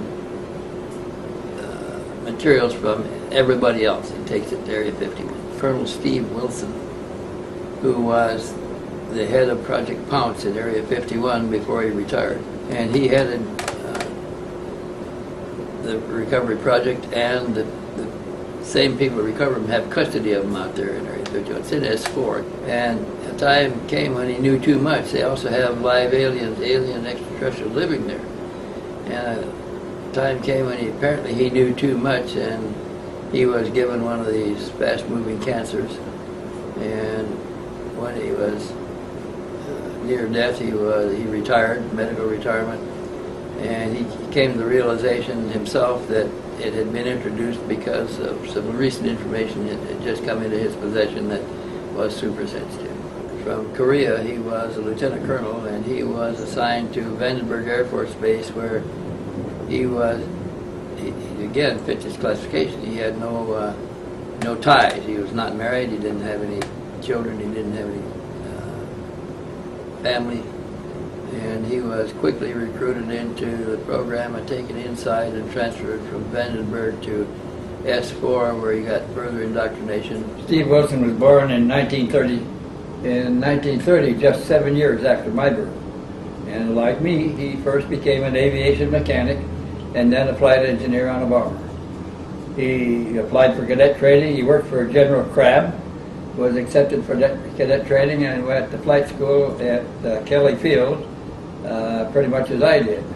He became a pilot from being a flight line mechanic, career flight line mechanic, became a career pilot.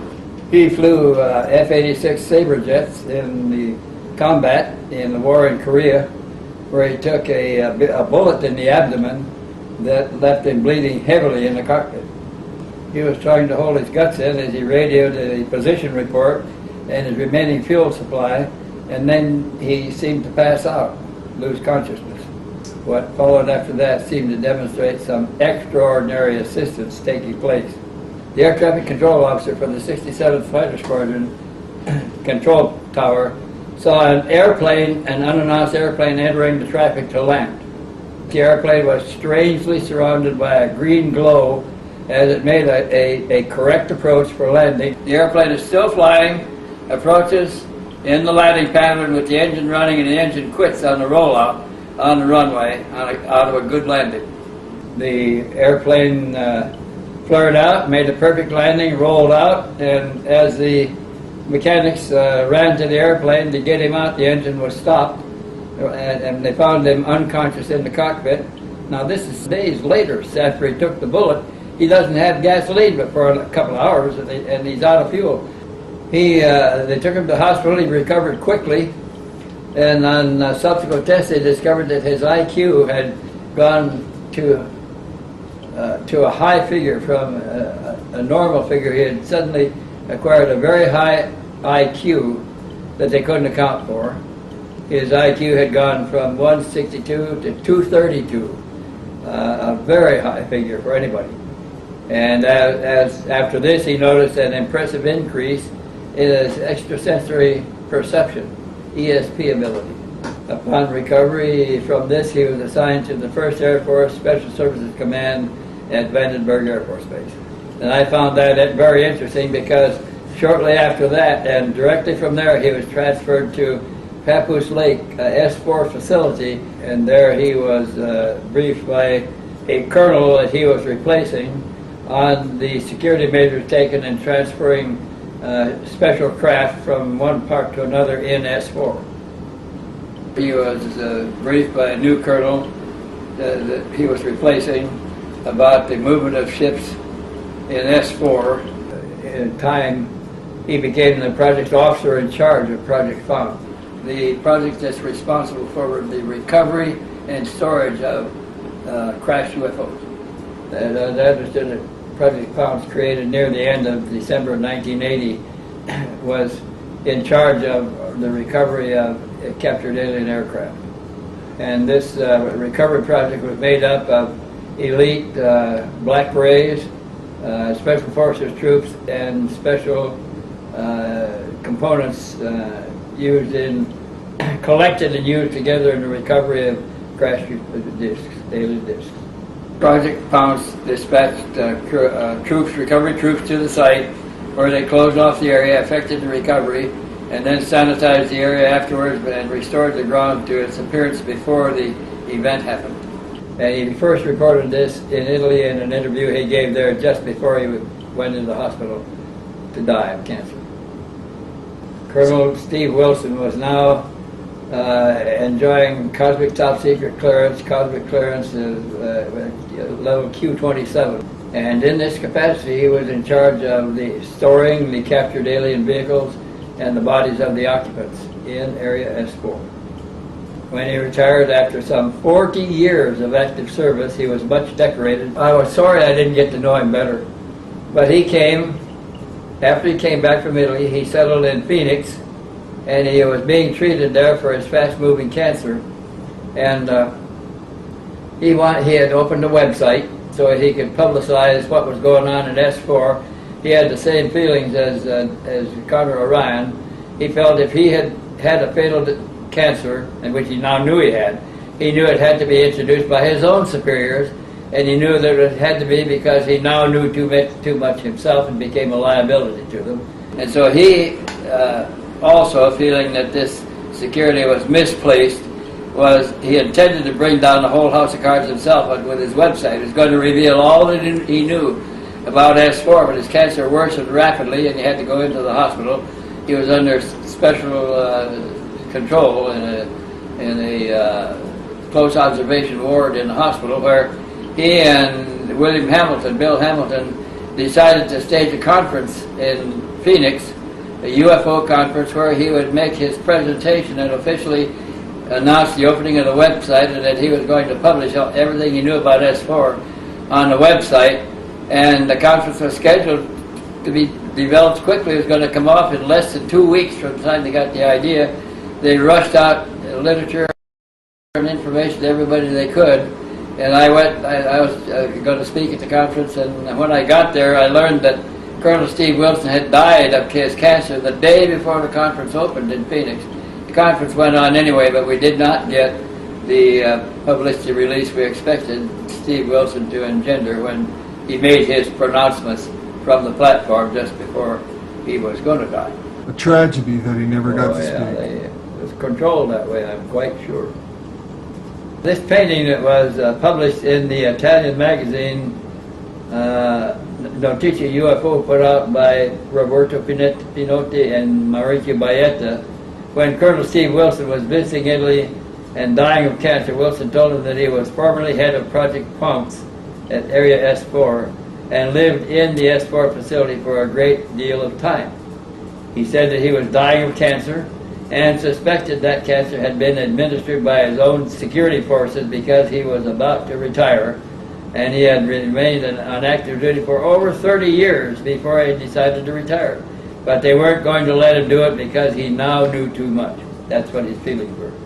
They gave him a fast-moving cancer to keep him from going very far, but he was visiting Italy in his final days, and he heard about a UFO conference going on there, and he went to see what was being put out about the unidentified flying objects. And he met Baetta and Pinotti, and after he told them who he was, they persuaded him to give them a deathbed statement to be released after he was gone. Baetta and Pinotti had a magazine staff painter with them, one Agnes Shojak, and they had a copy editor doing the review work, taking down the questions and answers and all kinds of additional notes. Agnes Shojak painted this painting by verbal description from Colonel Steve Wilson as she painted, with him correcting as she painted. You notice the one in Bay 1 is identical to the one that Connor Orion sketched. Notice Bay 2, 3, and 4 have identical crafts with the same ship as Connor also substantially sketched in his drawings. I don't know whether Colonel Steve Wilson had access to my private files or not, because I didn't publish anything that I had up to 2001. But this painting seemed to confirm what Connor Orion had told us in great detail. This is what the corridor looked like also according to Connor Orion. Now, Connor was sketched and had also sketched a tank holding the alien bodies, and Agnes Shejak had made the same painting under the detailed description of Colonel Steve Wilson that shows 6 cylinders which show bodies in tanks being held by a band around the waist. And notice the regulator on the side of the tank, just exactly as it was sketched by Connor Orion 4 years earlier. So I thought that this might be enough confirmation, since we had no other information which we could rely on to confirm the Connor Orion story, and I decided to release it at that point.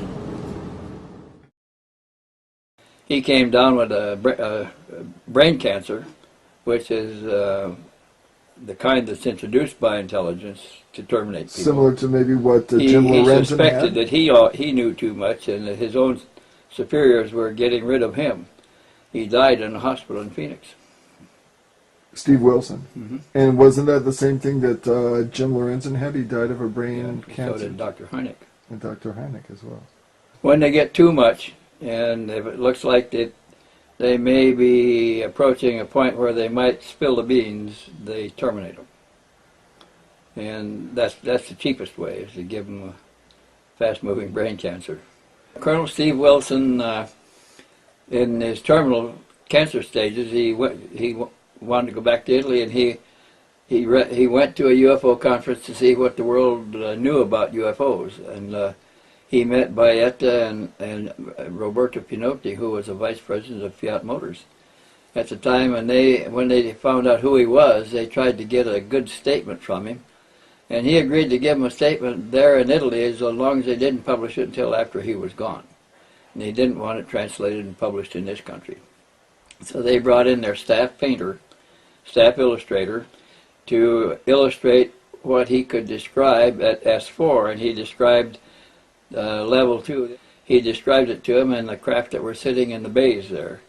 And this Shojak, I think her name was, the artist, painted a good picture with him correcting it as she painted, and then she painted the bodies in the cylinders in the liquid bath in the cylinders, held erect by clamps. And they didn't know anything about the Connor Orion case. They were getting this from Steve Wilson. So when that painting appeared, that's when I tried to find out more about Steve Wilson. Found out that he actually helped promote a UFO Congress with Bill Hamilton in the Phoenix area, which I attended. I made a presentation at it. But Wilson didn't make the Congress because he died the day before the Congress started in a Phoenix hospital. So I never got to meet Steve Wilson. I didn't know who he was until after that. And you know, the Dr. UFO Research, Richard Boylan, mm-hmm. did the last interview with Steve Wilson in Phoenix just a week before he died.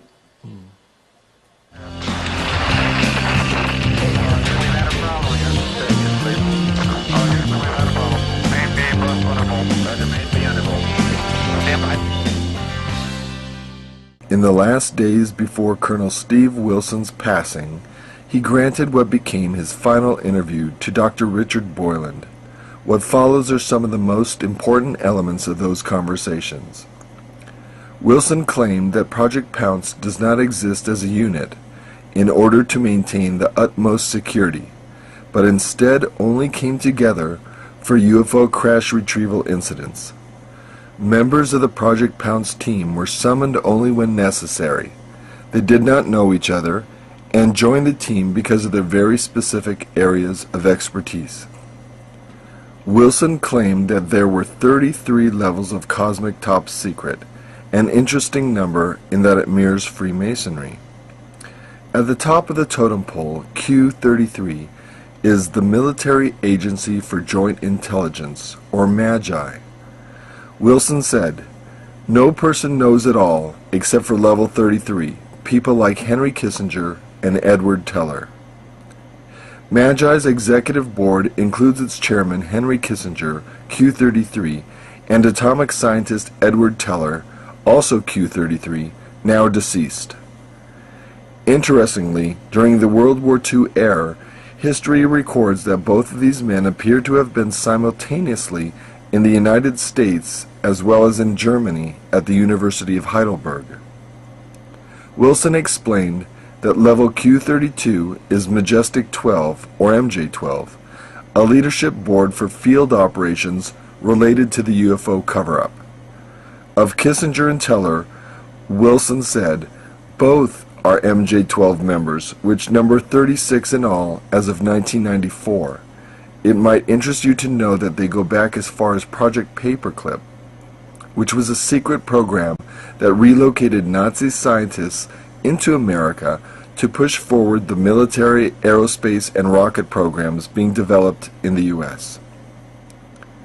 Level Q31, according to Wilson, are certain aerospace manufacturing executives like Ben Rich of Lockheed Martin Skunk Works in Palmdale, California, whose statements on exotic aerospace technology are discussed in the UFO Hypotheses film Michael Schratt, Volume 1. Among other Q-31 aerospace manufacturers, according to Wilson, is Northrop and its facility in the mountains northwest of Lancaster, California, and Boeing's Phantom Works facility in Seattle, Washington. Leading the scientific apparatus at S4 for many years was Edward Teller, Q-33. It was Teller who cleared naval intelligence physicist Bob Lazar to work at S4. Teller led teams of scientists who back-engineered the crashed alien UFO vehicles into functional U.S. anti-gravity aerospace craft that human military astronauts could operate, like Lockheed's X-22A disc. Wilson claimed that this program, headed by Teller, was not responsive to command authority of the United States President. Wilson also informed Boylan that space warfare operations against selected alien visitors were being executed by military astronauts trained at a secret Air Force academy. At Boylan's request, Colonel Wilson drew up a chart of the operating structure of Strategic Defense Initiative, a diagram he nicknamed Star Wars City, made up of government, military, and elite defense contractor corporations. Wilson said that it was common practice for military officers to rotate out of military leadership into executive positions at these defense contractor corporations, a good old boy network, if you will. Wilson also singled out Admiral Bobby Ray Inman, whom he claimed had control over Decision Science Applications Incorporated. Wilson said, Decision Science Applications Incorporated is a group made up of all the heads of the military hardware manufacturing in the black area. Another elite defense contractor Wilson highlighted is the Rockefeller Company, a huge beneficiary of the Strategic Defense Initiative, also known as the Ballistic Missile Defense Organization, also known as Star Wars. In this photo, Henry Kissinger is seen with fellow collaborators David and Jay Rockefeller. David Rockefeller has long been associated with high authority over the Council on Foreign Relations, the CFR, whose long-term globalist goals are widely known. For a more detailed report on Rockefeller influence on the U.S. government and military, see the UFO Hypotheses film Aztec Volume 1. Kissinger, said Colonel Wilson, is a key figure in MK-Ultra, which according to Dr. Boylan is a secret ongoing mind control research and development project directed by the CIA and employs psychotronic devices, selective use of drugs, hypnosis, and signals and frequencies designed to influence people's thoughts, emotions, and behavior. Boylan sees a strong link between mind control and the UFO cover-up. Mind control research may have even earlier roots than is made obvious from the CIA and its Robertson panel of 1953, perhaps originating within Nazi Germany with Dr. Joseph Mengelé's vicious experiments and Joseph Goebbels' Nazi propaganda machine. Additional information on mind control is available in the UFO Hypotheses film Peggy Keane Volume 2, NASA Upside Down. During author William Steinman's investigation for UFO crash at Aztec, Steinman discovered that Captain Henry Kissinger was a leading figure associated with the first Interplanetary Phenomena Unit, IPU, out of Camp Hale, Colorado, just after World War II. Shortly after publishing his investigation, California police warned Steinman and his family that they had apprehended a man who appeared to have marked Steinman for assassination. Steinman quickly dropped his UFO research investigations due entirely to these threats. Wilson reported to Boylan that Magi employs Wackenhut as a private contract agency for assassinations and security under the moniker 1010 Special Security Squadron, and that the next level of clearance, Q30, is given to Wackenhut's 4 highest officers. According to Wilson, this 1010 Special Security Squadron reports directly to the National Reconnaissance Organization, but is funded by the tax dollars of U.S. citizens. Recall that Chairman of Magi, according to Wilson, is Henry Kissinger. Wilson admitted to Boylan that even as director of Project Pounce, his own clearance was much lower. I was only level 27. That's as far as I could go. Boylan remarks that Wilson was sickened by Kissinger and Teller's lust for power. Both acted as if they were above all laws in Wilson's view. Appalled by their unethical and unconstitutional behavior, Colonel Wilson tried to go public with his information on a short-lived website and gave interviews to Roberto Pinotti, Maurizio Baiata, Bill Hamilton, and Richard Boylan in his last days to thwart Magi's evil plans once Wilson realized that he had been poisoned with cancer by his superiors. Wilson understood that Magi's plans include both controlling the most advanced exotic aerospace anti-gravity fighter vehicles from back-engineered UFOs, as well as manipulation of the masses through propaganda and mind control in order to force with invincibility their designs for world power upon an unsuspecting global population. Before his death, Colonel Steve Wilson, like Orion, Lazar, Uhaus, Schneider, Bill Cooper, and Philip Corso, helped immensely with shedding light on the Machiavellian world of black budget defense and the UFO cover-up within the United States. But he came out and told about the secrets of S4, and he quickly died after that. He died right up here in Phoenix. But he had a real colorful history. When he discovered that his own people had poisoned him, had given him the disease that he was dying from, he opened a website and tried to put as much information on there as he could. I don't remember what it is now, but he died shortly after that in hospital in Phoenix. But he knew that we have craft. He knew where the bases were. He knew that we had a base at Beale and 100 Beale and 100 Vandenberg. There 4 in the United States, in the zone of interior, and 4 deployed overseas. And the ones overseas, the host countries don't even know they're there. They're dug into excavated facilities. All of them are underground. All of the craft always leave from underground and return to underground when they come back for their missions. The Russians are shooting some down too. I don't know how they distinguish which ones to fire on and which ones not to. But he said that the Russians had brought down 3 or 4, and we brought down like 8 or 10. Either brought them down or driven them off. And you know, that's a dangerous operation. Those people are coming from power sources a lot more sophisticated than ours, and somebody may want to retaliate someday, and we're stuck here. We can't go any place to escape.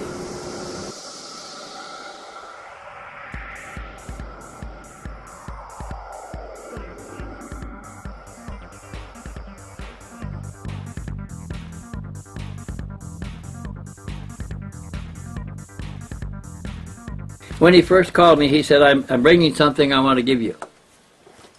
I said, well, I don't know, I get a lot of junk. He says, this is not junk. He said, these are some pictures. And so I said, oh, pictures, okay, I'd like to see them. He told me that one of the pictures showed Dick Cheney standing with another scientist from that level there, in a smock in front of one of the craft in one of the bays. And this was about noon. And about 30 minutes later, I got another call from him. He said, I checked out of my apartment and went to the bank to get money, and he said, I put my card in, and a sign came up on the screen, the account's frozen. Can't draw any funds out. So he said, I went to another bank and used a different card, tried to get money, got the same thing. He said, I got all the good cards. He said, I got $300,000 in the bank. He said, I can't even get any out of my checking account, which is also frozen now.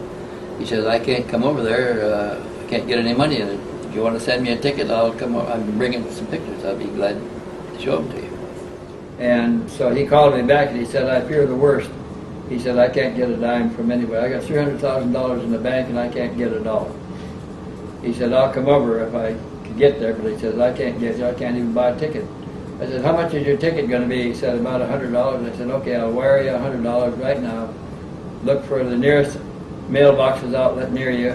Whoever has a Western Union sign, give my name as the code, and I'll send you the money and come on over. And I did. Within 10 minutes, I wired him $100, and he got it. He said he was carrying the package of 52 photos on him. Becoming fearful, he decided not to carry the packages on him. He went out behind and got a box, a strong box, put a starter box as a matter of fact. Then he put the package of pictures and rocks in it, had the Greyhound station people wrap it, address it, tried to get it on a bus with him. They said they couldn't make that bus and be in on the next one. And he had to leave because his bus was leaving. We got in from the bus station about 3 o'clock in the morning. Yeah, now he's at my house waiting for the box to arrive. We went down there the next morning, and the bus station said they couldn't account for the loss because it was logged on to a bus in Los Angeles for that morning, and it was not on the bus when it got to Tucson later that morning. And they were making a search for it. We went back again another day later, and they were still searching for it.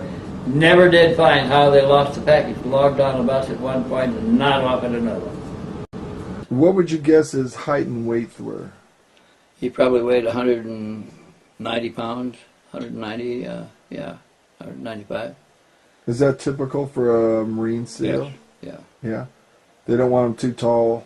Yeah, well, he wasn't too tall. He was, he might have been as much as 6 feet. Did he have any unusual tics or behavior or mannerisms? No, he didn't. He was calm and collected all the time. He never got excited. He didn't seem to be worried. He didn't fidget or anything like that. He didn't volunteer any information about anything. He was concerned about his health. He thought he was near death, and he was worried about his $300,000 stash going back to the government, because he knew that those bonuses are paid in such a way that if he doesn't succeed or something, they can collect it back. So they can always take back what he's been paid. And another reason is because it's always paid out of country in a foreign bank, which is illegal. And it's illegal for Americans to hold it if they don't declare it and pay the taxes on it. It was paid in there in such a way that he wouldn't be a good idea for him to declare it. He wasn't supposed to. Nobody was supposed to know he was drawing 2 salaries, one as a Marine and one as a Central Intelligence Agent. And the Central Intelligence Agent money was paid out of the country. So all that is subject to confiscation if the government gets wind of it. Of course, they have a record of it. All they have to do is move on it, call it, take it back. Did you, while Commodore Ryan was here, begin to be concerned for your own safety and Jem Cox's own safety, your grandson, if Orion had maybe a psychotic episode and turned on the two of you? Were you concerned? We never worried about that, but we knew that he was a member of Team 6, Delta Team 6, and we knew that his own team would take him out if he was characterized as a traitor to him, and we knew that they were after. They knew that he had stashed the pictures, copies of the pictures. So they're not going to do anything to him or us until they get all of the pictures. They have to stop that first. And when he left, there was still one stash to be that they hadn't found, hadn't got to yet. So and you weren't concerned that he was going to maybe do something to you? no, we were never concerned about that, but we were afraid if they ever thought they had the last set of pictures, that they would do something to the house, maybe burn the house down with him in it or something like that. From those threats from his the own letters? team, he had a Delta 6 team. We saw him going by the house in a white rented carryall a number of times. You mentioned at one time in one of your tapes his actual name. I'll say the first name, but I won't say the last name. Okay. Derek? That was it. Right. Yeah. And have you been able to confirm anywhere else in any of the UFO information that you've gathered whether or not anybody else who's talked about having been in S4 had known of this particular individual? No, I don't know any other people that lived in S4. There were 4 co-conspirators with him that all disappeared shortly after he got here. So they were discovered and moved, at least, maybe terminated, I don't know. The girlfriend of one of them that used to visit them when they were on leave in downtown Las Vegas hadn't heard from her boyfriend in about the same time that Connor had been here. When he explained what the package of pictures was, I became a little worried too. He told me that he was a sentry, a guard at level 2 of S4, and that he had become disenchanted with the security. What he called was the overplayed security, because all they had was junk. He said internally it's called a museum, and he said they had crashed saucers there. He said they had distant 7 bays on roll-around pedestals.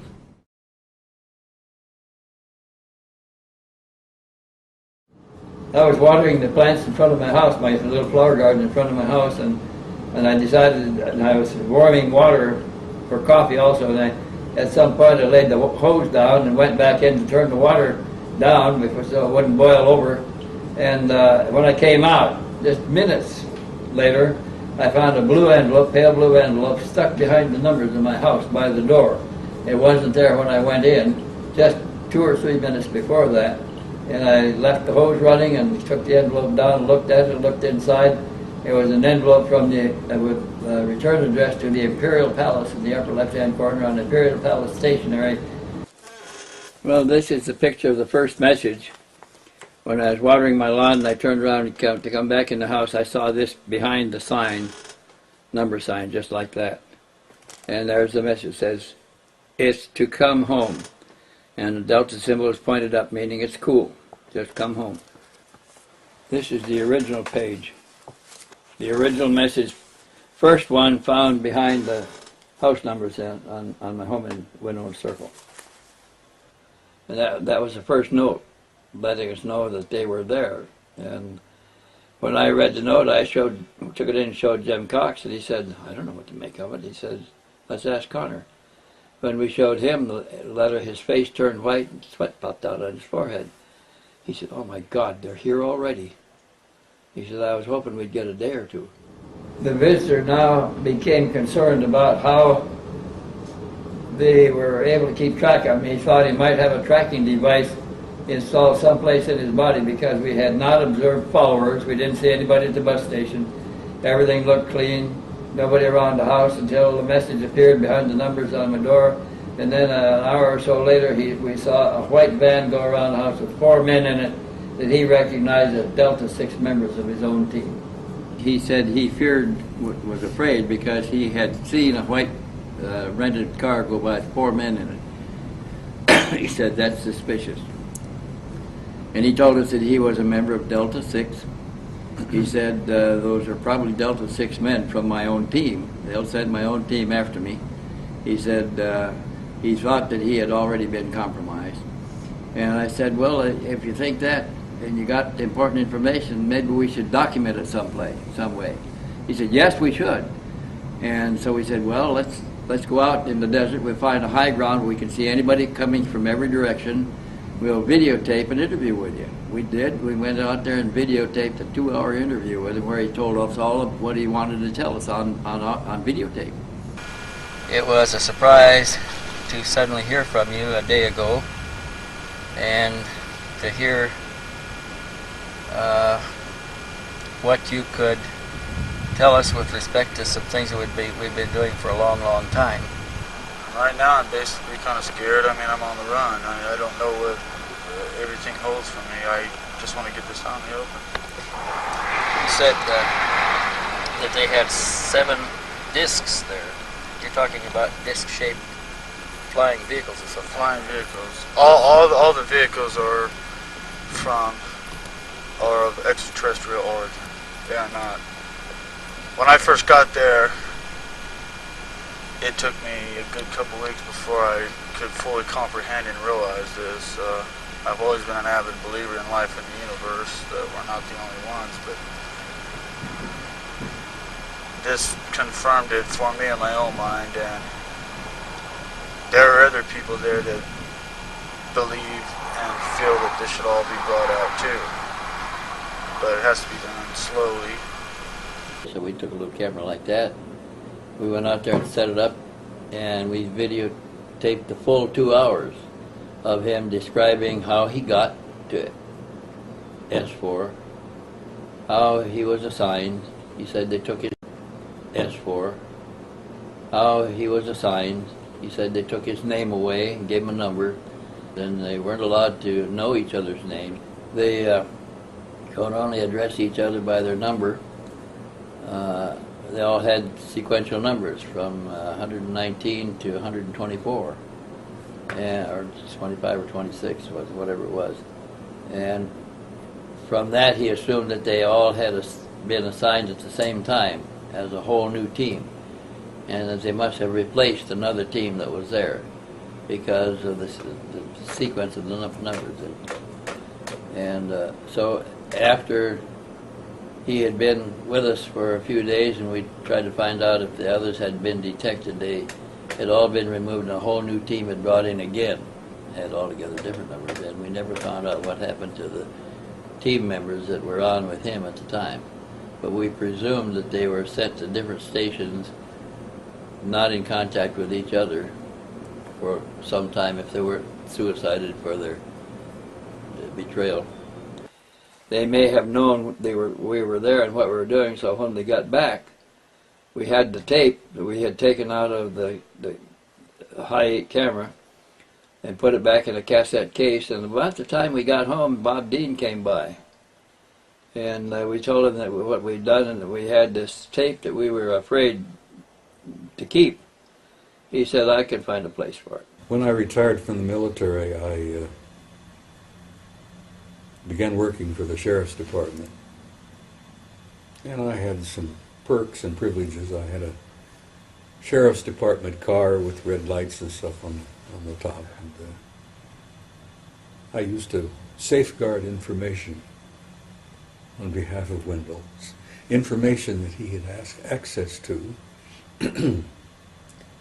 that he could not trust keeping it in his house. And he'd give it to me, and I'd lock it up in the Sheriff's Department safe. Of course, the sheriff never knew any of this. But as I said, we go back a long way. We're good friends. So now we had it on tape, and now he's worried about the tape and what they'll do to get it. And Bob came by his patrol car that evening, and I told him, we've got something here that we're trying to find a way to hide it. Can you find a way for it? So he says, give it to me, I'll see what I can do. And what'd you do with that, Bob? Locked it up in the Sheriff's Department safe.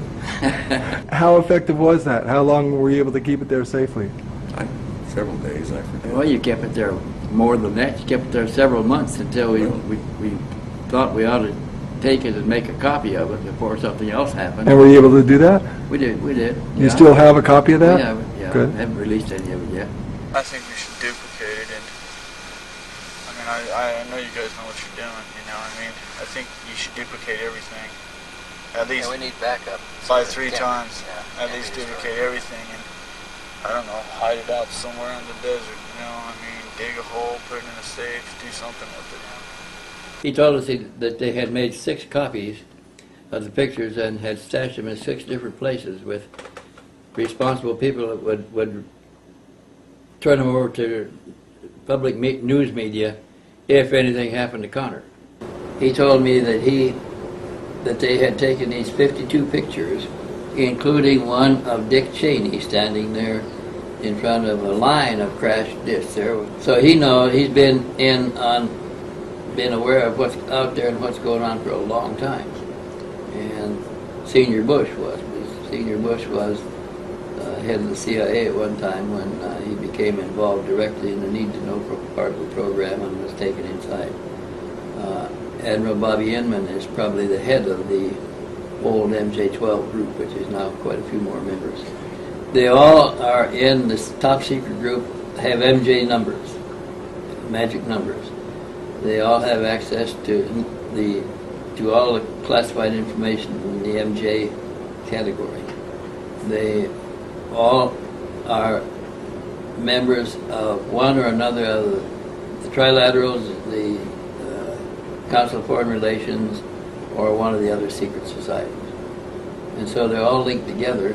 Among the group that makes up a council, they sit on all of the information, and control of different parts of it is farmed out to different of these entities. They don't all have all of anything. One of them has supervisory control of one aspect of the phenomenon. Another one has supervisory control of a different aspect. What is this scenario that they're really terrified of happening? I think they don't want the public to know what's going on because the box is too full of monsters. You know, you can't open the box and let one monster out. They all come crowding out.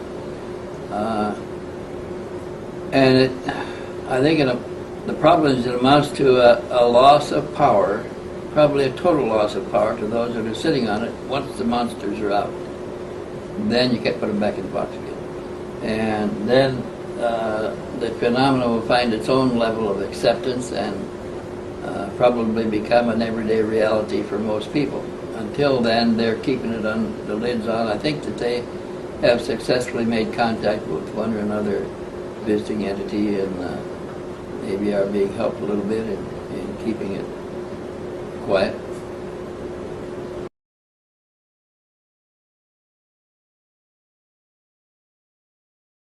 But he had it in the sheriff's safe, and Delta 6 did. We were getting notes pinned on my door and in my mailbox and pinched in car doors from Delta 6 warning us that they wanted Connor to return. And he was still resisting, and we had the tape. He said they're not going to do anything until they get the evidence. They're looking for the pictures, and they're looking for any record we may have made here. And they won't really do anything until they get all of that. But he says they'll get it. And then they did. He kept coming by, and all the time that they were stressing us, it was in the sheriff's safe. They had no idea where it was. See, Connor was a member of that Delta 6 team. They sent his own team to get him. He knew all the members of the team. He knew that they knew how he thought. He knew how they thought. He knew they're not going to do anything to him till they get all 6. And somehow they had calculated they had made 6 stashes. And they got to get them all before they take him out of circulation. Did Connor and his 2 cohorts leave a set with an attorney? They did. They took time to go to attorneys that each one, some special attorney that he knew something about that he could go to on a personal basis, and left the record sealed with the picture sealed without any identification, but just a package sealed for that attorney to release it if he ever heard of any harm being done to any of the men. They were always intercepted. They found the attorney's house broken into one time when they went there to get him. The attorney was gone. So he knows that they're around. He knows that they're after him. He knows they're not going to do anything to him until they get the stash. We saw him a couple of times in the white van going past the house, but he knew how they operate because he was a member of the same team. He knew that they would take him out if he had been characterized as an enemy of the government. He'd be taken out without any worry on their part, and they'd get their bonuses for doing it. But he knew they weren't going to do it until they had collected all the evidence that could be revealed. And so he felt safe there until he was down to one stash, and he was afraid to go to it for fear they were tracking him and could get to it when he got to it, and then they would terminate him. On Friday morning, we were anxiously waiting the shipment of his package of photos, when at about 11:30 a.m. I went out to check to see if any mail had arrived, and coming back to the door, I noticed another of those pale blue Imperial Palace letters stuck behind my house numbers again. And we got a message from Delta 6, stuck behind the numbers of my house, that said that they had indicated that they had intercepted. They showed a circle, a package, bus in the bottom of the circle, and a line drawn through it, like a no parking line. And then, what do you do? What will you do now? A question mark.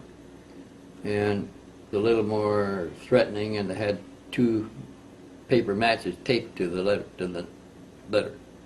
This is a picture of the second message with the paper matches showing him, telling him that they'll burn my house down if necessary if he doesn't want to cooperate with them. And that scared him a bit because he thought they might do it before he was able to cooperate with them. This letter had a note and a paper match glued to the page at the end of the note. The arson threat was turned over to the county sheriff and the local fire department for file in case the threat was carried out. If so, it clearly leads back to the Delta Force of Area 51. We also now had the names of the chain of command leading all the way back to the Secretary of Defense, Dick Cheney, at that time. And we had attorneys who were most anxious and prepared to initiate such lucrative action if it happened.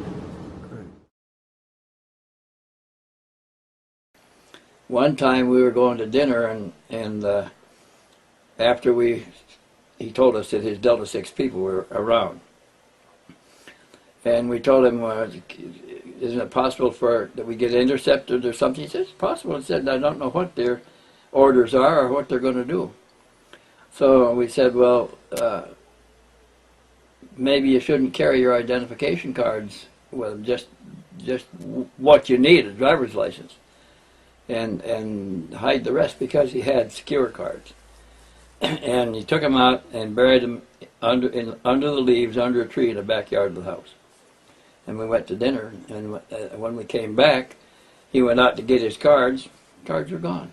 The leaves that looked like they hadn't been disturbed, and the cards were gone.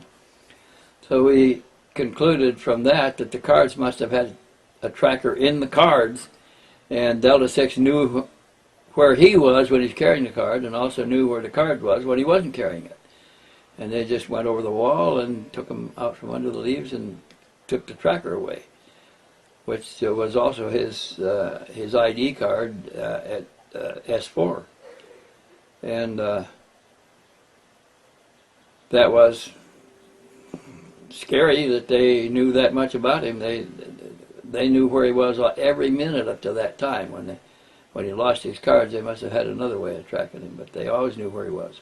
We weren't advertising the information that Connor Orion was staying with us.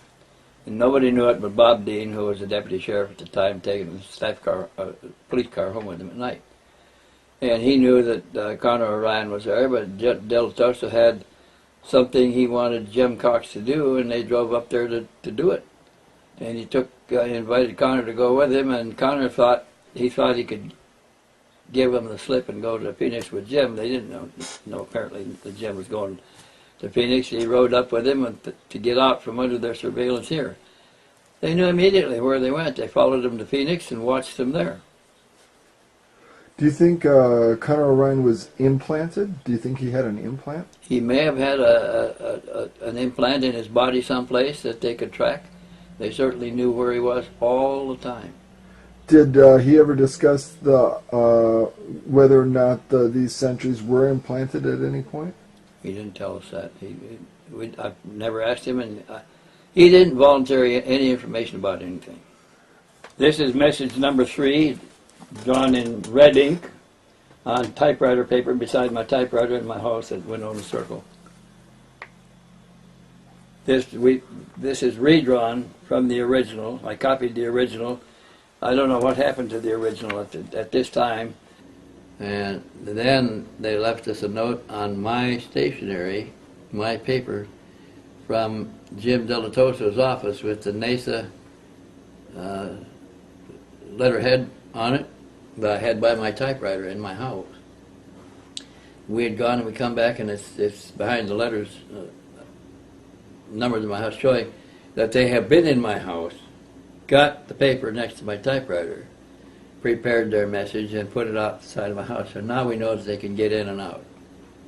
And it just went on and on like that for 10 days.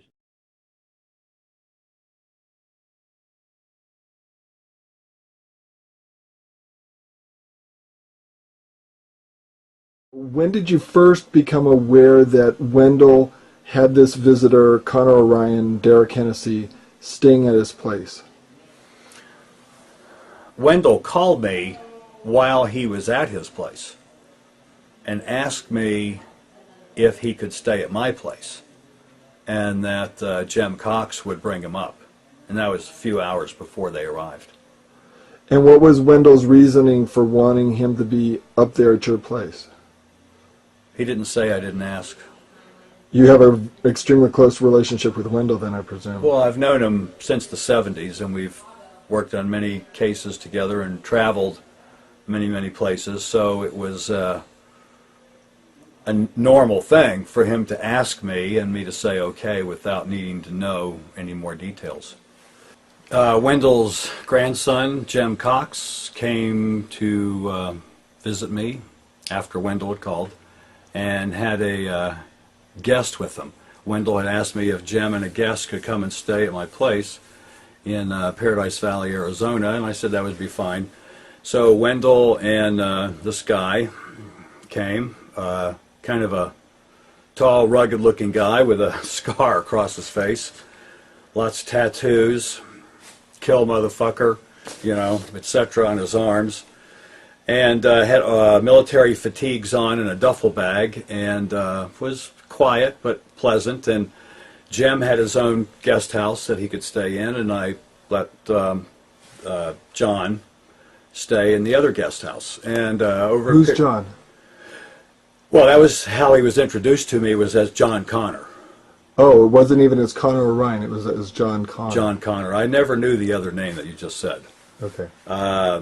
It was John Connor, and no explanation was given to me about who he was or anything. It was not necessary, so I had a little guest house, another one that he could stay in. That was fine. As the days went on, Jim Cox let me know that this was someone who needed safe harbor as he was deciding about whether to go permanently AWOL from his job up at Area 51 or whether he would go back. So to me it was, yeah, bullshit. You know, this guy is somebody just wanting a place to stay or whatever his game is. It just didn't compute that a guy who was AWOL from Area 51 would be here staying at my ranch in Paradise Valley, but so be it. Odder things had happened. What allowed you to let him, a complete stranger, stay there? Well, first of all, Wendell had asked me to do it, and second of all, Jim Cox was there. And Jim Cox is no wimp. And he stayed completely invisible. I mean, we never saw him in the daytime, and he really didn't come over to the main house.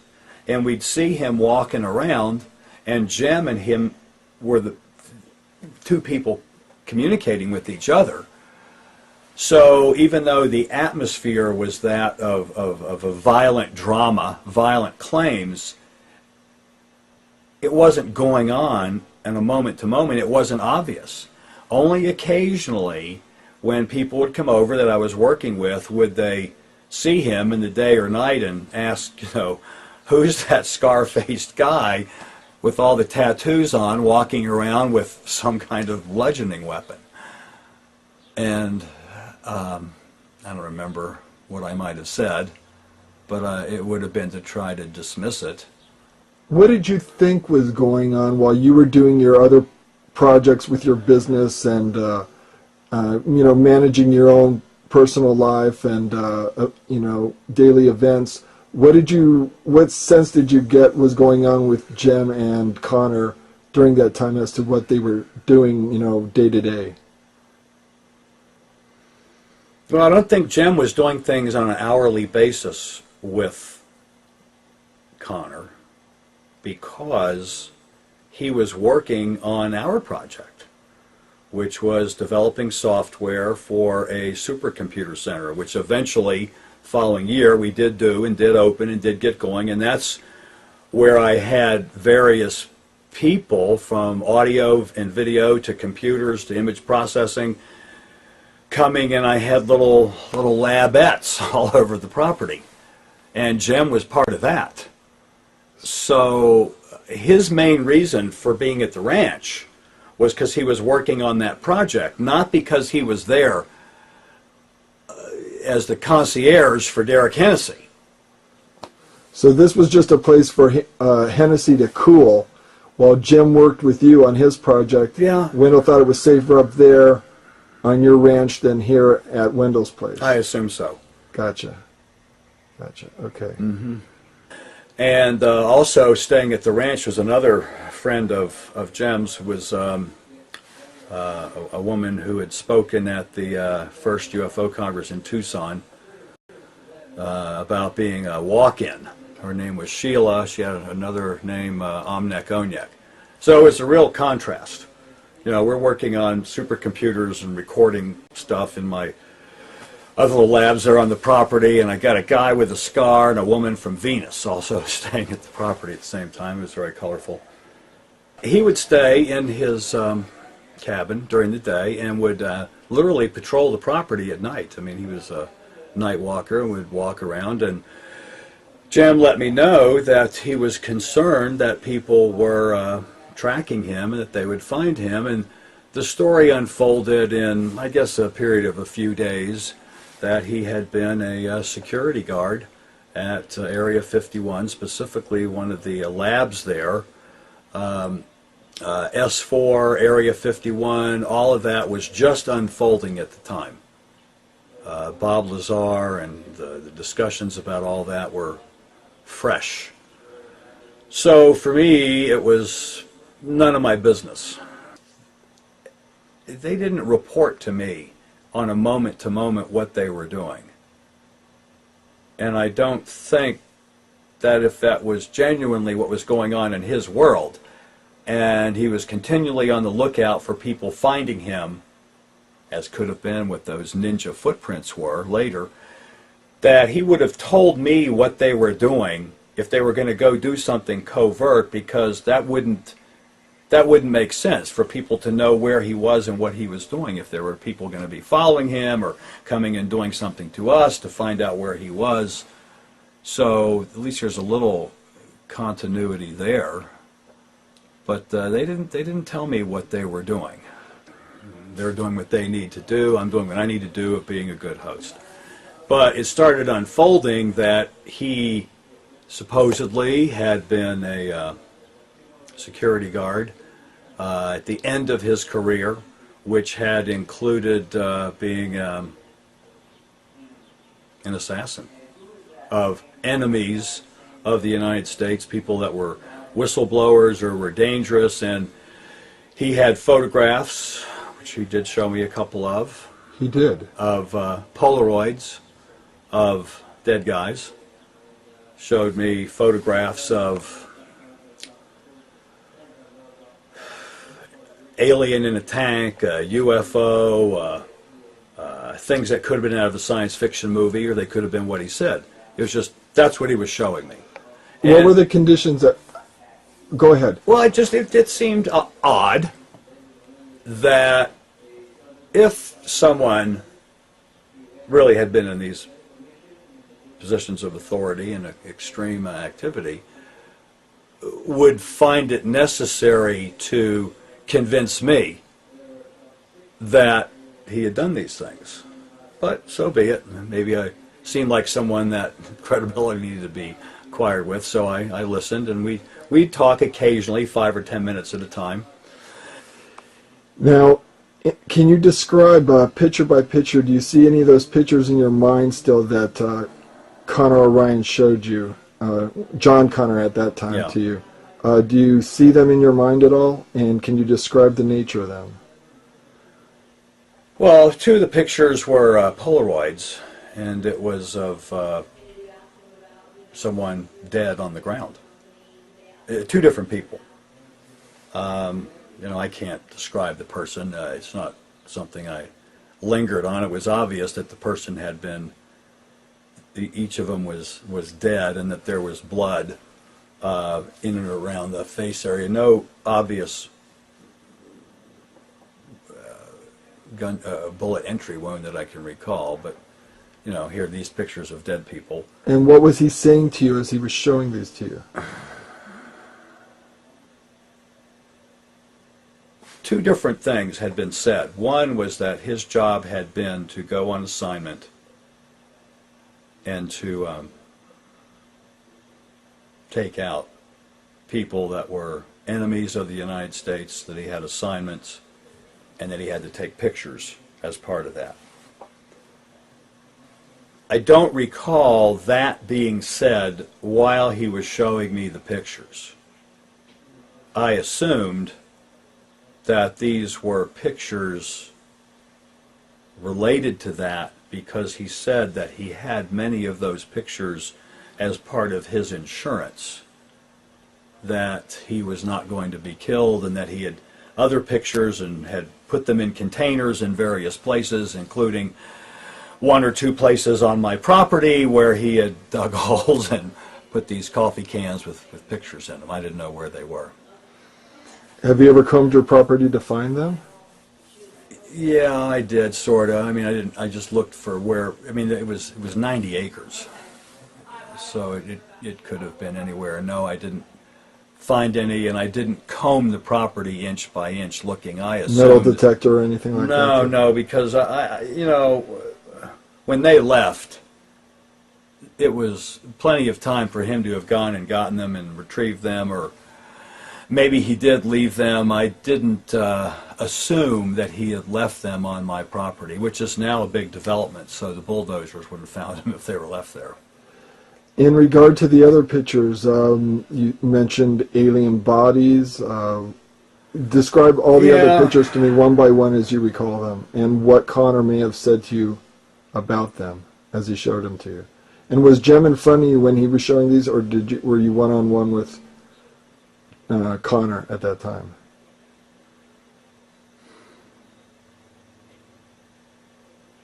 I don't remember if Jem was there or not. And the photographs were odd looking. Like, I'm thinking, these are photographs taken of video in still frame on a screen, and someone shooting the photograph. Because one of the photographs I remember was a bunch of guys, and he was saying, "Look, here's Cheney, here's this guy, here's that guy, Bobby Inman, and here they all are up on the rail in the lab looking down at the body." Well, that picture could have been taken at the State Department. There was no evidence to me that that rail that they were all standing on and they were looking at something was there. Another photograph looked like a science fiction movie, a round cylinder, maybe 4 feet in diameter, with what looked like a floating fetus in it. And another photograph of a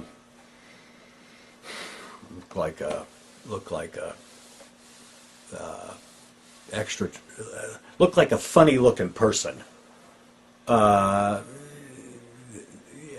Couldn't make out enough detail to respond, "Oh yes, this is an alien in a work suit working in the lab underground."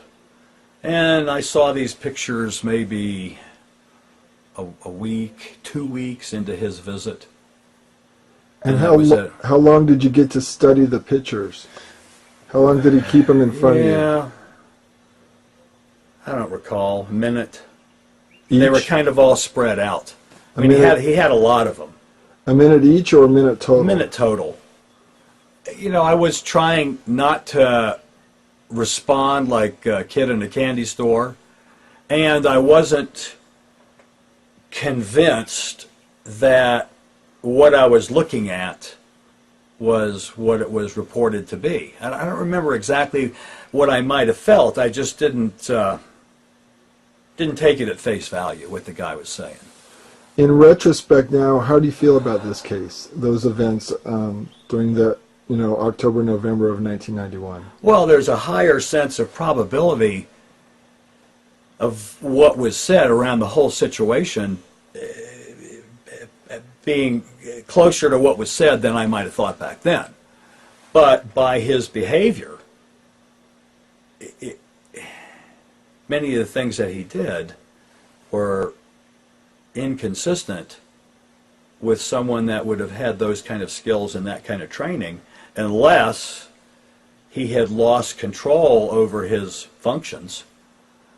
You know, and there was lots of talk about he had to hear a phone call with a particular tone on it every 3 days to reactivate the subconscious programming that he had gotten, or he would forget these things, or he would behave different than he was right now. And it was fragmented, and it was difficult for me to put it all together into one package that this all makes sense. Yeah, he talked about his concerns of people looking for him to bring him back, and that he had photographs of the kills he had done. He had photographs of the extraterrestrial activities there at the lab, and those were insurance for him that he wouldn't be killed. He said that he was concerned for his life because 3 out of 5 of his group had died in the most recent weeks before he went AWOL, mysterious conditions. They offered money to deliver the stash. How many days along was that? That was about the 5th or 6th day. And he said, don't let the dollars blind you. He said, you'll never spend them anyway. If we give them the stash and they get the money, you may see the money, you may have it in your hand, but you'll never live to spend any of it. And they'll take it all back. It doesn't cost them anything. They can provide the money to close the deal, and then that's the end of it. So we took his advice and ignored the money, and then they started making other offers about how they could forgive his misdeeds and things like that, and then that we would be safe and all that sort of thing. As long as he went back to San Diego, they kept wanting him to go home. Is what they called it, the San Diego Marine Base out there. It shows the delta symbol pointed up, which means it's cool again. It also shows they had succeeded in 2 other intercepts. What are we going to do now, the question was. And offering dollars, $100,000. It says they want all the stashes and no foul play, or the delta symbol was turned down, which Conrad said means termination, and it shows 3 figures, Conrad, Ryan, Jim Cox, and myself, in a circle with crosshairs through the circle. Now this is getting scary. The $100,000 threat was tantalizing. Connor said that they would have the money and they would actually pay it, but we'd never spend it because we'd die before we could spend the first dollar of it. Noon, had dinner with Jim Del Toso at a restaurant, came home, went to bed in one of the outbuildings that Jim had in his ranch there, a separate small outbuilding, and Jim woke up in the night paralyzed. He couldn't move. But his eyes were open enough so he could see down his torso like that through the slit in his eyes. He couldn't open them anymore, and he couldn't move at all. He was breathing okay, but he was afraid that something might happen to his breathing too. But when he looked down at his torso, he saw the feet of a ninja, black feet with black socks, heavy black socks, and a black tight-fitting garment like underwear. all the way up to a AK-47 pointed at his head. And he heard he saw another one standing on Connor's bed, standing on the bed, straddling his feet. And there was another one standing on Connor's bed with a AK-47 pointed at his head, straddling him too.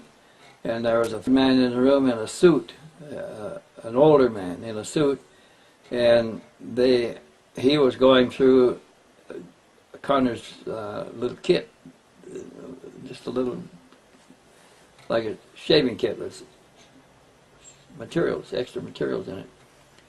He found a piece of paper in there, he unfolded it, looked at it, crumpled it through, there was some fuck or something like that.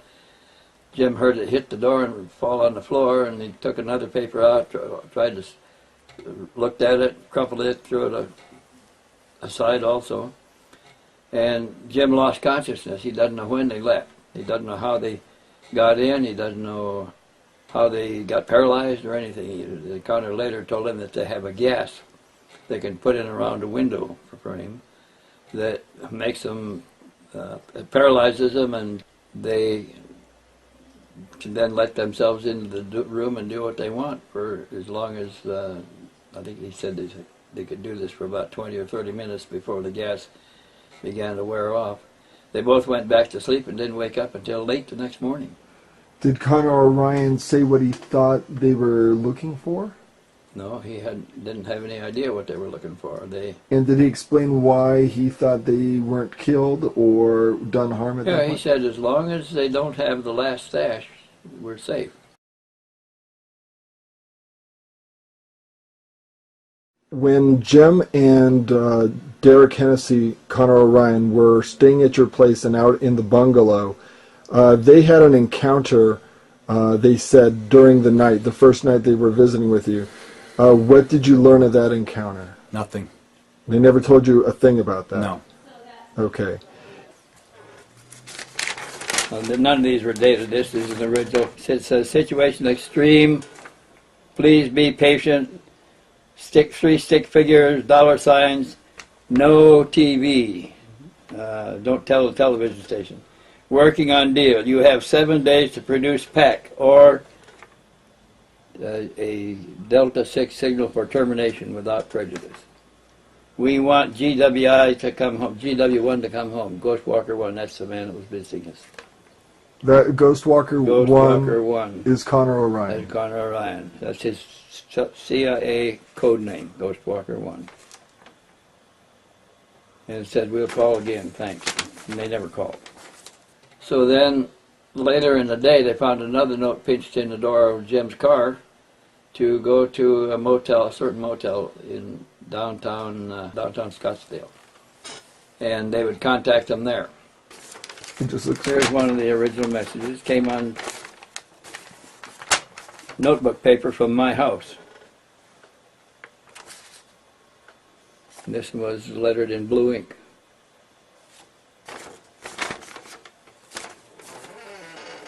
That says? Says, we'll meet. Situation extreme. Motel 6, Scottsdale. This is the one that was pinched in the door of Jim's car up in Scottsdale at Dilatosa's house the day after they were gassed. So they went to the motel and they rented a room, and the desk clerk had a key on his desk, and he handed it to him. Jim looked at it and said, that's the wrong number. I'm a numerologist, and that number doesn't fit. Give me another room.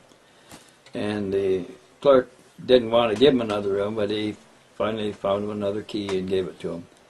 So they went to the room and checked it, and it looked nice and clean and everything, like nothing amiss.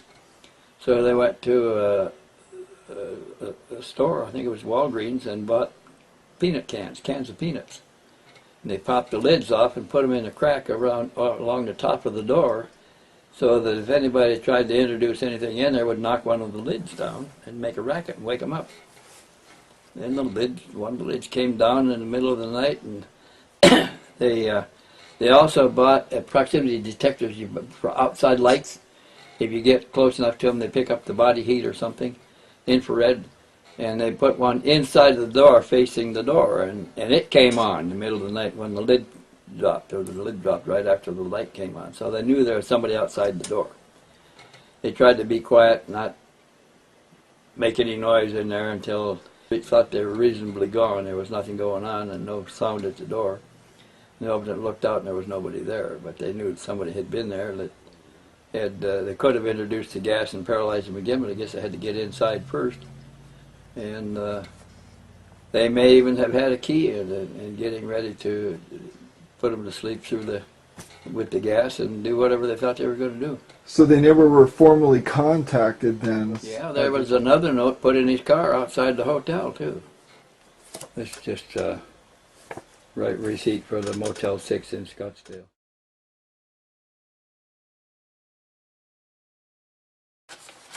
This is the one that was interesting. The delta symbol is up, meaning it's cool. 100,000 within 48 hours for location. No foul play or termination with prejudice.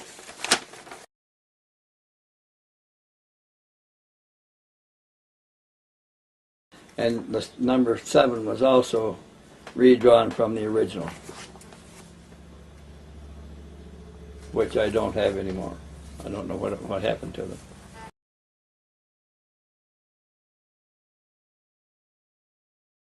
This is the W4 that I found inside of the wallet.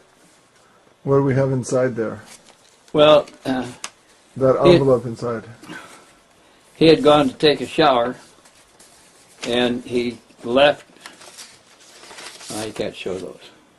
They're Polaroids of Connor. Oh, they are? Yeah. And you can't show them, why not? Well, he may be dead, but he may not. If he's not, it certainly would be his death warrant. Oh, I see it. Okay. He went to take a shower, and he laid his keys and money and wallet on the coffee table in the dining room. I was sitting there waiting for him. And after I heard the shower running, I decided, I better look in there and see what kind of cards he's carrying. He says he has good cards and a lot of money available, can't draw a dime. So I opened his wallet, and I took the cards out and folded. You can see it's folded 4 ways to fit behind the cards, between the cards, was this W4 from the Central Intelligence Agency at Langley Field, Virginia. And it shows that he was drawing a salary of $72,725. And they were withholding $12,569 from that salary for income tax. It gave his correct name and address, permanent name and address, was not Connor Orion, he was using a false name. And it gave this salary roughly equivalent to that of a lieutenant colonel or a colonel in the United States Air Force. There was a control number on the paper, 45851, and I don't know what that meant. His employer identification number was 95-659-3572. Wage was $72,725 a year. The permanent address on his driver's license matched the address on his W-2 form. Besides this, he was drawing the full pay and allowances of a special seal, Marine extras and bonuses, on top of the $72,000 a year. I was able to verify the name and ID numbers on the CIA W-4 document through other sources that I have, and found that it was still active at the time he was at my house, and he was still drawing his pay while he was there, in addition to his Marine pay. I knew that Connor Orion was a false name, and that he probably had other false names as well, but I had a permanent name and address which agreed with the permanent name listed on the W-4 statement from the Central Intelligence Agency. And so I believe that I had some substantial information on who this guy really was. He certainly wasn't Connor Orion.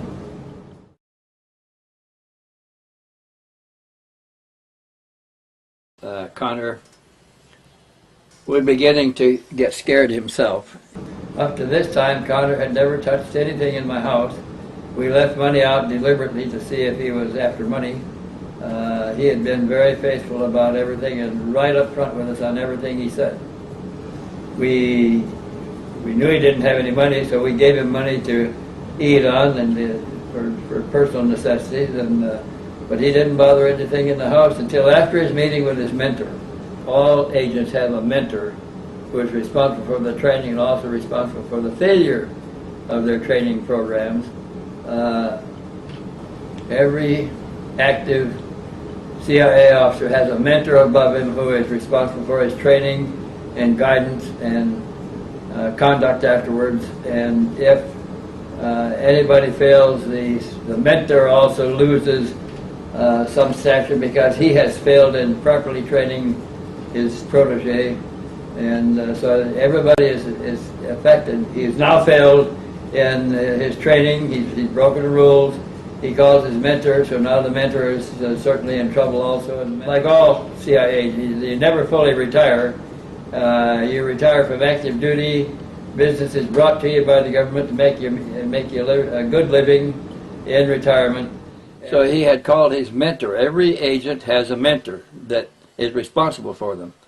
He called his mentor, CIA mentor, was a rancher over in Dallas, retired, and they never fully retired. And the rancher says, yes, I've got word that they put a hit order out on you, a termination order out on you. And he said, where is there a little airfield I can land nearby quietly that we can talk? And we told him about Ryan Field, and he said, I'll see you tomorrow. And he came in about 8 o'clock. Connor borrowed my car to drive over to Ryan Field to meet him. And then when he came back, he began to be devious about his answers to our questions. He didn't answer them directly. And he began to act differently. After that meeting, he changed character entirely. He came back, he stole my high-8 camera, hawked it, took the money. Which leads me to wonder, we never saw any of these photos. He makes a number of dumb mistakes along the way. Like everybody. Yeah, and there's nothing you can do to verify his story at all. Some of the same stationery that was in your house was used. Was he under your surveillance 24/7? Were there? No. So there were opportunities that he had to steal the stuff, type up the letters, handwrite the letters himself, stick them in your... do you think he was doing... some of the letters appeared after we left, and I was, at that time I was typing on books too, and I had my typing all laid out there. And we come back, and the typing, my copy had been moved. And under the copy would have been a pad of paper that I was making notes on, which was the pages that you had there. The other pages I used was pages of stationery from Jim Dilatos's office that he gave me in case I needed to make a note on what he was doing officially and send it up to him to be signed. Do you think he could have had somebody else assisting him to try and fool you? I think we would have seen him. So it could have been that he was just disinforming for the CIA and... He could have, yeah, been. Percentage-wise, what do you think the odds of that are as opposed to him being a real legitimate S4 sentry? Well, I think he really thought he was dying. He was panicked about dying.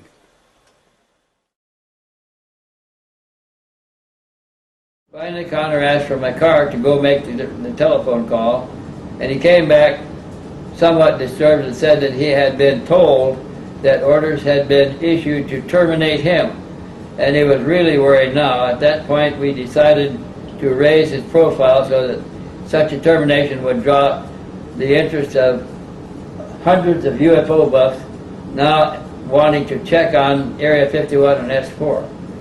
I called a local ham radio station and asked them to stand by in case anything dangerous happened, either an injury or murder in my house or burning the house to the ground, or any other threat like that, giving them some clues and contacts to put the whole story together in case any of this was carried out by anybody. All my calls were monitored, so they knew exactly what I was doing, and I also notified the computer mailboxes and had them stand by for a spectacular release or a story about our being taken in by a setup to discredit us. There was no contact with any of us Friday, and that was unusual because Friday was the deadline.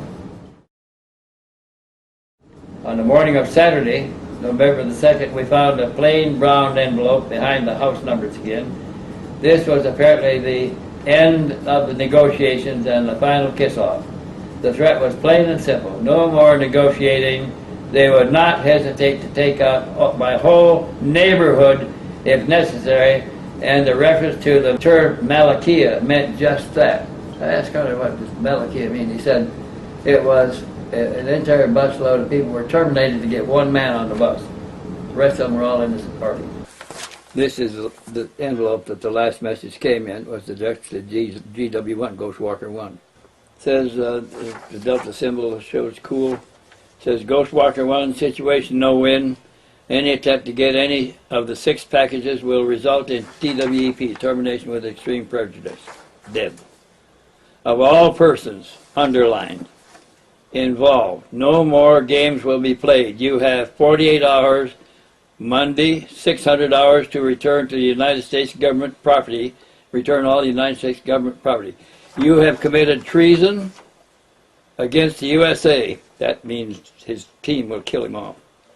Treason against the USA. After all, you are nothing more than a test tube program. What do they mean by that? What do they mean by that? Nobody can control you but us. You must return home. Your time is running out. We do have our own fail-safe measures. It shows the symbol, the Delta symbol turned with the point down, meaning killed. Remember the word Malakia. Think about it. Malakia was another assassination where they killed a number of people to get one man on a bus. Killed everybody there. So they're just showing them that you're not worried about people around you. You take out the whole neighborhood if necessary, but we'll have our way. What did they mean by test tube program? Did you ask him that? Yeah, we did. He said he didn't know. That he was a member of a test tube program? Yeah, he said he didn't know. He was his mother abandoned him when he was an infant, and he was his foster parents raised him. I don't know that he was even adopted by them. He doesn't know anything about his history. So when they told me it was a test tube program, he was ready to believe it because he had no other information about his family. Wow.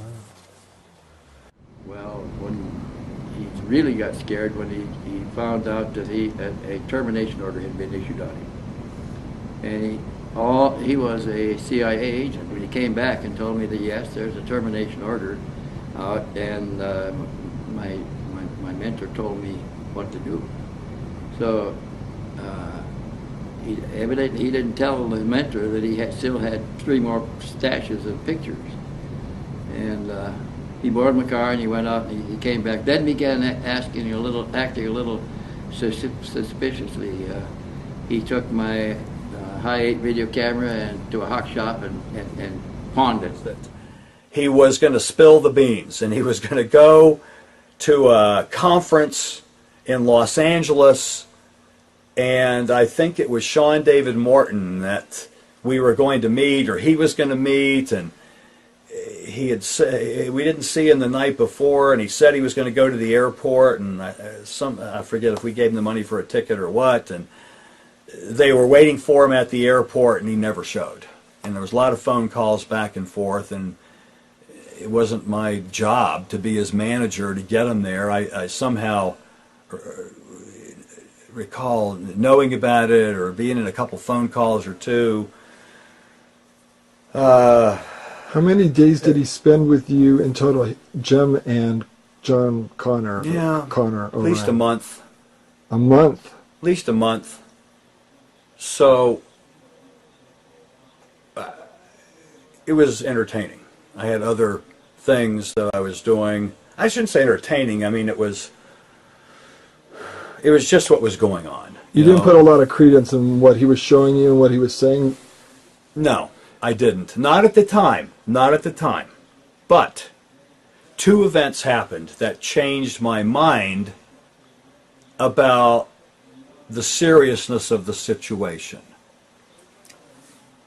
He never left the property except one night. It was Thanksgiving night. My brother was having Thanksgiving dinner at his restaurant, so we did talk him into coming with us. We all got in the vehicle, had an inner gate and an outer gate. So we all got in my vehicle in the inner gate, and we left, and I closed the gate, locked it, everyone in the car, then went down the driveway, outer gate, open, closed, locked that. Came back a few hours later, it was dark, opened the outer gate, went in, got to the inner gate, there was a note, a bag, a little sandwich bag up on the gate, and it was dark, so I just took it down, said, well, somebody left a note, must be somebody that knows me to get to the inner gate, so I threw it on the front seat of the car, opened the other gate, drove in, locked it, went in the house, everyone went to their guest houses. Susan Gordon was in the house with me. I heard a loud scream from the kitchen, went in the kitchen as Susan was showing me the bag, which had a chopped off bloody finger in the bag, and a note that we could read inside the bag that said, "Time to come home, grasshopper," or TWEP, which I came to know stands for Terminate with Extreme Prejudice. It seemed like this wasn't a note for me, so I went to Jim. Jim went to John, also now we knew him as Derek Hennessy, and it was decided that it was time for Derek to go. Derek started making phone calls, made arrangements that the vehicle that he could have come pick him up would only be temporary, and did I know someone else that could loan a vehicle or buy a vehicle. Or I made arrangements. They left in the one vehicle, met the other people, left in a vehicle that was a white van, belonged to a friend of mine who was going to loan it to them, quote, for a few weeks. What happened to the finger? The finger was taken by Jim Cox and Derek Hennessy, and I never saw it again. His last words were that he would retrieve the last stash package and put it in our hands before he left. He would contact us with instructions again in a few hours. He had already lost 2 stashes, and we had the notes, penmanship notes, indicating that they had gotten the stash at such and such a place, and then another. First one in a locker. There's a picture of a locker and a circle and a line drawn through it. And the next one was someplace else, and the third one was someplace else, and he had a 4th one that he had sent over to Florida to an acquaintance there to hold and be released in case something happened to him. So they decided to drive over to Florida to pick that stash up. Who did? Jim and Connor. Okay.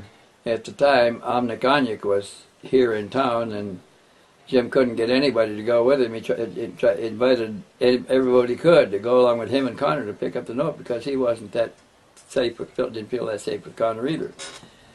And even though Connor was telling him, Jim, that you're one of us. You and I are from the same, we belong to the same people. And now, Jim was Navy, right? Yeah. Was he Navy at that time? No, he was out. He was retired. So did Connor know that about Jim? Yeah, he knew he'd been. He knew all about it. So is that what he meant? You're one of us, or? I don't know what he meant by it, but he said, you know, you and I were born in the same year. We're the same age. We have a lot of the same experiences, and that was true. So anyway, when they're going to go over to Florida, and they drove up to Phoenix first to talk to Jim De La Tosa about something. And there, between the 3 of them, they decided that taking Jim's Jeep at the time was probably not the best idea, because it was vulnerable. The lug nuts could be unscrewed. There was no lock nuts on it. And they decided to switch cars. When they left De La Tosa's shop, they decided they were looking for somebody else to go along, a third party to go along with them. And the only one that would go was Omniconic. She had guts. She got in the car with him, went all the way to Florida with him back. And they headed off for Florida, which I didn't know then. Got a phone call that they were en route. Kept getting phone calls all along the way. Some from Jim Cox, some from Derek, with these emergencies that were going on. People had shot at the vehicle, One call was from Derek that Jim had been shot and that they had to get him to medical attention. The other was the vehicle had been all shot up. They had to buy another vehicle. Could I send money? Could I send more money? The first day out, near the end of the first day out, I got a frantic call from Connor telling me that they had just been intercepted and the car was shot full of holes and bullet holes in the door, and Jim was wounded, and he needed to get him to the hospital, and he needed $500 wired immediately. And I said, well, let me talk to Jim. He said, I can't. He's unconscious, man. And I said, well, how do I know that he's hurt? He said, I can't put him on the phone because he's unconscious, but I got to get him to a hospital. He's bleeding bad. So I said, okay, take him to an emergency hospital and have them call me. Are you suspecting a ploy by Orion? Well, I wasn't sure. I got another call in about 3/4 of the way there from someplace in Louisiana, and he said that he's getting better, but he sure needs medical attention. And I told him I'll take him to an emergency hospital, get his attention, have them call me. I didn't hear anything from that. Then phone calls were happening. Derek and Jim had split up. Derek was calling me, telling me where he had left the can of film in a movie theater in Florida, that I was supposed to tell Jim where to go, what movie theater, in what seat, in what row, and with a knife to cut the seat open and to get the film.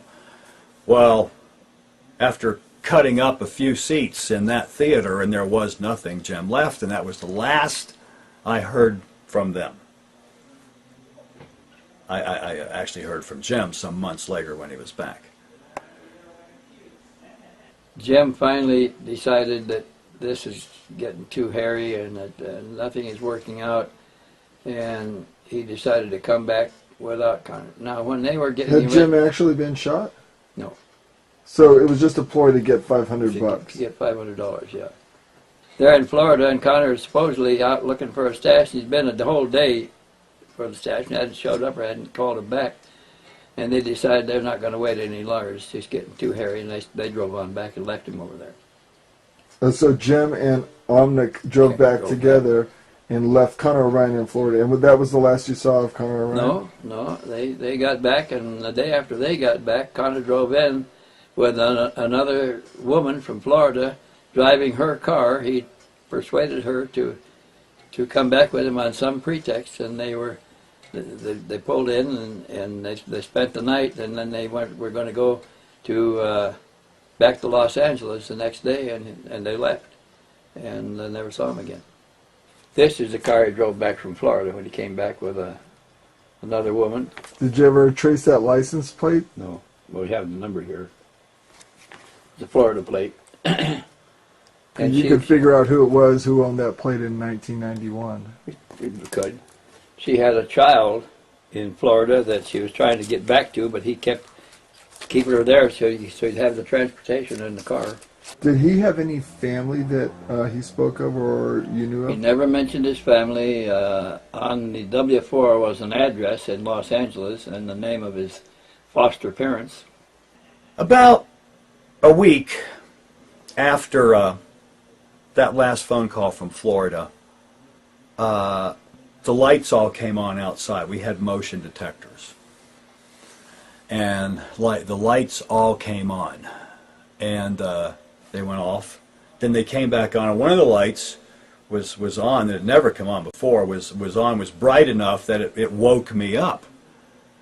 And as I looked out through the window, I saw somebody running. And got a little bit concerned about that. Turned off the power inside for the outside motion lights, and was looking out through various windows to see if motion. Had called the police, called Paradise Valley Police. And I saw someone go around the side of the house 5 feet away from me that had on what looked like a ninja outfit. All black, hood, mask. and started then powering, power on, power off, overriding the motion detector, turning the outside lights on, off. So the police come, and because of the dew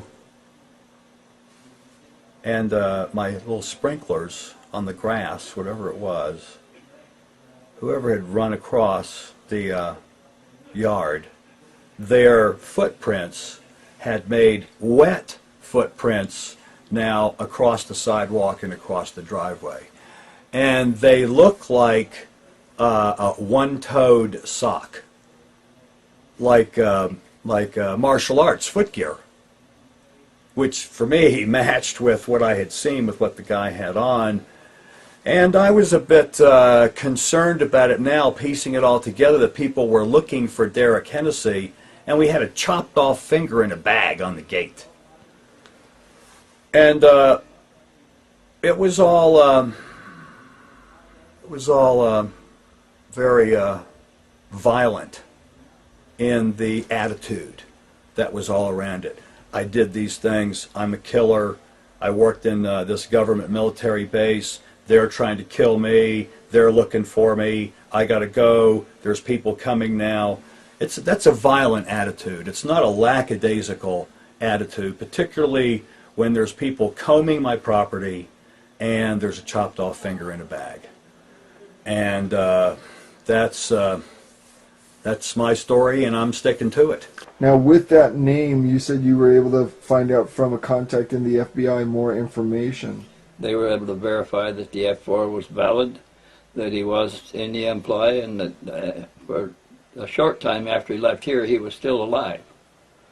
And also, so did they verify that he was no longer alive, the FBI? They was never able to get any information on that.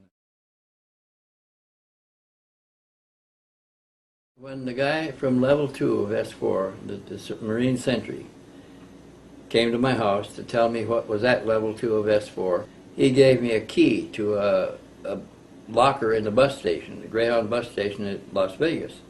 He said, there's a packet of pictures in this locker taped up behind the lock with duct tape. He said, you have to feel up there to find them. You can't see it. And he said there's 52 pictures in there. We have copies of the pictures we take. One of the pictures shows Dick Cheney standing in front of one of the discs in a bay. In one of the bays is a disc with Cheney and another man in a white coat standing there with their hands in their pockets looking at it, talking. And so I called John and I told him what I was coming to Las Vegas to look in at something. Would he be interested? And he said, sure. So I went to Vegas. He picked me up at the airport. We went out to his house and had a cup of coffee and everything. I showed him the key and told him the story. And I had taken an 8mm video camera with me, and I wanted John to film me opening the locker and pulling the pictures out. So we went to the bus station together to get the pictures. John Lear, I called John and asked him to go to the bus station with me and videotape me removing the stash from the locker. Tell me what your feelings are about John Lear. Well, first of all, when I met him, he was an affable man, and we got along very well. And when he found out that I had been a test pilot before, which he had been, that I had been flying airplanes from the storage center that I had never flown before, which he had done, we had a kind of an interest in common, and he always was very level with me. But to others, he's a tough, outspoken man. He brought me pictures of a runway at Edwards Air Force Base that has a depression at one end and slopes that go down to a black door. He said that's where the discs are. They're behind that hangar door at the end of the runway. And I don't know whether they are or not. But those pictures don't show up on photographs of Edwards Air Force Base because they dodge them all out. The public doesn't see them. Back in 1991, November of 1991, you got a call from Wendell Stevens, and Wendell wanted to come up from Tucson, Arizona, up to here in Las Vegas and have you assist him in helping find something pertaining to the UFO question. In that case related to the Connor O'Ryan case. a man who claimed to be an S4 sentry, who was discharged for medical reasons, and who had gone down to Tucson, Arizona to speak with Wendell and basically tell him his story. He felt like he was being pursued by Delta Force, and he gave a map to a locker in a bus station and a key and said, you know, go there and find these photos. I want you to kind of recall as much of that, your participation in trying to assist Wendell in finding this set of photos in a locker back in November 1991. Yeah, he said there on the phone that there was photos, information, he needed to get it, he wanted to ride. I said I'd pick him up at the airport, which I did, and we went down, we found the exact bus station, the Greyhound bus station, found a place to park, and started looking around for the key number, and none of the key numbers matched. And poor Wendell, he was going nuts because he had the key, he knew the information was in there, he just had to find the right locker. And so finally, after a half an hour of looking, we got to one of the supervisors there, and we said, we can't find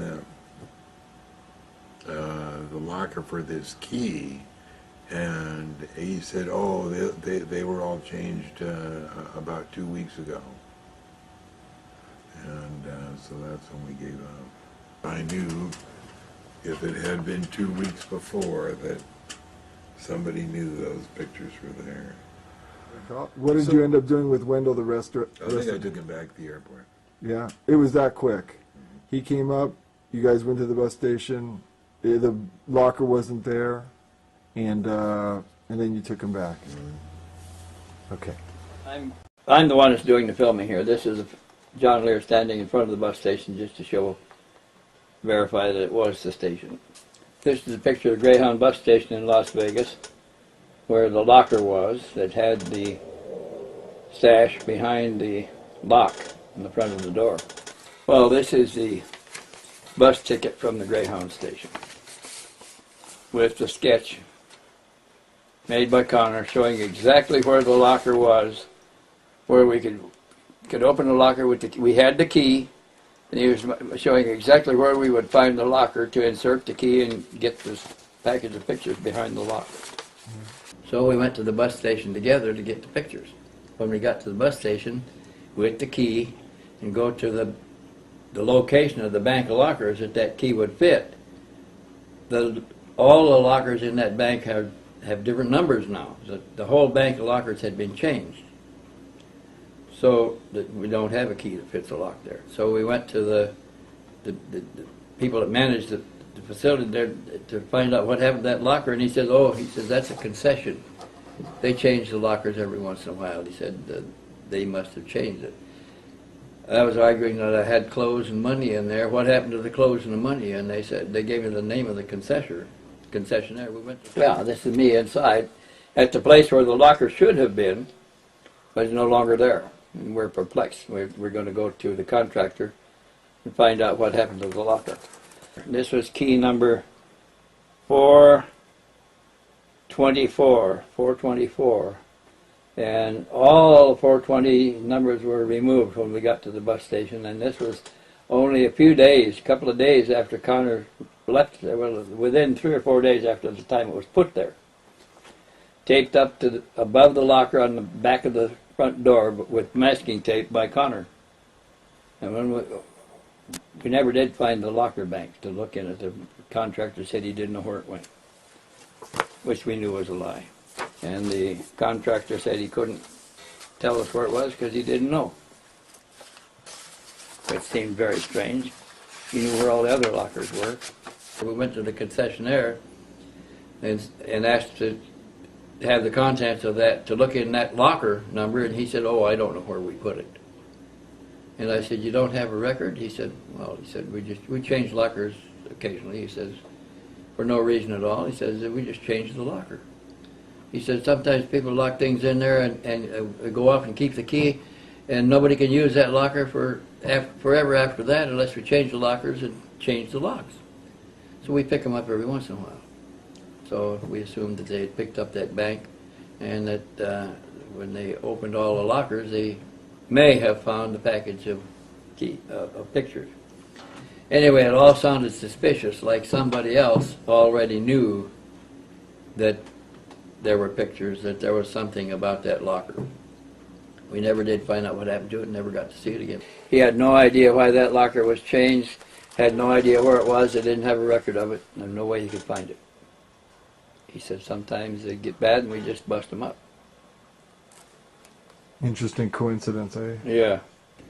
Anyway, John Lear was involved in that, and nothing happened. We couldn't find the locker.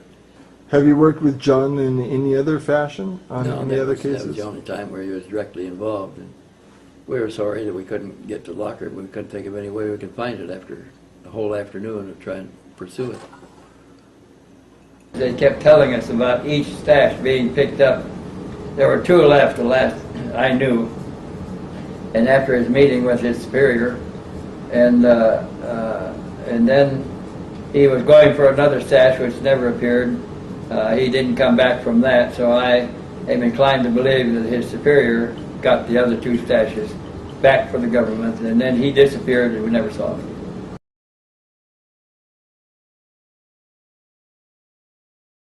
Well, first of all, I don't think many people are going to believe it because there is a very active and powerful government program to persuade disbelief of all of this. So the few people that will believe it are not going to be strong enough to take any action to do anything about it. It's probably going to continue as it has been for the last 40 or 50 years and probably for into the foreseeable future. I don't see this making any big change.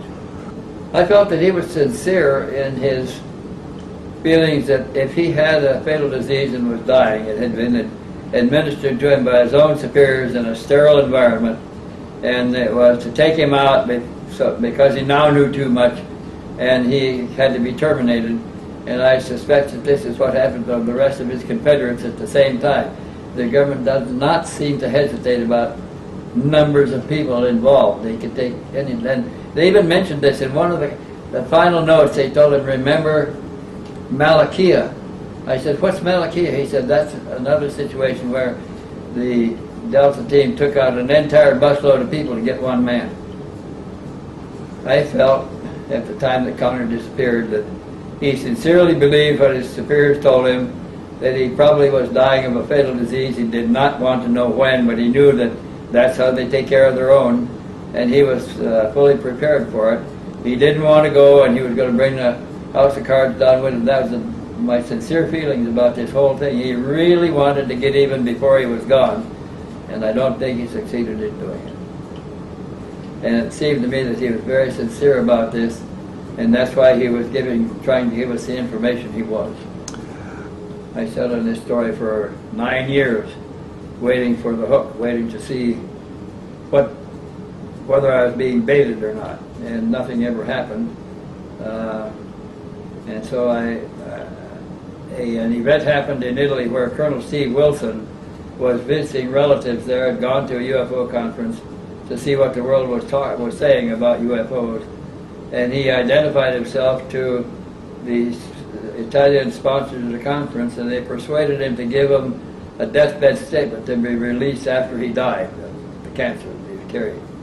And he did, and when they published it in their magazine, I noticed that he had correctly described the 7 ships at level 2, and he had described the bodies in the cylinders at the same level 2 of S4, exactly as Carter had described it, which gave me the first serious confirmation of the information that I'd been sitting on for 9 years. But on the strength of Steve Wilson's revelations in Italy deathbed statement and the images painted from his verbal descriptions by the staff artist in the magazine, I felt that he was confirming in substantial detail what Connor O'Ryan was telling me, and that they really wanted to bring down the House of Cards if they were being terminated. And now they're both gone, so we don't know for sure, but the House of Cards is still there as far as I know. The people went. I think that he probably was given a disease. He wouldn't go to a doctor to get a verification on it. He disappeared, and we have had no contact with him since, and it's now been 9 years. So I feel that what he was telling us was essentially correct. I think that he probably is no longer alive. I know that my phones were listened to all the time, my telephone calls, and even my computer. So there was not a lot of secrets here. He could easily have gotten in touch with me again if he wanted to, and he never did. I think the worst may have happened, and it's not over yet, because now it appears there's somebody that after some other people be responsible for some of those terminations. And it may keep coming up again and again. There's peripheral evidence on something even bigger than this. There's a whole hierarchy of people that are involved in the operations carried out at Area 51.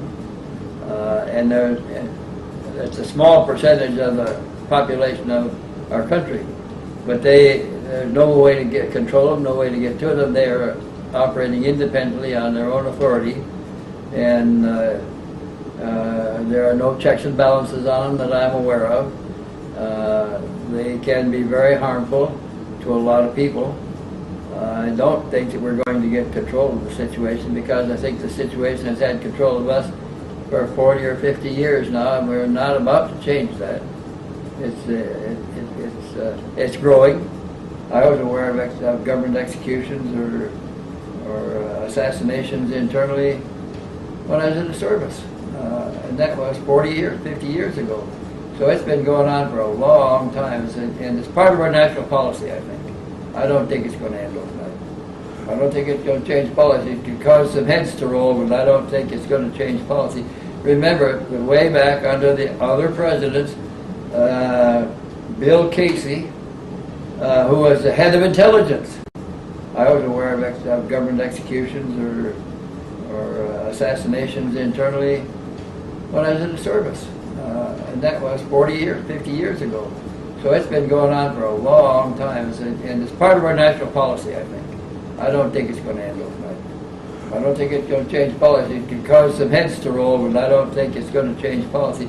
Remember, way back under the other presidents, Bill Casey, who was the head of intelligence, apparently was done in by his own personal staff because he said too much to one of the presidents one time, and he died in the hospital of mysterious circumstances. And he was the head of intelligence. So they take care of themselves. So has this country been basically run by the intelligence agencies since the assassin? I don't think the country is run by the intelligence agencies, but I don't think that the country controls the intelligence agencies. They do what they want to do. So who controls the country then? I think that there's a level beyond elective government that really controls the whole country, that our elective government is a sham to make us believe that we have a government by the people, of the people, for the people, when that's not really true at all. It's just to fool us into being sheeple. What can the average citizen do at this point in time, being that this is so far along, 40, 50 years into this type of government? What could the average citizen do? I think it's beyond what any individual citizens can do. I think now that the change is so profound that it has to come from someplace above. The change has to come from within the controllers that control the elected positions. And you don't see any motivation for them to change? I don't see any motivation for them to change. So where do you see this going for the people of the United States? I think it's going to continue pretty much as it is. We'll keep it all under wraps. We've got a secret cabal that's running affairs that I believe has spacecraft on patrol that they think are protecting the country and possibly even the world, that can leave the surface under their own power, go into patrol, remain as long as their sensory supplies last, go back into their underground bases. I think that we have a servicing carrier facilities out there now that they can remain on carrier patrol and operate from there for short periods of time that Eisenhower was right. The military-industrial complex has control, and they are doing what they want to do.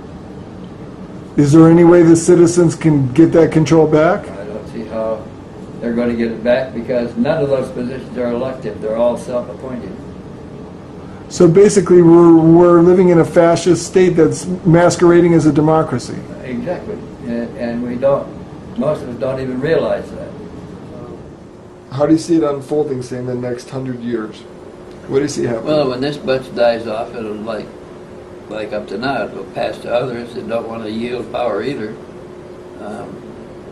I think that at some point, the activities of the aliens themselves will increase to a point where it can no longer be covered up.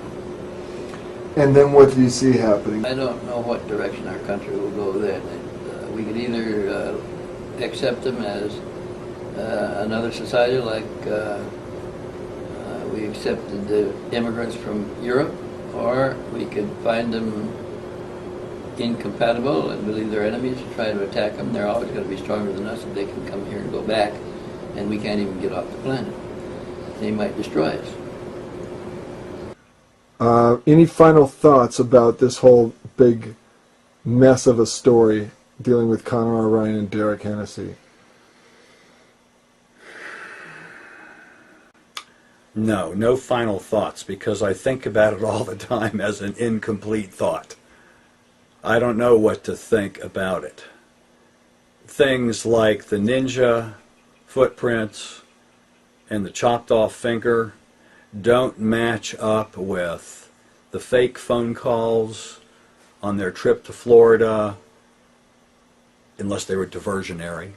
Don't match up with the go to this movie theater with a knife and cut the seats open and find the things, unless that was diversionary. If it was diversionary, what happened to the guy? And if what he was saying was real, well, tapes like this will usher his demise. But maybe he knew that he's a sacrifice for the dirty side of covert operations and where it intermeshes with the extraterrestrial situation. But I'm clean. I was there. I mean, and as I said, that's my story, and I'm sticking to it. It is as happened. I have nothing to gain by making up for one version of this or the other. Jim, thank you for spending the time this afternoon. I know you're a busy man. I know you got a big project going on here with Wendell. I am busy. I just got to say thank you very much You're for welcome. taking the time to do this. Welcome. What are your final thoughts on this case? Well, I think that Connor was afraid, that he was really living the experience, that he believed that he was his superiors were getting rid of him, and he was frightened at that because he was in full health and he had money in the bank and everything to look forward to, and now it's all going down the tubes and he's disappearing. And if he's going to die in 2 weeks, he didn't want to know it because he didn't want to worry about it that long. He wouldn't let me take him to a doctor. And I'm sure that being a member of Delta 6 that he knew that they could reverse it if they wanted to. And after this case had occurred and you're doing back investigation, you're checking with a friend from the FBI. Can you tell me a little bit about that person? And, can you tell me a little bit about what that person turned up? That person found that the CIA W-4 was valid, was still valid at the time she checked it. He was drawing that amount of money, $72,000. He was still active, and he had been reprogrammed, gone back to San Diego and been deprogrammed and reprogrammed. That's all she would tell me. What convinces you the most that he was not a CIA guy trying to disinform you and Well, he could have been. That's why we waited 10 years. Right, but my question right now is, what convinces you the most that this case is still legitimate as opposed to being a CIA disinformation setup? Well, the thing that I thought was most convincing was when Steve Wilson described the hangars bays at level 2, the same number of ships in them with the same design in them. And he didn't know anything about Connor Orion, or didn't know anything about Connor Orion being in touch with us, and we never knew anything about Steve Wilson until the Italians got those paintings. Wendell, thanks for spending the time on this case. I know it's a very difficult case. I know you, from what you've said today, you have your regrets about ever putting this case out, but I want to thank you for all of us that really want to know what our government's really all about. I want to thank you for your courage in putting this out and for your steadfastness in continuing to bring to the forefront all the most important UFO cases that are directed and you're exposed to. Thank you for that. You're welcome. You got some idea, I think, of how thorough the lid on this thing has been, and the extreme that the government will go to. I mean, even by terminating people. As I may have mentioned to you earlier, they not only terminate people, they destroy families, destroy careers, all in the interest of keeping the lid on this, the greatest secret in human history. That is in itself essentially why I violated my security oath in '91 and decided to come out and speak publicly about what I had seen and what I had learned. And to you, we all owe a great debt for doing that. No, what you really owe a debt is to Wendell. He was one of the pioneers. He had the courage to come out and really walk the walk, as the saying goes, you know. Many of us talk the talk, but this man walked the walk, and I admire him for it. I was still being cautious about what I was doing, and then when Bob decided to risk it, I risked a few things, got a few death threats. Did you ever get death threats over the telephone? Oh, hell yes. I was intimidated. I was followed in, black cars with no markings, sometimes with 2 and 3 guys in them. Yeah. It doesn't take too many guesses to figure out what's going on. But I may have told you earlier in another interview that I've been a maverick all my life, and I've been packing guns all my life. I'm an infantry vet. I'm a grunt. Nobody pushes me or intimidates me because I've said over the phone, I may have said it over the phone with you because we knew our lines were bugged. Yeah, both. I says, I'm packing, at the time I was packing a .38. I said, somebody pushes me too hard, I'm going to pull that out and start shooting. Being a vet suffering from post-traumatic syndrome, I can't be held responsible. I might shoot up a bunch of guys, and if they're CIA guys, that's too bad, yeah. Now, we know we're all really spiritual beings. Are you guys planning a visit in the next life together? Say hello? Oh, sure, our paths will I think we passed before. That happens all the time. Yeah, we're looking at a picture of 2 great eternal friends together, and I wish you much longevity and continued happy friendship for the remaining years of both your lives. Considering that you're 85, yeah. I'm turning 79 tomorrow. I'm following pretty closely. And I imagine our paths will cross on the other side as well. Gentlemen, thank you so much for your time today. Really appreciate it. Okay, thank you, Rick. Thanks, I got guys. people in there waiting I got to go have dinner with. All I want to tell you about aliens and the alien agenda. Back in 1954, under the Eisenhower administration, the federal government decided to circumvent the Constitution of the United States and form a treaty outside of the borders of the United States, within the borders of the United States, basically a treaty from entities outside of the borders of the United States, and it was supposed to be secret. It was called the Greada 1954 Treaty, G-R-E-A-T-A, Greada 1954 Treaty. That basically said that the aliens could take a few cows and test their implanting techniques on a few human beings, but they had to give detailed lists of the people involved, etc., etc. Slowly but surely, the outer space aliens slowly altered the bargain until they decided they wouldn't go by it at all.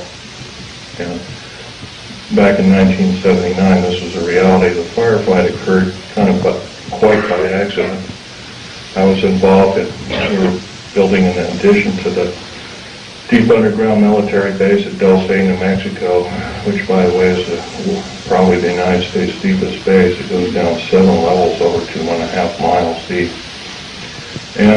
But at that particular time, we had drilled 4 distinct holes in the desert ground, and we were going to link them together with shape charge explosives, and then we were going to basically blow out large sections at a time. Well, when I was my job at that time was to go down in these holes, gather rock samples,